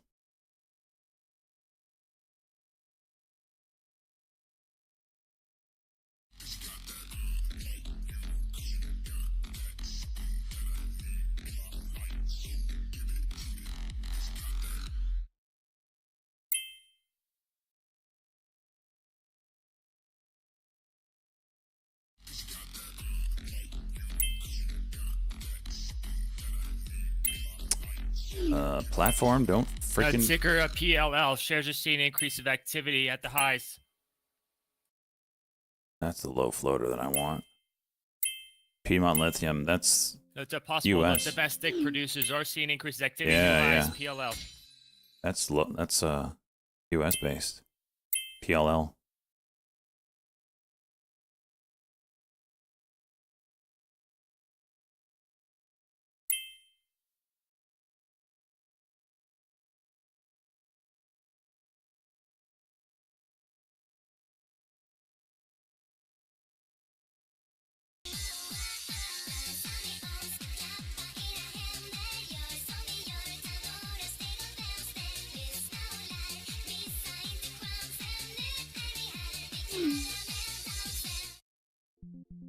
Locking in some because I was down so freaking much on it.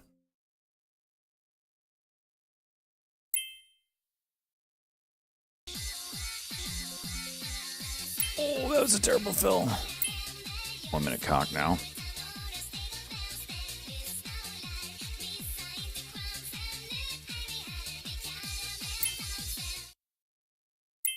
MP starting to juice off of that news.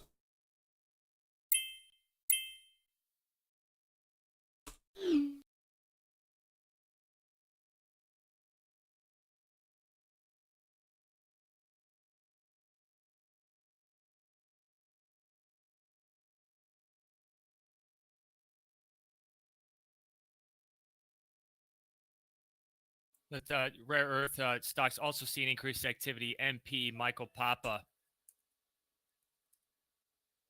Ticker USAR also seeing increased activity.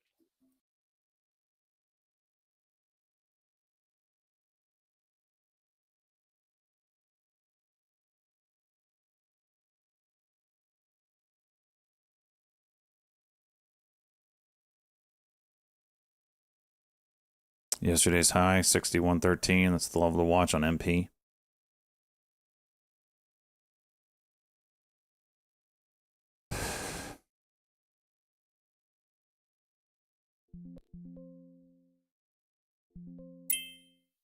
Broke it. That's a new highs from continued activity. PLL Papa Lima Lima.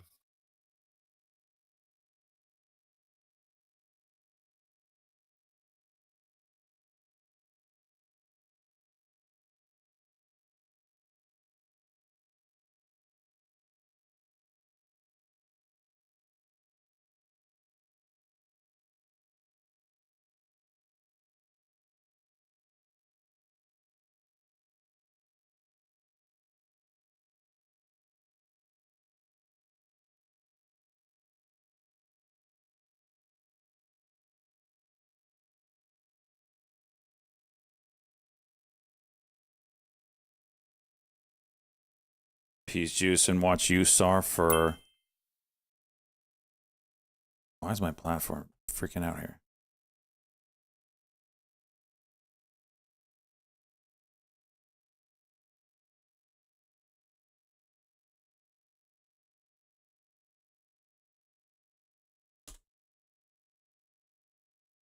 My internet just got really slow. Damn.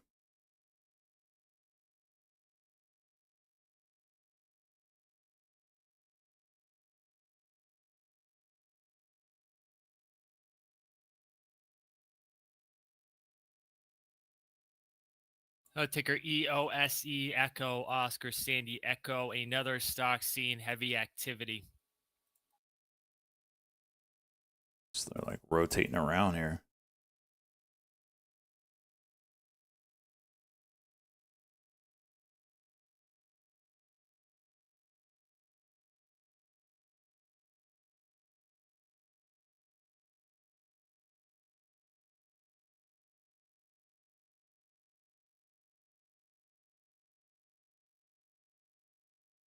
MP 6287 high from yesterday.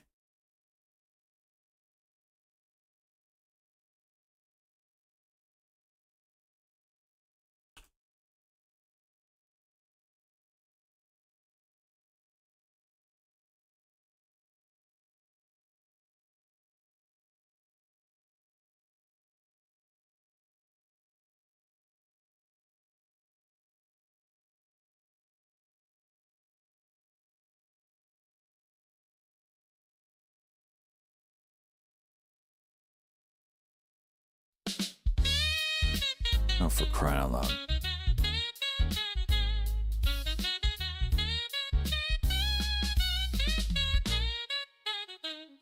Oh baby, oh honey, boy you looking funky shit, dog. That hair is whack. What? That Lord's far quiet looking ass with cheeks needing to be clapped. I got $100 on Grand hitting her fifth line of crack.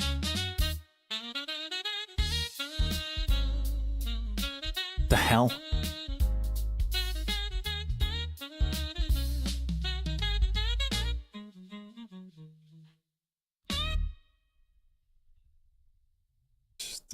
I don't even know anymore.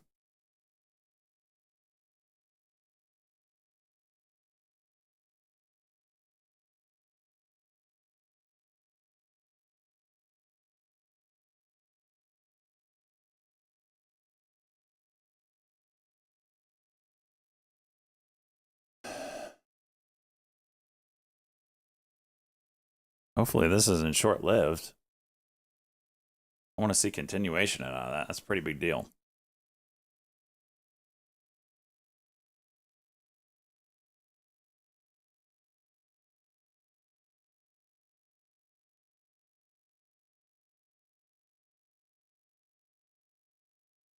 Tesla's already bouncing. This is why I hate Tesla, man. This is why I hate Tesla. Son of a bitch. Yertle!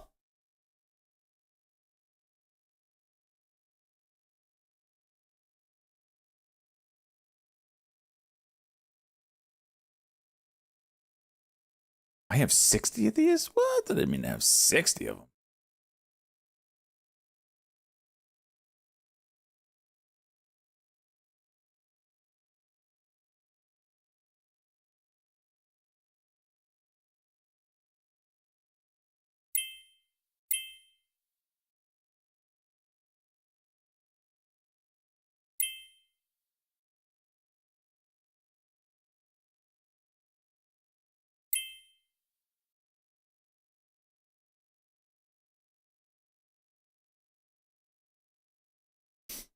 Give us a 1 minute cock.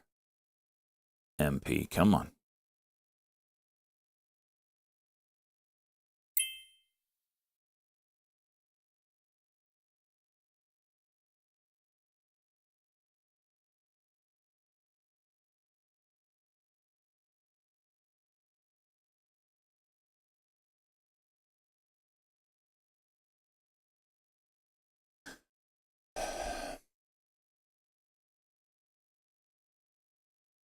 All right, I missed the 1 minute cock. I literally looked away for half a second. Son of a bitch.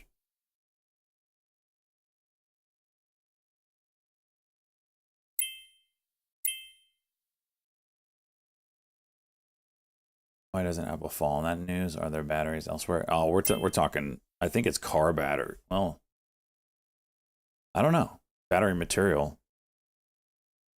I don't know what all that entails, honestly.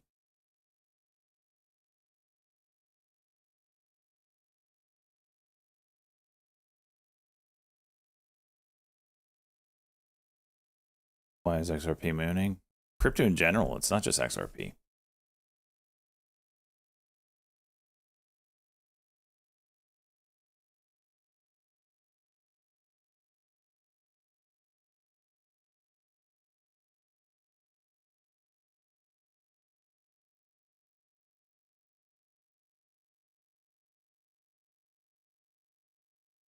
High day is 67.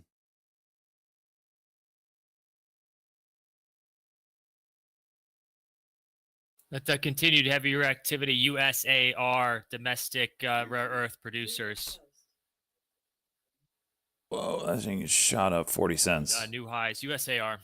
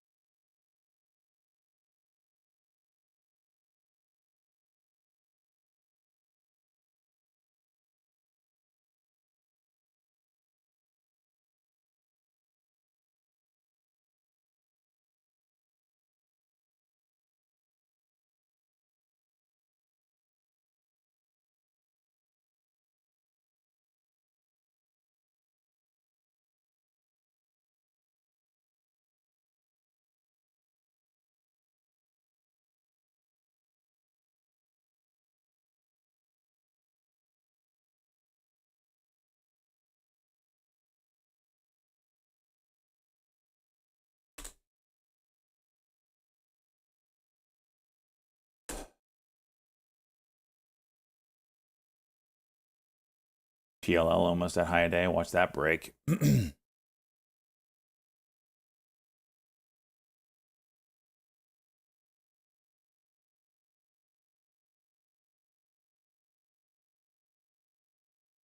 So far on Tesla, which is kind of what I'm watching here, that 90 MA is being respected. It's spiking through it and all over the place, but it's being respected as resistance so far. As long as that keeps up, everything should stay juicy. PLL broke high a day.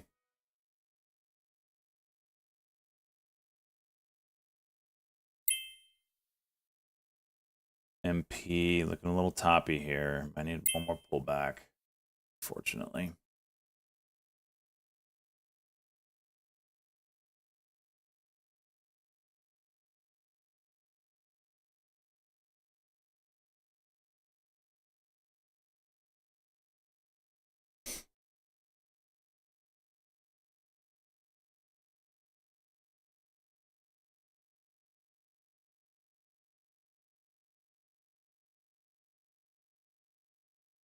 Oh, another push and another drop.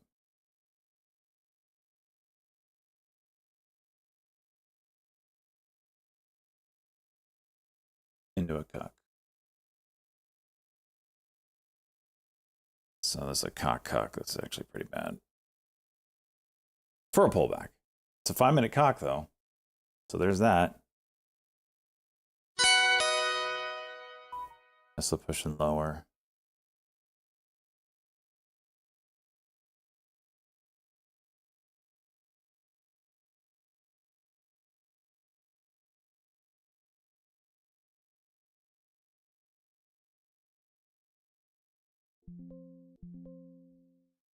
Exit that one. Stick with these. Tesla low a day.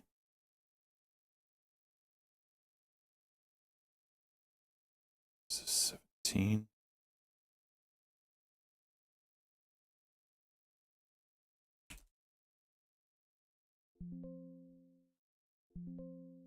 Or should fill.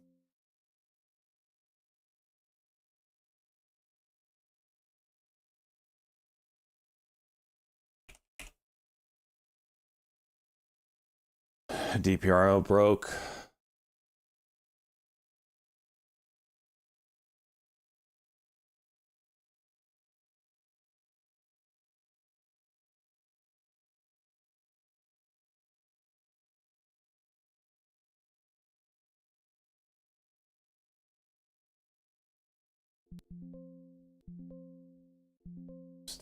Oh, and now MP wants to go, of course.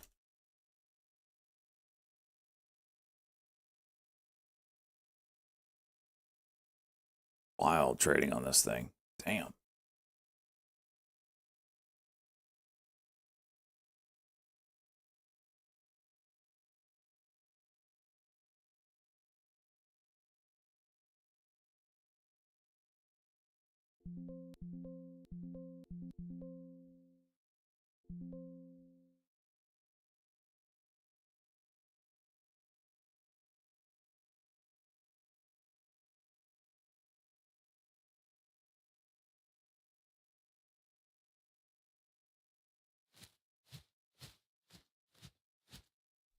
Lord Tuckwad back at it again?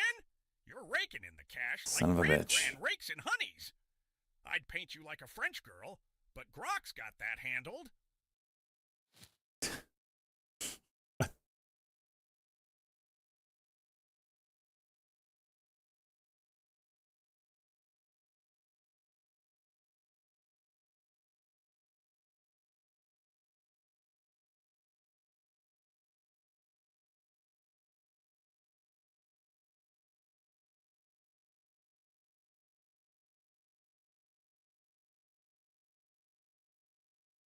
Tesla, 1 minute cock, nothing here. Next 1 minute cock, I'll look the short. 3.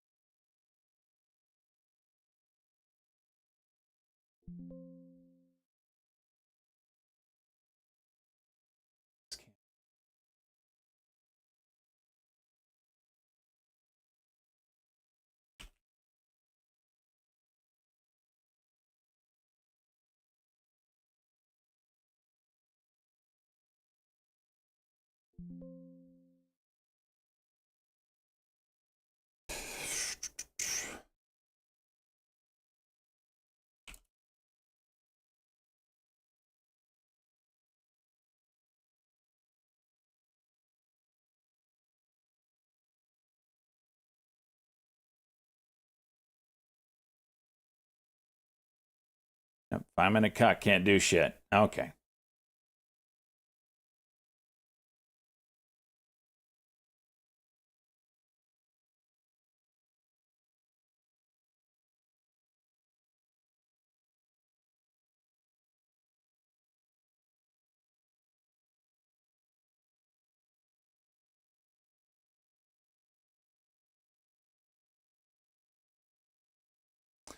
See, that's what I was wondering about, dude, is the battery tariff. What was it at previously? So 82 went to 90, what? 3, so it's only 10% more. Not a huge change, really. 5 minute cock.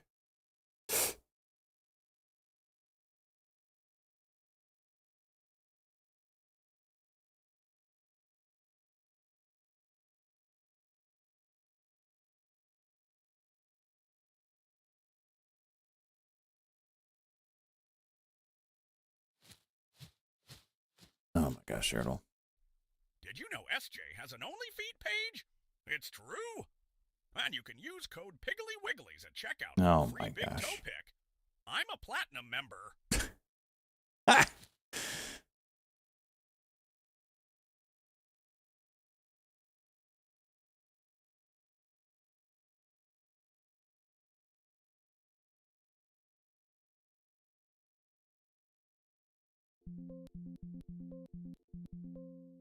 Macro notes on Trump health.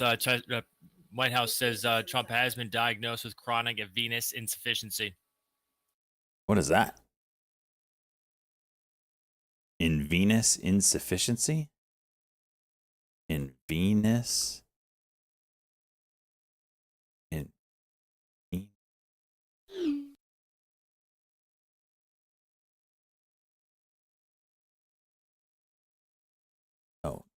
chronic venous insufficiency. What is that?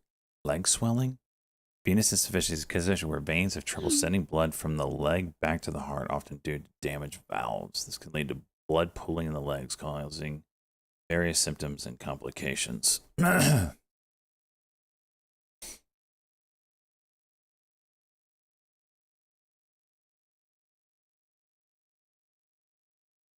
His ankles are huge. Small hands, big ankles.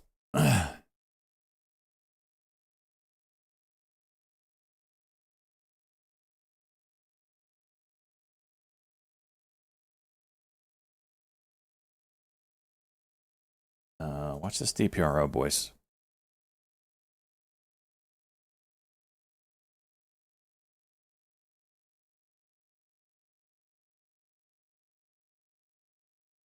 Thank you guys for all the new follows. Appreciate that.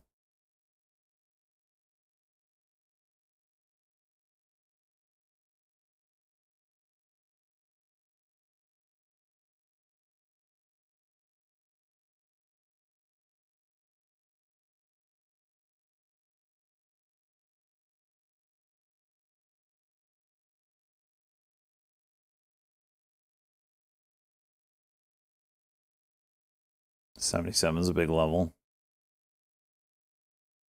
NPRD pulling back.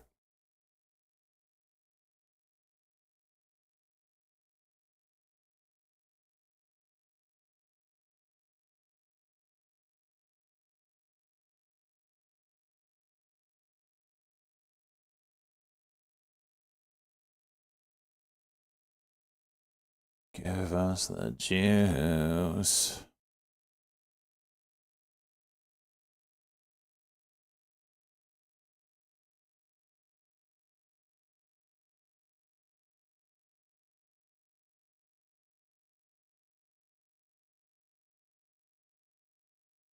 Come on, one pullback here.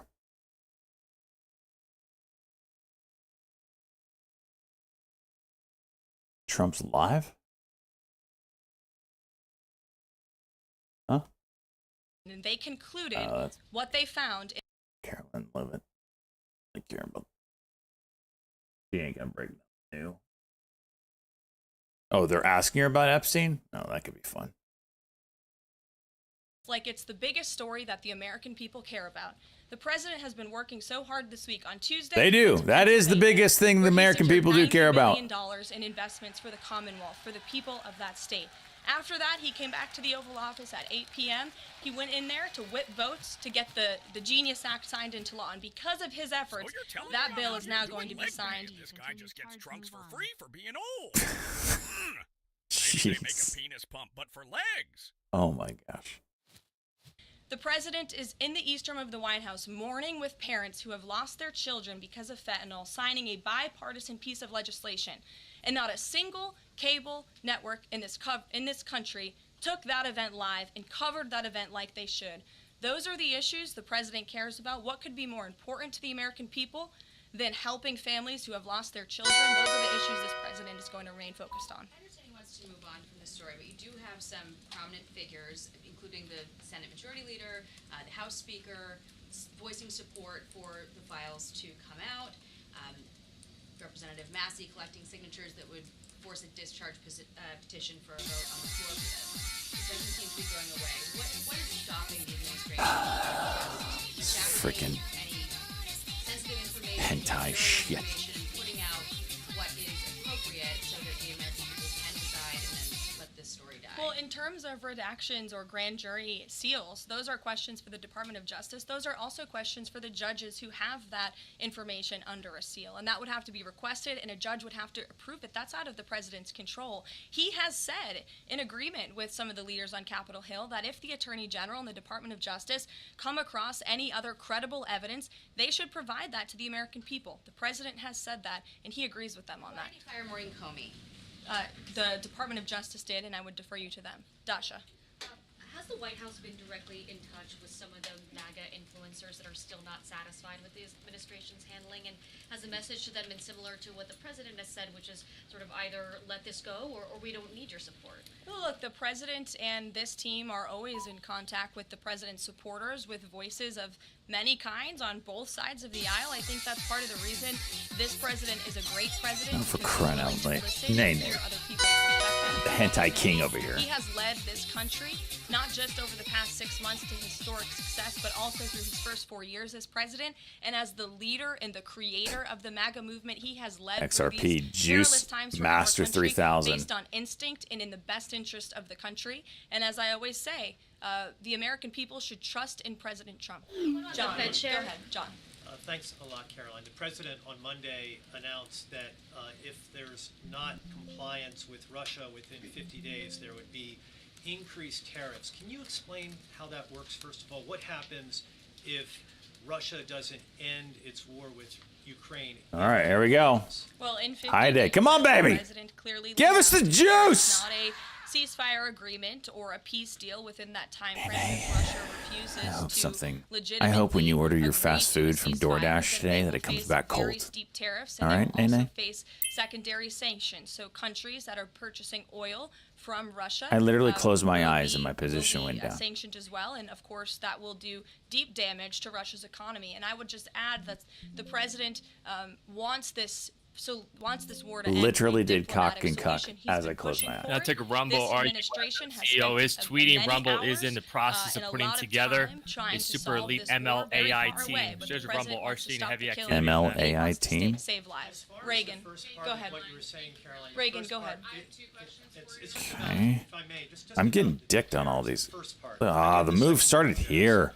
But there was only $3 billion worth of trade between the U.S. and Russia in 2024. It's expected to be far less this particular year. On April the 2nd, both you and the Treasury Secretary said it's not necessary to apply any tariffs on Russia. You said that because of the lack of trade, it precludes, that was the word you used, any need for tariffs. Why do you think that that would make them cave and come to some sort of peace agreement as it relates to Ukraine? $3 billion is still a lot of money, John, and it's not just tariffs, it's the secondary sanctions as well that will be implemented in 50 days. Reagan.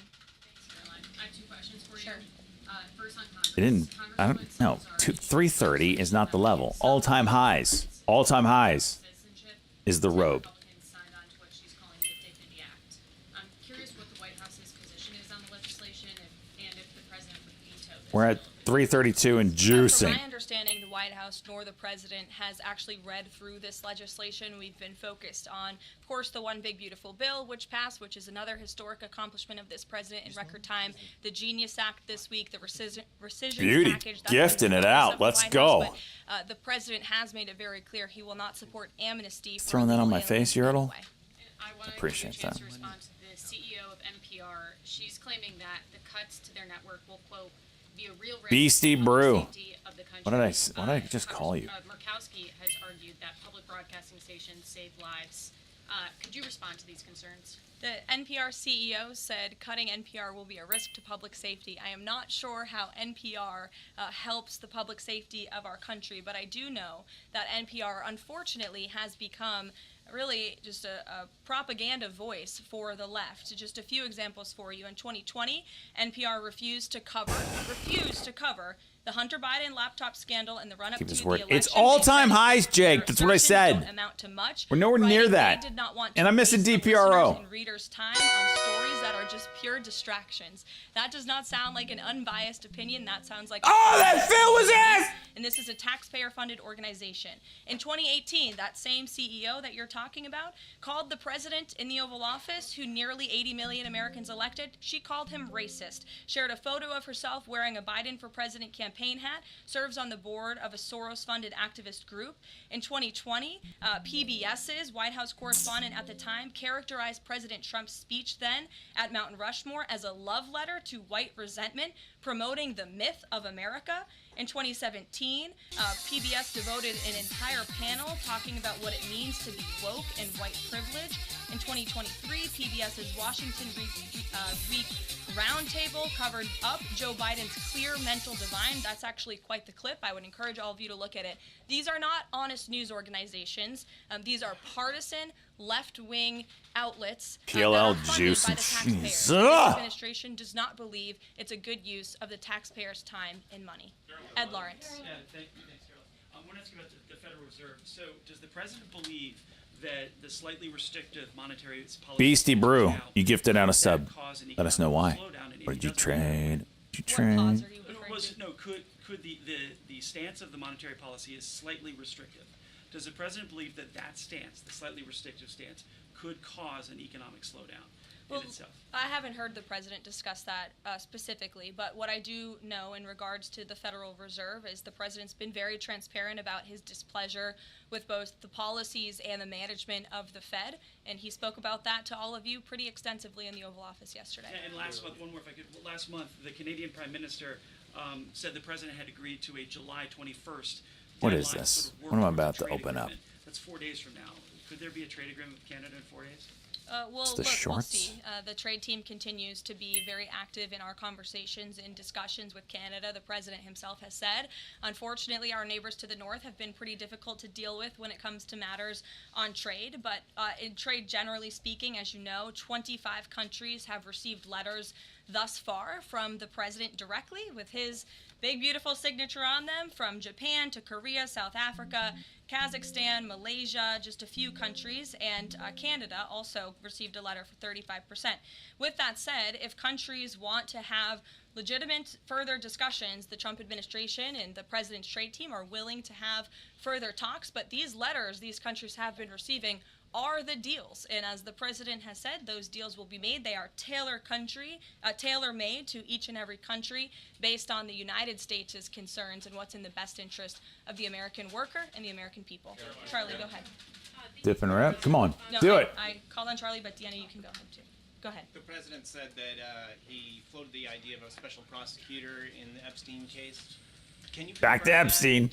Has he asked the attorney general to do this, to appoint a special prosecutor to look it over? Well, the idea was floated from someone in the media to the president. The president would not recommend a special prosecutor in the Epstein case. That's how he feels. And as for his discussions with the attorney general, I'm not sure. Deanna. I don't have any. Do you know what the president's reaction was to Mike Johnson saying that he wants additional files released, the Epstein files? Any hope for any kind of Mike Johnson about that following his comments? Congress-appointed investigation?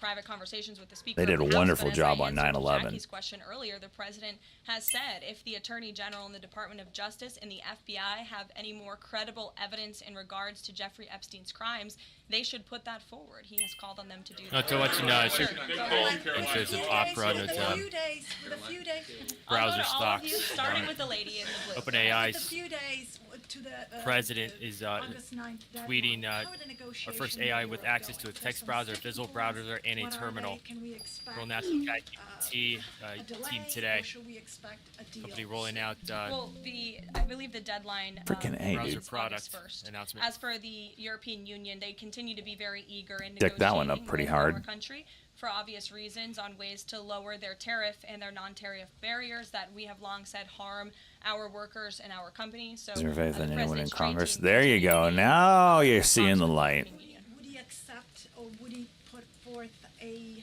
postponement of the August 1st? He's already said he will not. Oh, and go ahead. Good afternoon, Caroline. In Gaza today, Holy Family Catholic Church was struck by an Israeli shell. Yes. 3 people were killed, 10 wounded. What is the president's reaction to that church coming under fire? It was not a positive reaction. He called Prime Minister Netanyahu this morning to address the strikes on that church in Gaza, and I understand the Prime Minister agreed to put out a statement. It was a mistake by the Israelis to hit that Catholic church. That's what the Prime Minister relayed to the President, and you should look at the Prime Minister's statement that will be coming Back to your letter that you read at the beginning. Sure. The President, you said mild swelling in his legs. Is Yes, it sir. causing him any discomfort How are you treating No, I'm sure that feels good. No discomfort from the president at all, and you probably all see that on a day-to-day basis. He's working around the clock. As for the treatments, I can defer to the president's physician, and we'll get you this letter. I think it will answer all your questions. There are reports that a Chinese-born banker who works in Atlanta for Wells Fargo is being prevented from leaving China. Has the president, is he going to bring this up with President Xi? Are you aware of the case? I'm not aware of the case, but I'm sure our National Security Council team is. Steve will get you some answers on that. Kristen. Thank you, Caroline. Two questions. So the first is that President Trump said that the Attorney General only gave him a brief overview of what was in these Epstein files. Does he have knowledge or an understanding of what is in the files related to Epstein that have not been released?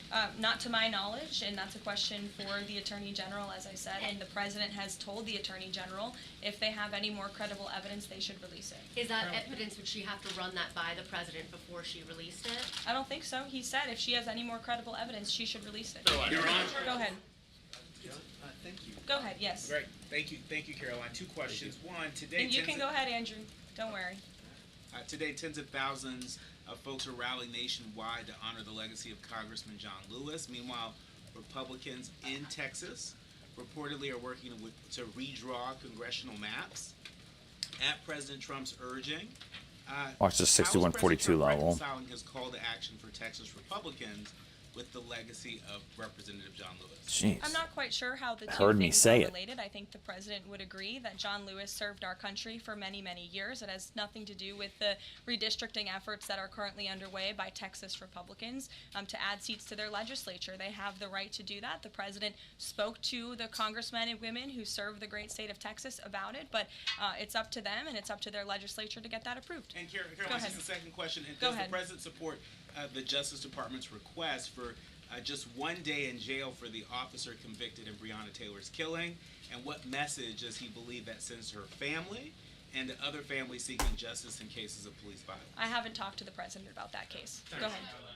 Just the president, when the president met the interim president of Syria a couple of months ago, he described him as a young, tough, attractive guy. After the latest clashes in Syria over the last few days, does President Trump still support Syria's interim president? The president still supports Syria's pathway to a peaceful and prosperous country, and you received an update directly from the Secretary of State on the ongoing situation between Syria and Israel. I spoke to him myself this morning to get an update, and as soon as the United States became involved in this conflict, we were able to de-escalate, deconflict. That seems to be continuing. Syria agreed to draw back their troops that were in the area where that clash was ongoing, and we continue to be very actively monitoring the situation. The president wants to see Syria become a prosperous and stable country, and by the lifting of the sanctions on Syria, he's giving them a real chance to do that, and he wants to see that through. Andrew, go ahead. So on Tuesday, the president told a very detailed story about his uncle, noted scientist John Trump, and Theodore Kaczynski, the late Unabomber. He said that Dr. Trump taught Ted Kaczynski. Ted Kaczynski was not identified as the Unabomber until 1996, 11 years after John Trump passed away. It would have been impossible for John Trump to have ever discussed the Unabomber with the president. So what was he talking about? And I have one follow-up. Andrew, with so many issues going on in the world, I'm a little bit surprised you would ask such a question, although I'm not sometimes coming from you, I will say, but I'm willing to give you an answer. Nevertheless, the president's uncle did, in fact, teach at MIT. He was a very intelligent professor. The president's very proud of his family. In fact, the president has a letter from his uncle on the MIT letterhead that sits in the Oval Office dining room. Maybe we'll let you see it sometime. Elizabeth. Caroline, Way to not answer the question. Consider pardoning Ghislaine Maxwell if the Epstein case is a hoax? I love it. He would not be getting Pardon, Jilly. if that mayoral race, if that's still the case, given his history drawing a large crowd in New York City, what's his reason for staying out of it in that way? Well, look, I think the president reserves the right to get involved in races or not get involved in races, and he's made the decision not to weigh in on the New York mayoral race, as you rightly pointed out, although he has gone as far to say he absolutely does not want to see Zemdami elected. All right, calling it here, boys. Supports the abolishment of private property, the defunding $1,600 a day. We were up $1,700 a day. We were up $3,000 at the highest. Just keep spinning my wheels. I'm gonna take the wins, go home with them.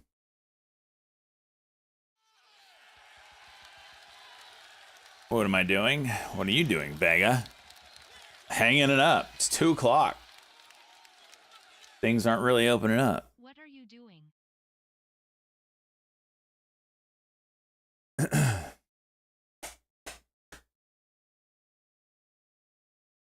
Yeah, I don't know if I've had a red day this. Well, I may have had a red day this month. It's been insane. No, we crossed the 200K profit on the year. That's an accomplishment this month. So keeping that going. See you guys tomorrow. I'm gonna go have some beer, some boys.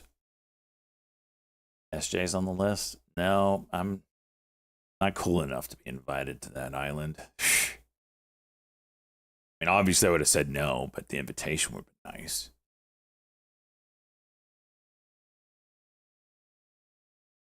It's like a status symbol, you know. All right, peace out, everybody.